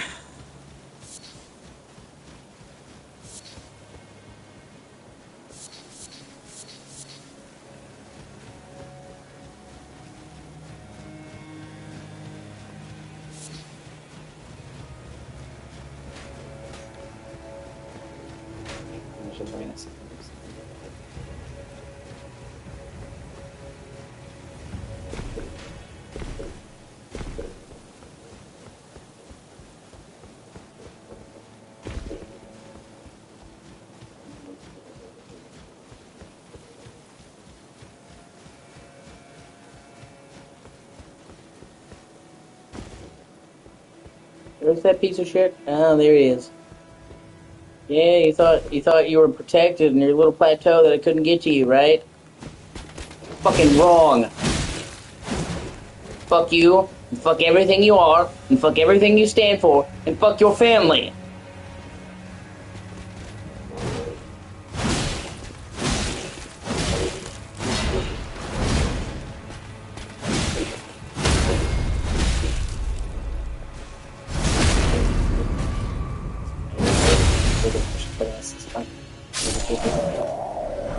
For a second, I thought he was gonna die. Like, I saw the thing that said he dropped an item and he didn't die. I'm like, what the fuck? What black magic is this?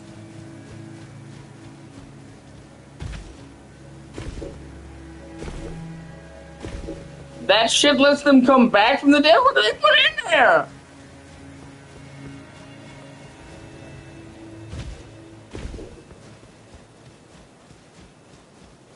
It's fucking super lean?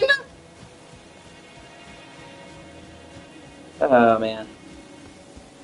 Sometimes I wonder if this game is healthy from a mental state, and I'd say probably not, honestly.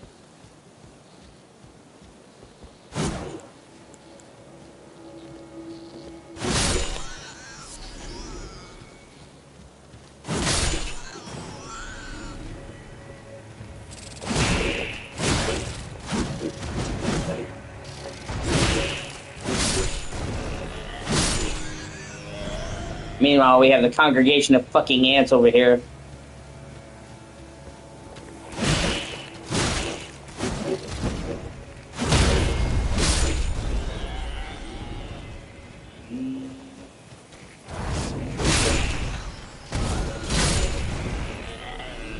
Where's a can of fucking Raid when you need it, man?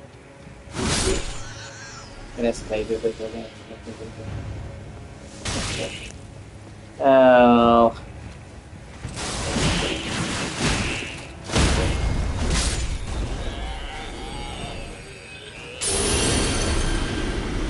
What the fuck? I didn't even know there was a ladder. That's like the bit. You know what? You know, yeah, okay. Guess we're going up the fucking ladder to nowhere. What is this fucking Metal Gear Solid? What a thrill! Darkness and silence through the night. Dude, after you climb a ladder like this, man, your legs are fucking jelly.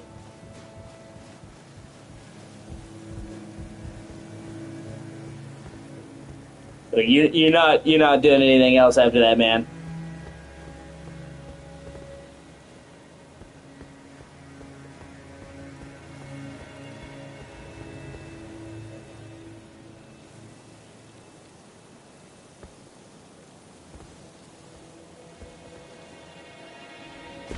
Oh my god, oh no! Oh! What the fuck? Ah! I landed on it! I stopped.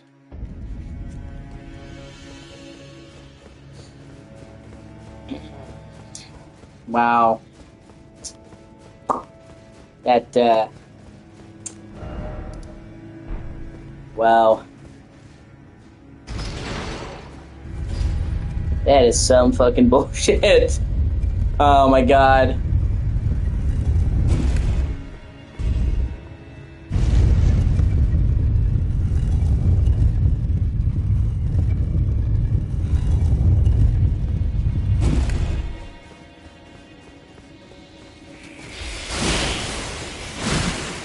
Yeah, I kind of wanted that as well. Because, the FromSoft game preceding this game, Sekiro, actually did let you swim. And not just swim freely, but even swim underwater. I think it's because they had to come up with some way to stop you from leaving the open world map. And that was what they arrived on, was swimming. So you could jump, so... The whole map is surrounded by water, so I guess that's like how they kept you in the map. I don't know, but yeah.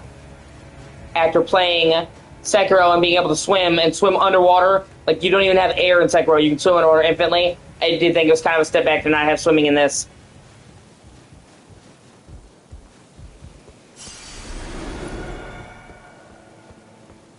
Okay, yeah, maybe I should have taken this path. Yeah, that's on me. But still, oh my god, no. Oh, wait. Okay, come on. There's gotta be, yeah. Here we go. I'm gonna drop. Okay, here we go. There we go. Alright, let's... Oh, fuck, let's hope. Okay, let me...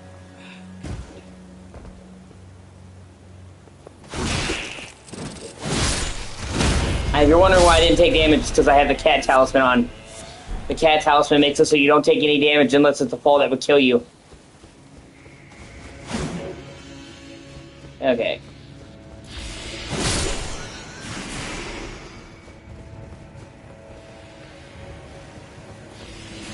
Oh, no, forgot! No! Fuck you.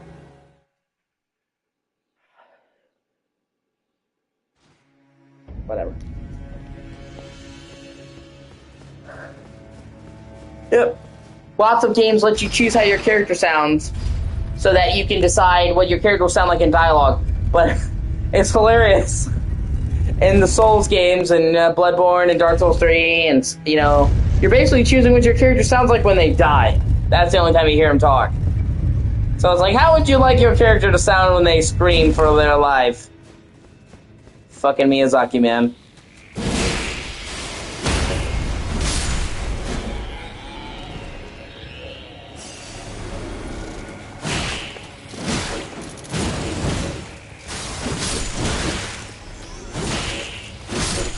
Alright, now I killed these fuckers.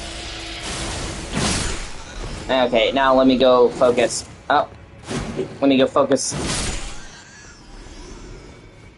on the congregation right here. I got sandbagged by these fuckers from the balcony. That's what killed me, so I was trying to find a way over to that guy.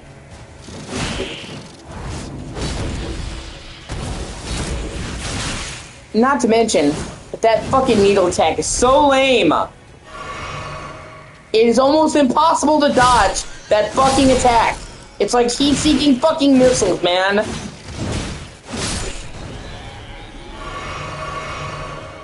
Like, give me a fucking break, dude. The only way to dodge it is by being incredibly close to it. Okay, but, like, it can track you around fucking obstacles and walls, man.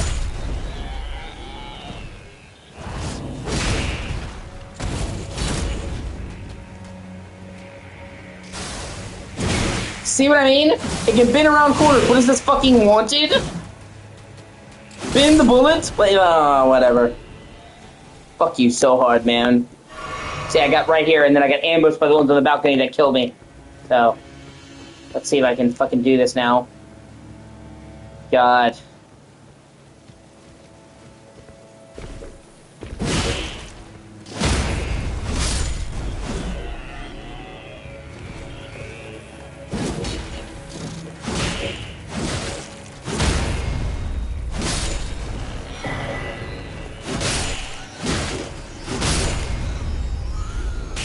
Okay, it wasn't so bad when I wasn't getting pelted from afar by Ant Sniper 3000. Oh, fuck me. Right, let's see what was guarding. Oh, hey, Neiman's room, that's cool. Let's see if there's anything around here. Okay, nope. Neiman's room gives you, yeah, 50,000 runes. So that's not a bad reward.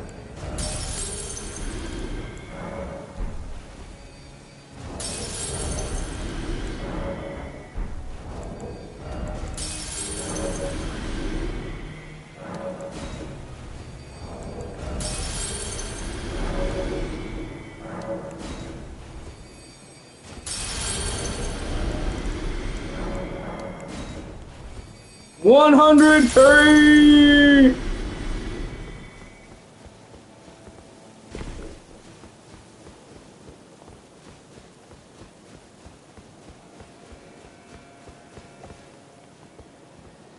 Humana, pow! Oh.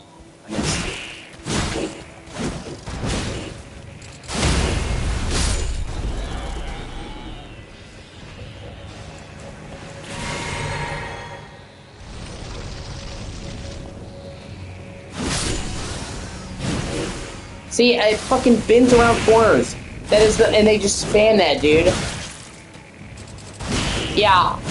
Therein also lies a problem. It also kind of fucks GameStop. Like, they make their living off of used games. Or they used to. Now I heard they're really into merchandising. Last time I went to GameStop, half the fucking store was Funko Pops, man.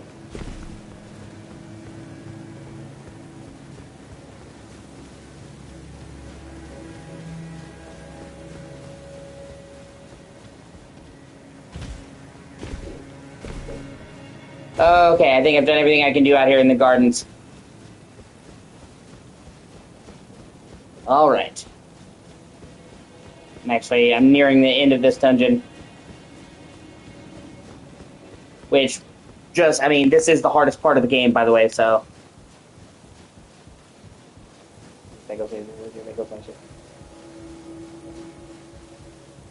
So like I said, this whole area is pretty much made for you to do after you beat the game. So they're pretty much throwing everything after you. Like, well, you already beat the game, so this is the pinnacle of fuck you.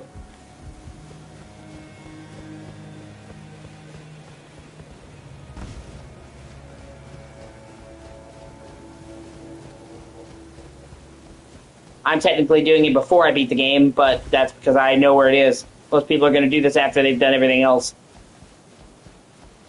Because I've already beaten this game.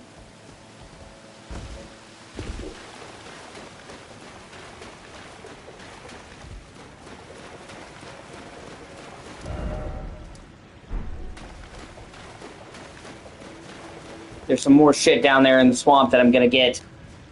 And then I can proceed to beat this fucking thing.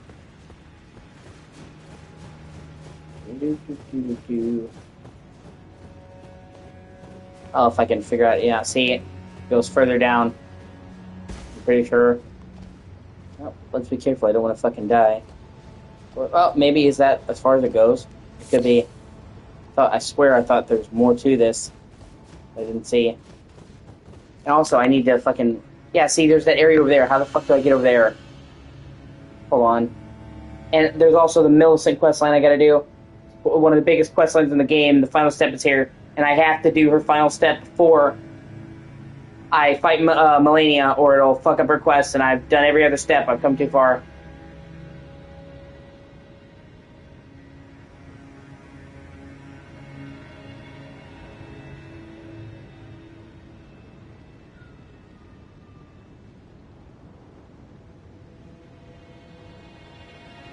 Okay, give me 1 second.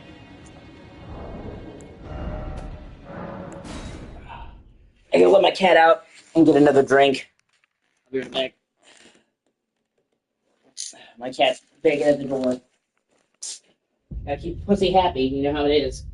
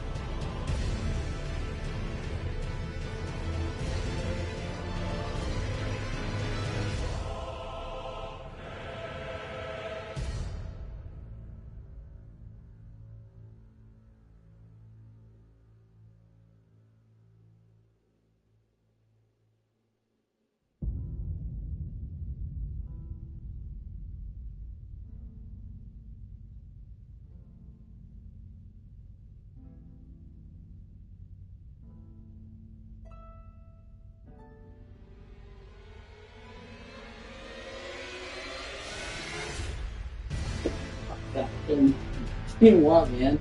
Trying to open my door and I fucking blunder over. Give me a fucking break. I need to start looking for light bulbs soon because it is getting dark in here. Oh my god. It's starting to look like a fucking horror movie in this bitch. On a night just like this, with viewers just like you.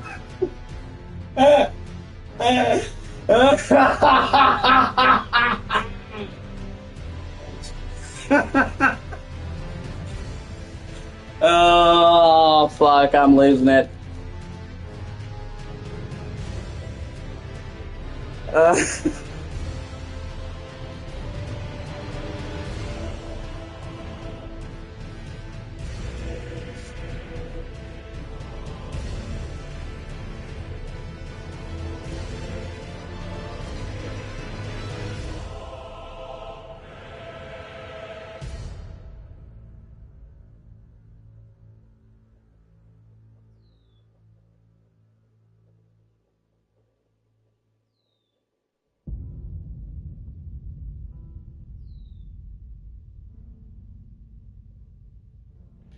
Okay.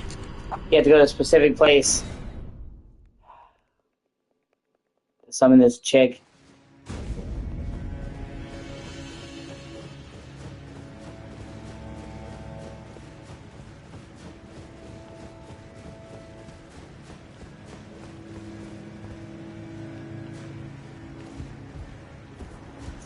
On.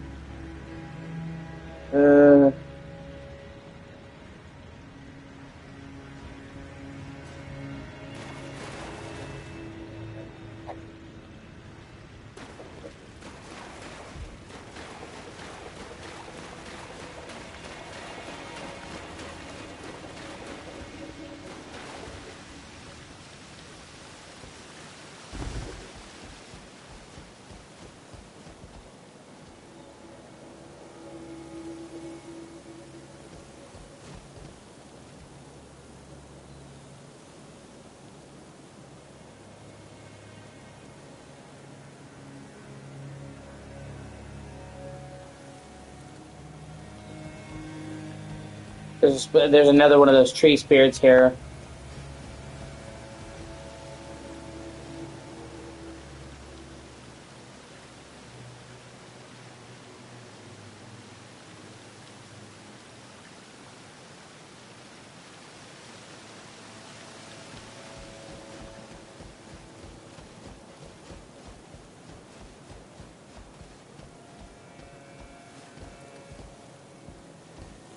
It's like I've already fought 2 of them here, so why not fight 3? Give me.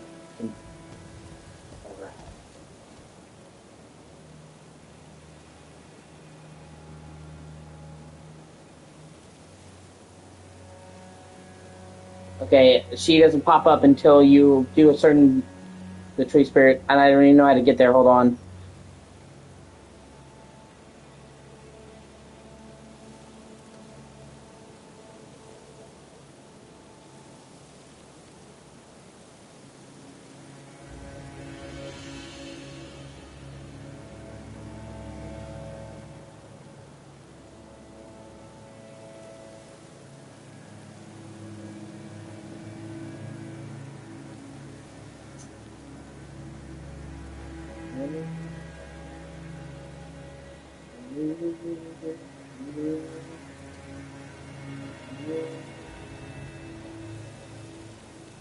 Okay, there's a guide on YouTube because it's really hard to find it.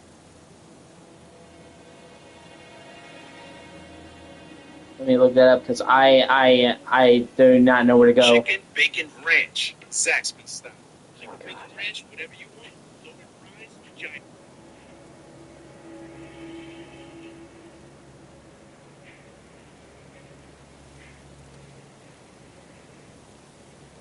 If I progress through this area and I kill the boss, I won't be able to do a quest.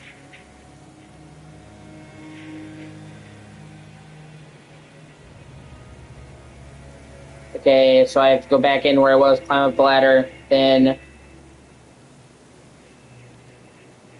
go up the hill.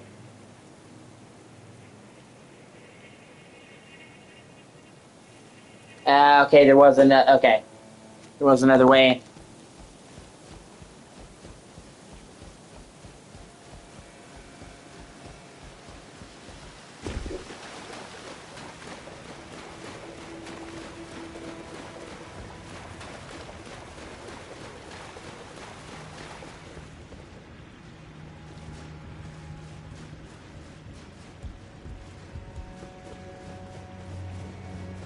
Thankfully, I've already killed all the enemies around here. Well, most of them. I say that, and then I won't run into one.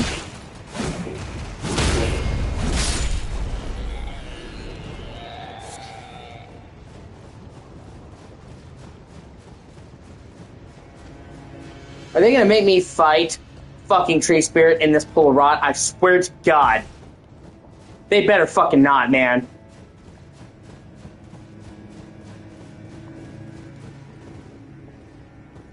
Oh, they are. Aren't they?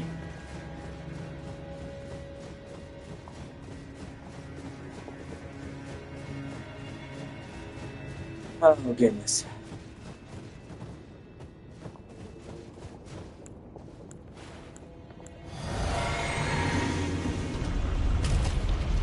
Okay, it doesn't slow you down.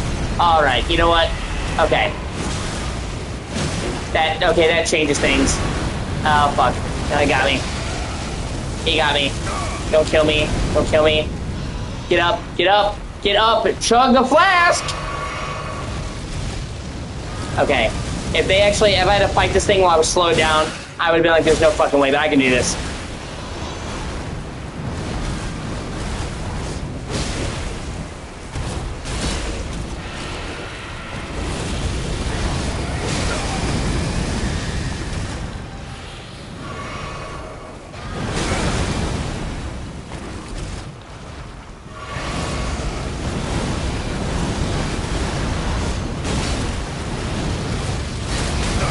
Although, not gonna lie, it still is pretty fucking lame trying to make you fight this thing while you're being poisoned.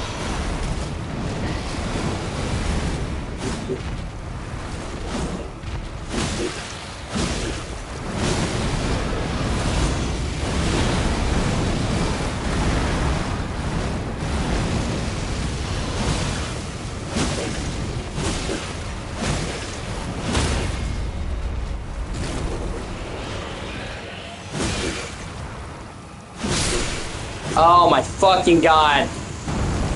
Thank God!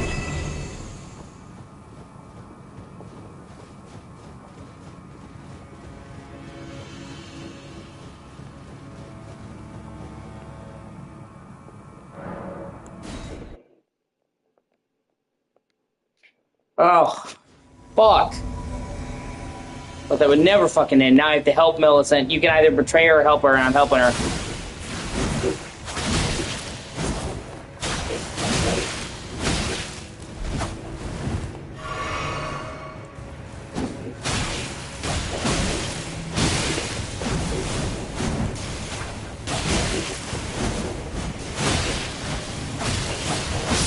Ah, fuck off. Thankfully, it doesn't count as a death. Well, it kind of does. But not like a full death. I didn't lose souls in an invasion. So I can just restart right back there. See.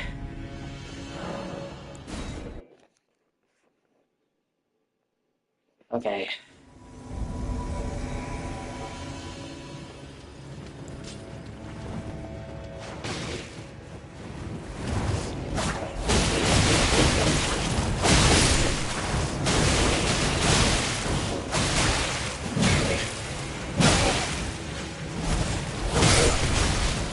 Nope.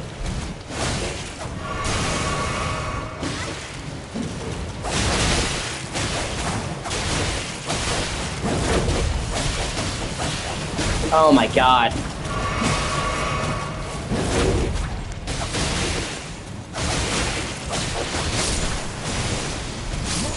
Oh, come on!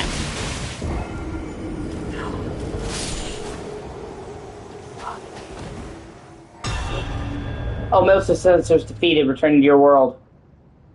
Does that count as a victory then?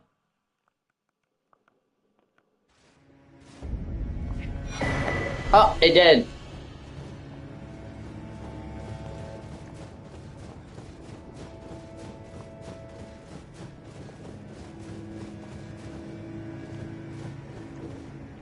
Hold on, where is she? Okay, even though I died, I technically still won. Yay!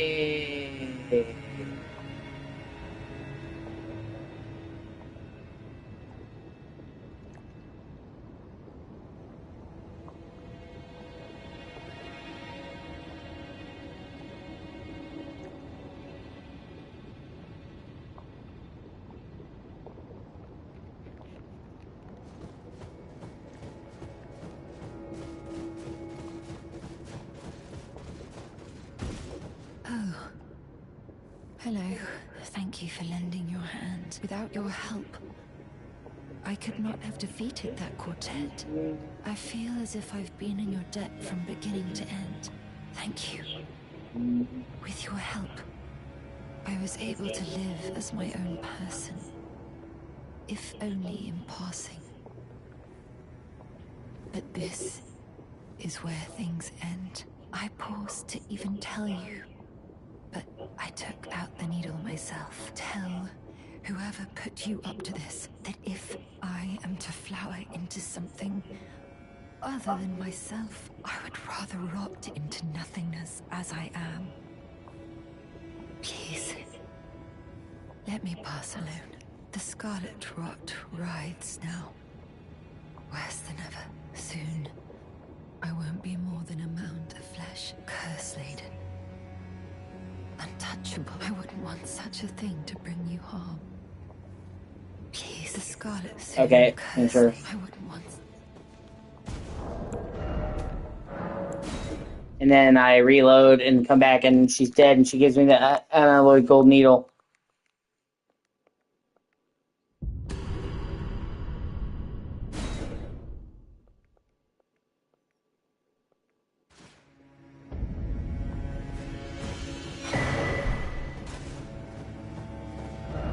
Okay.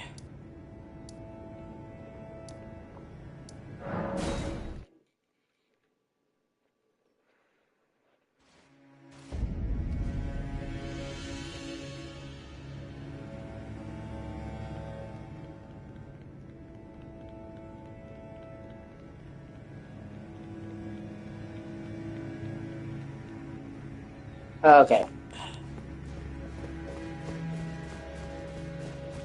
Here we fucking go.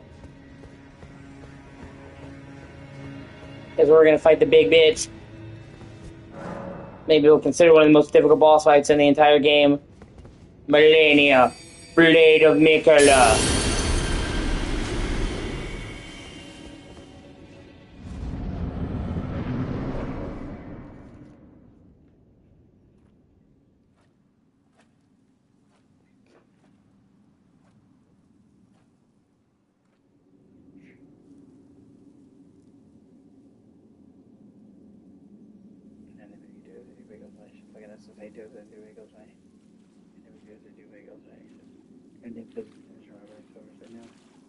And one of the only bosses I'm gonna fucking fight with, because fuck this. God in heaven, please extend the shore up by the Taurus or now. God in heaven, please extend the shore up by the Taurus or now. God in heaven, and I mean God in heaven, and only God in heaven, echoes same for anyone else. God in heaven, and Jesus, please extend the shore up by the Taurus or now. Alright, my O.C.G is being a twat.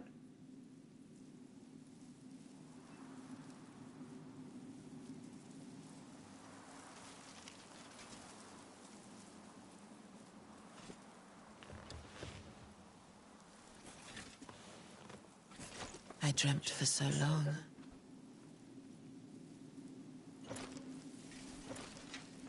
My flesh was dull gold, and my blood rotted. Corpse after corpse left in my wake. As I awaited his return.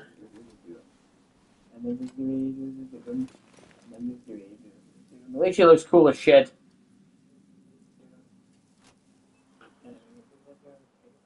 Heed my words. I am Melania, Blade of Mikula.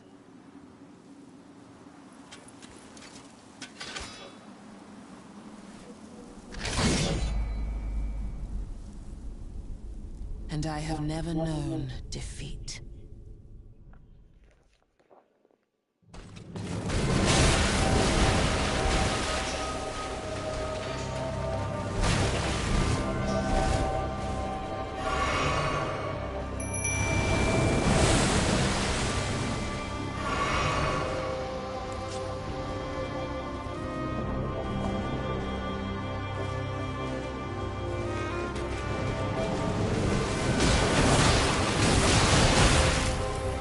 She can fucking heal herself from attacking you. It's so lame.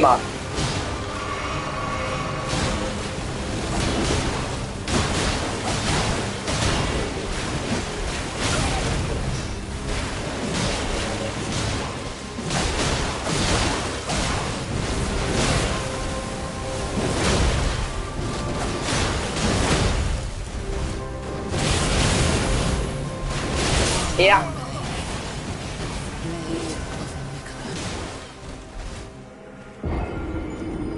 Hey, Millennium, play the Nickelodeon.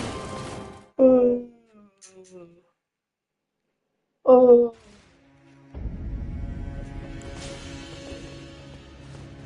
Oh, God.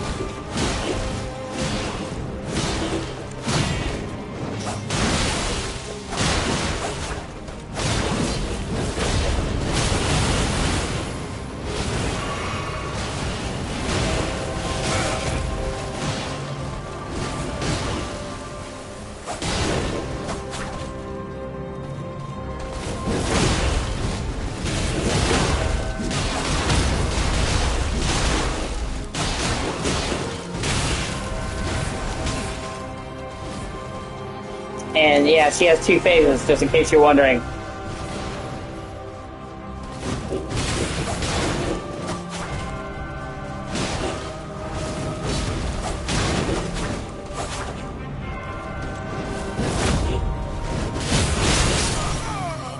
Oh my God.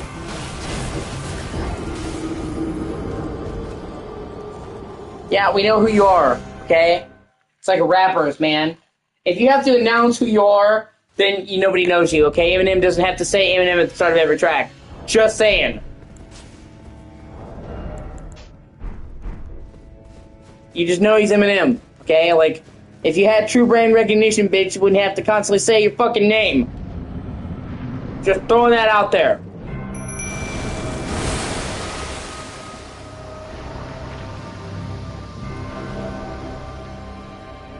Come on, me, let's go beat this bitch.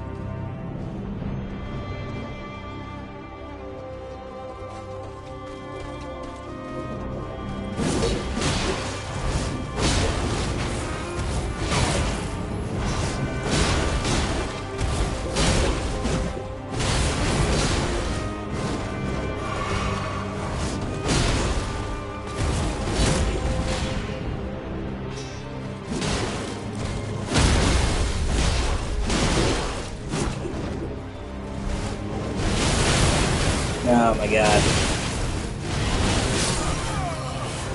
See, oh my God.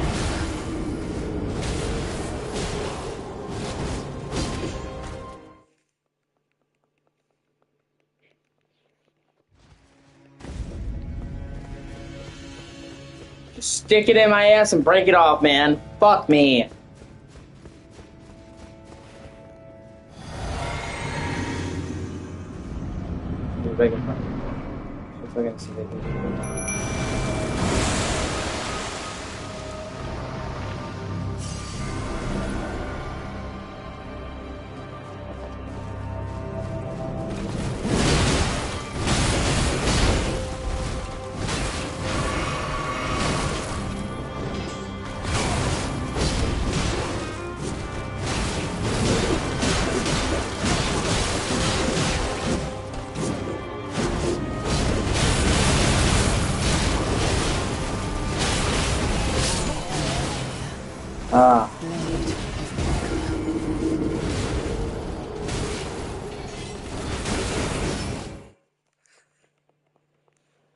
Uh,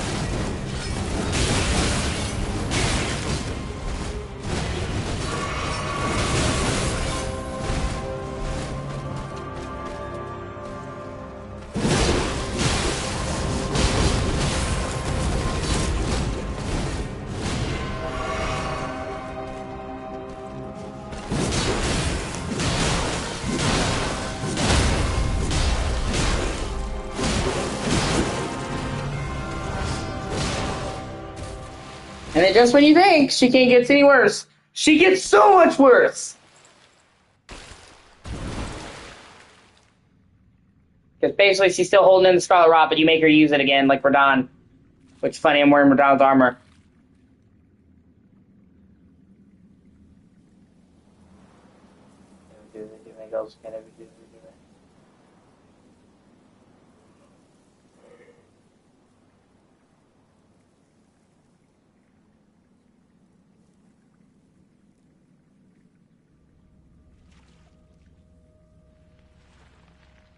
Wait. She basically goes naked.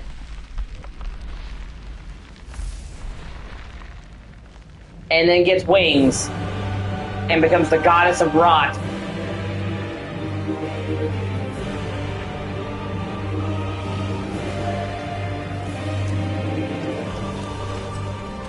The scarlet bloom flowers once more.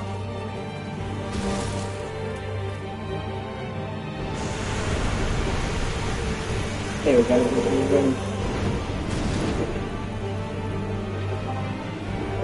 will witness true horror.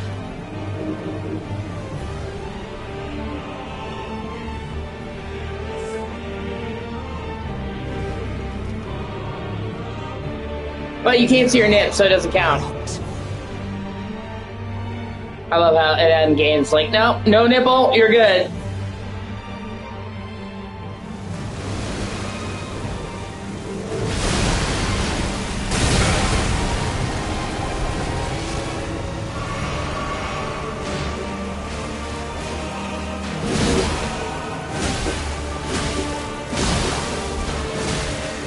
Yeah, it's great.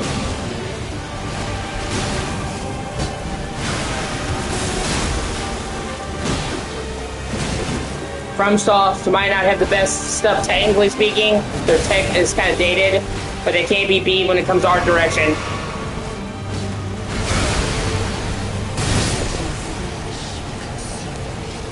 By the scarlet rot. Well, I made a lot of progress, so got her more than halfway down in her second phase, so.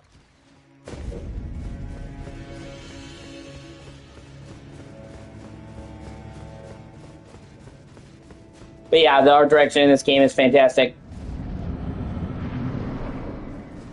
Like I said, this game isn't going to win any awards technically. Even by PS4 standards, it was dated by 2022. But artistically, you can't beat FromSoft.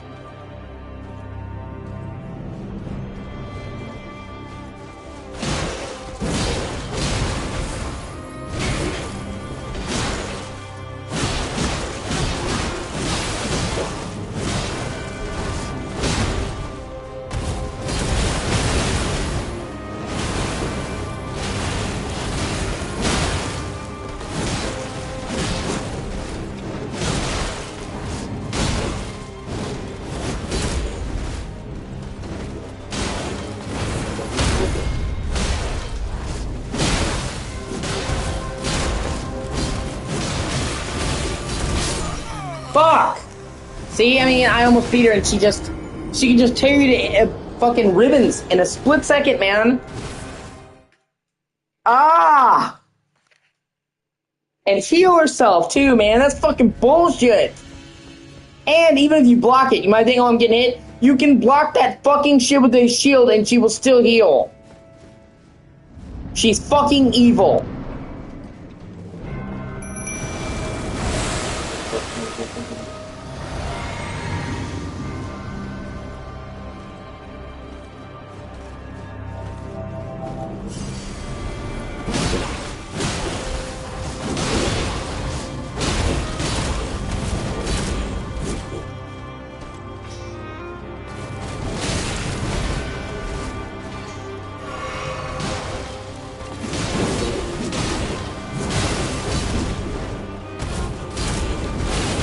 Ah, fuck.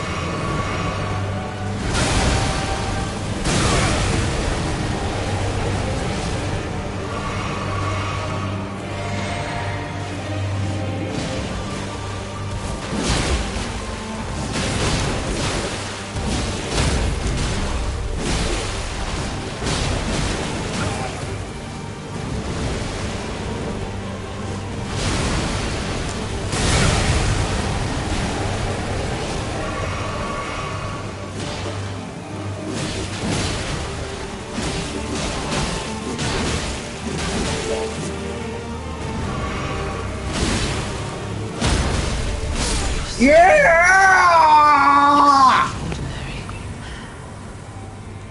The mark of a true lord.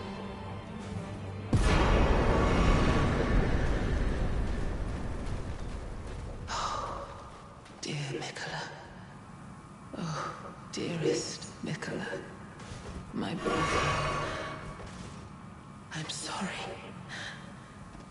I finally met my match.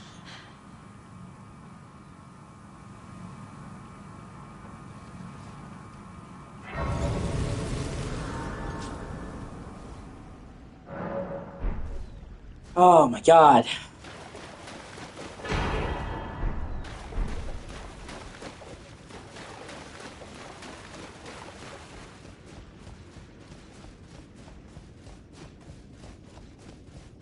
Fuck.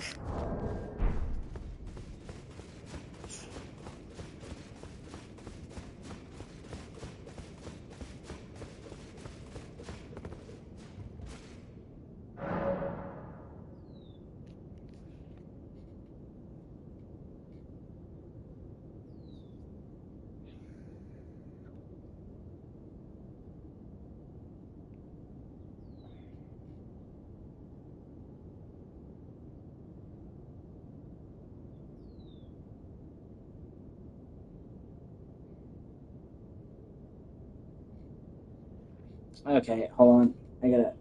I'm almost about ready to go past the point of no return, but there's a couple more things I gotta do.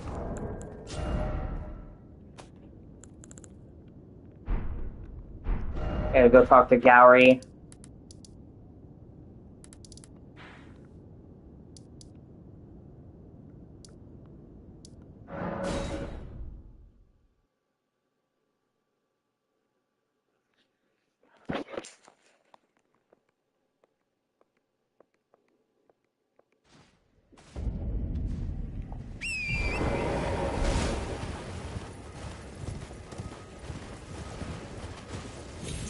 As part of the kind of final bit of this quest line.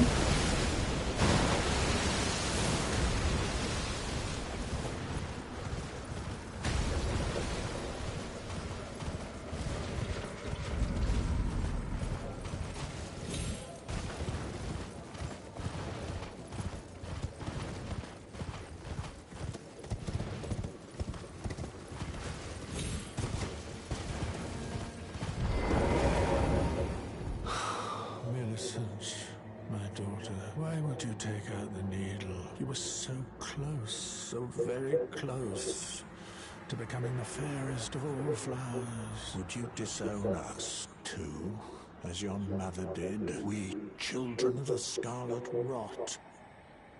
Millicent, Melania, do you detest us so utterly? Millicent, Melania, do you detest us?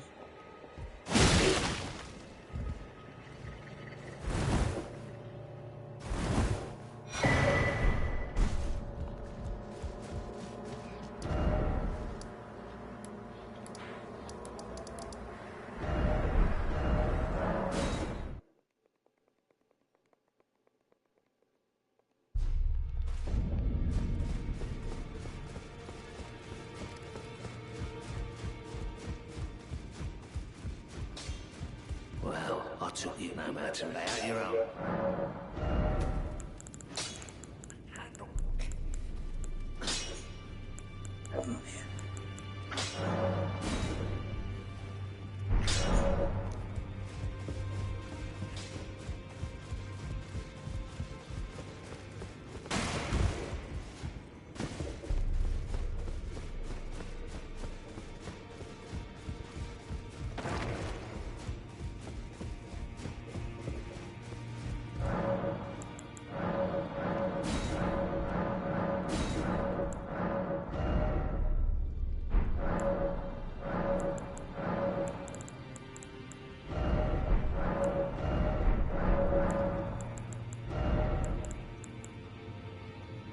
Okay, hold on.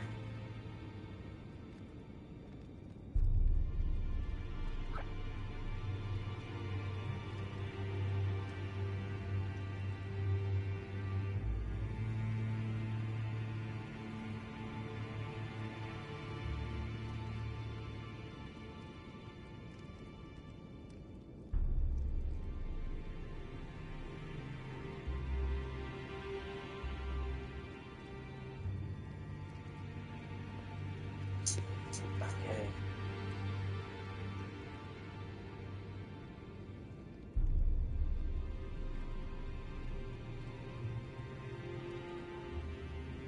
Alright, I gotta back up my save.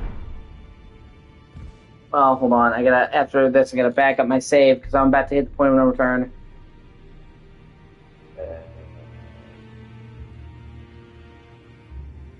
Do make those my shit again.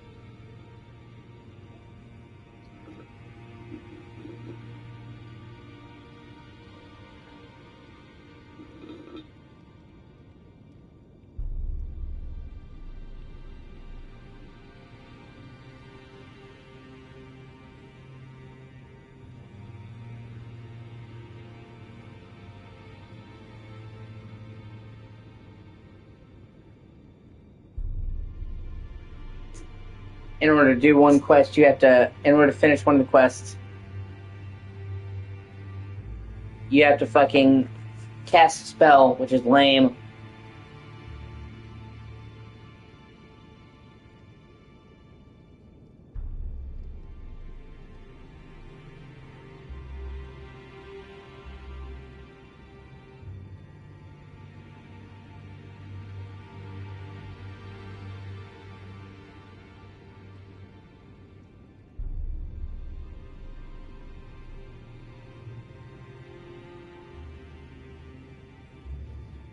Do I have a sacred seal?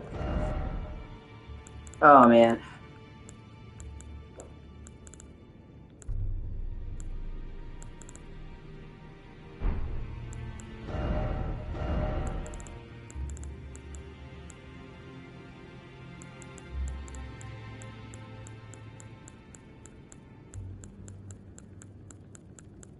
Okay, I do.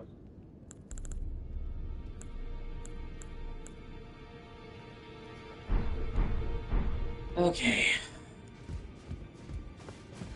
How to do this fucking stupid quest. I gotta go really respect my character really quickly. So we cast this fucking spell. Normally, you don't have a quest that makes you do magic, and it's kind of lame that you do, but whatever. I have to do this, so. Art thou now?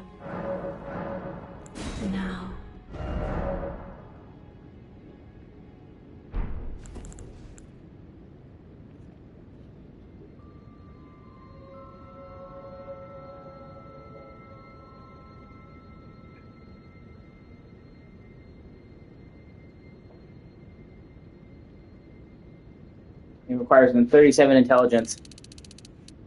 Okay.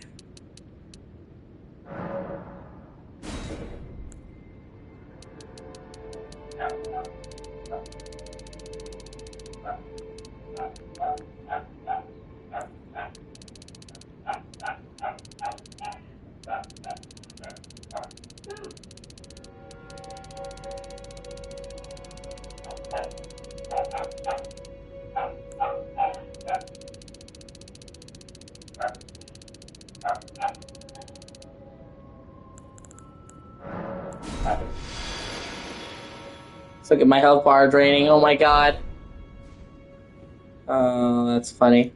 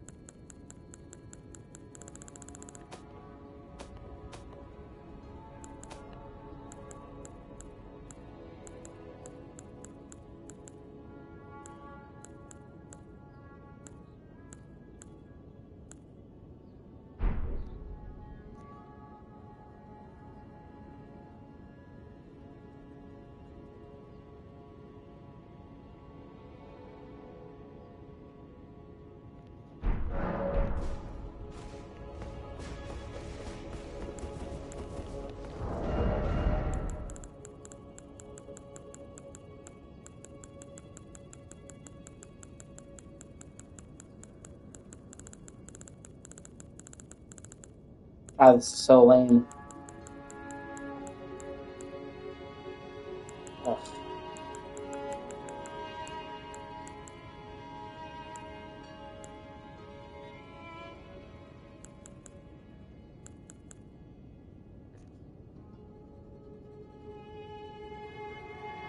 Oh, God. Ah, fuck. I gotta go back and respec again. Fuck me. Thankfully I have like 8 larval tears. All is to finish one quest, man. Give me a fucking break.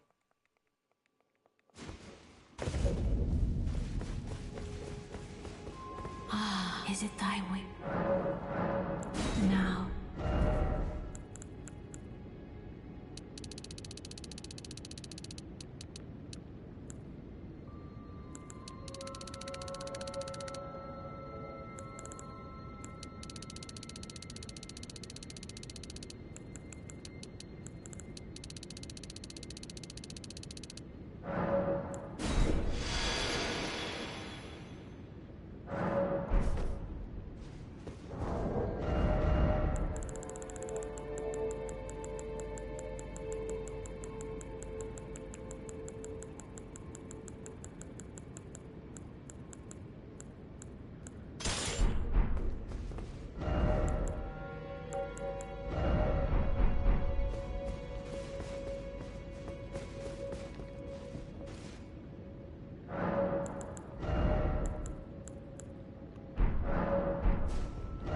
Now, really quickly, I gotta run out.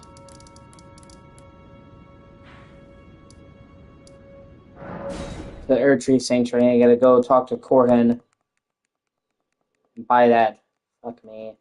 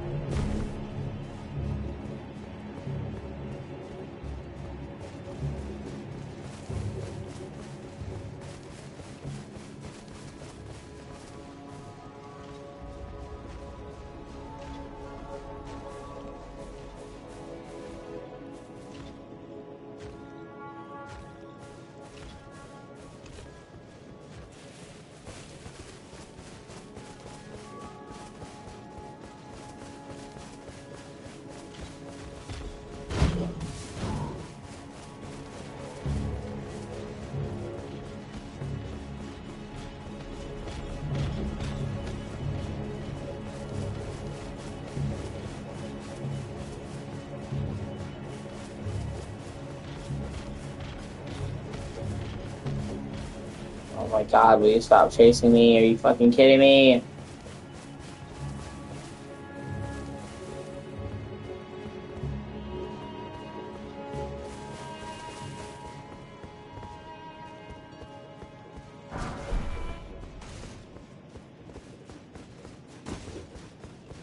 Oh, yes, the master and after coming.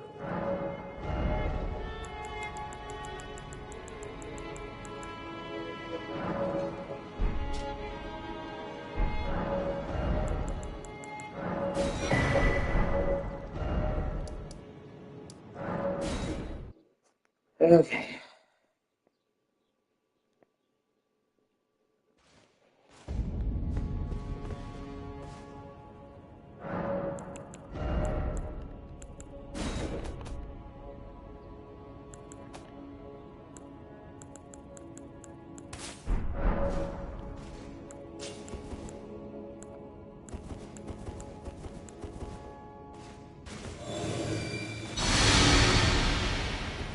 Okay.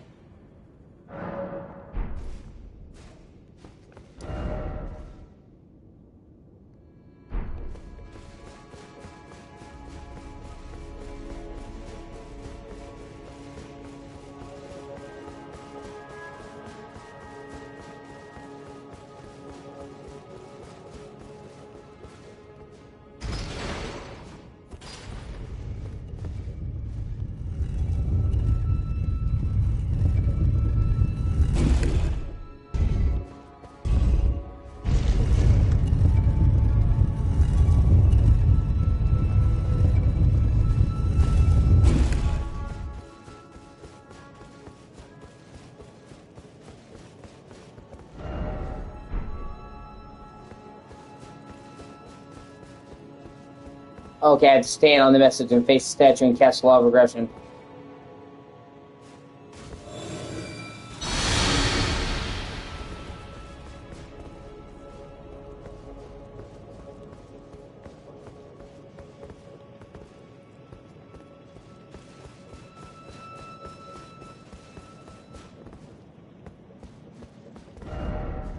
Radagon is America.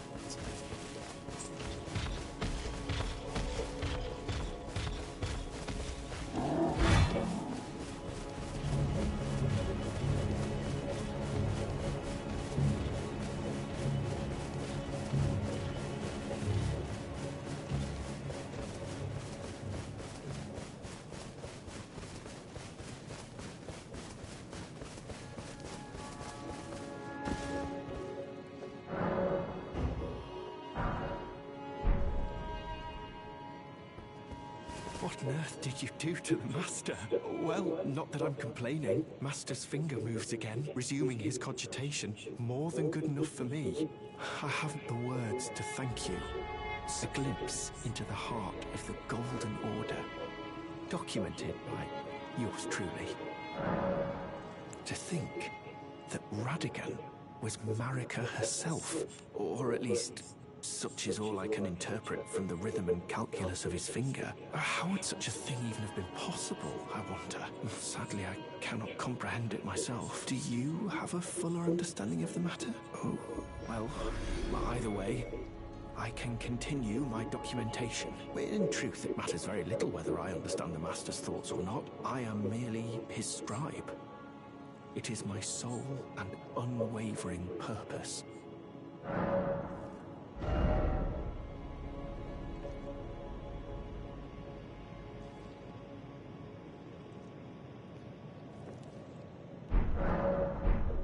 Further study of indeed, I... Okay, that's all here. That's done.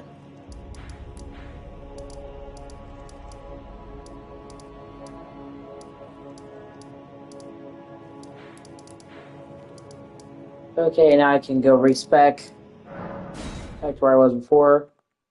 Thank fucking God. I'm not a wizard. It's not who I am. It's not what I'm about. Is it thy wish? Now.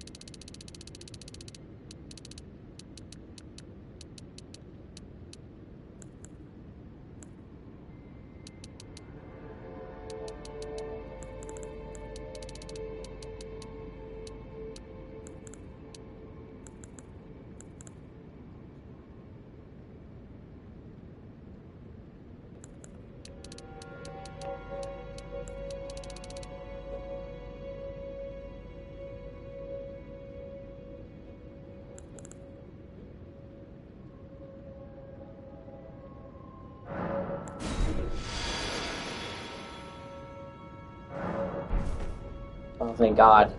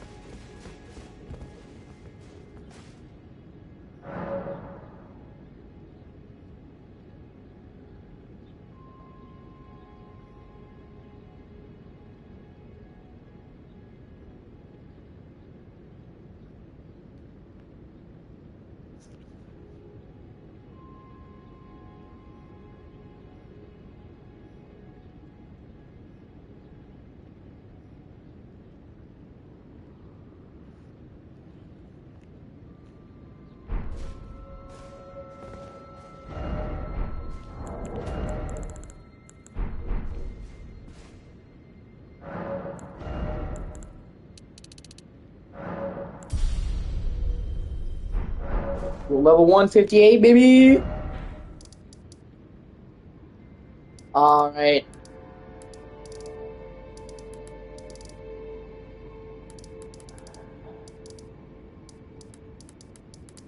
Now I'm gonna end the stream, so I gotta back up my save and I'll be back.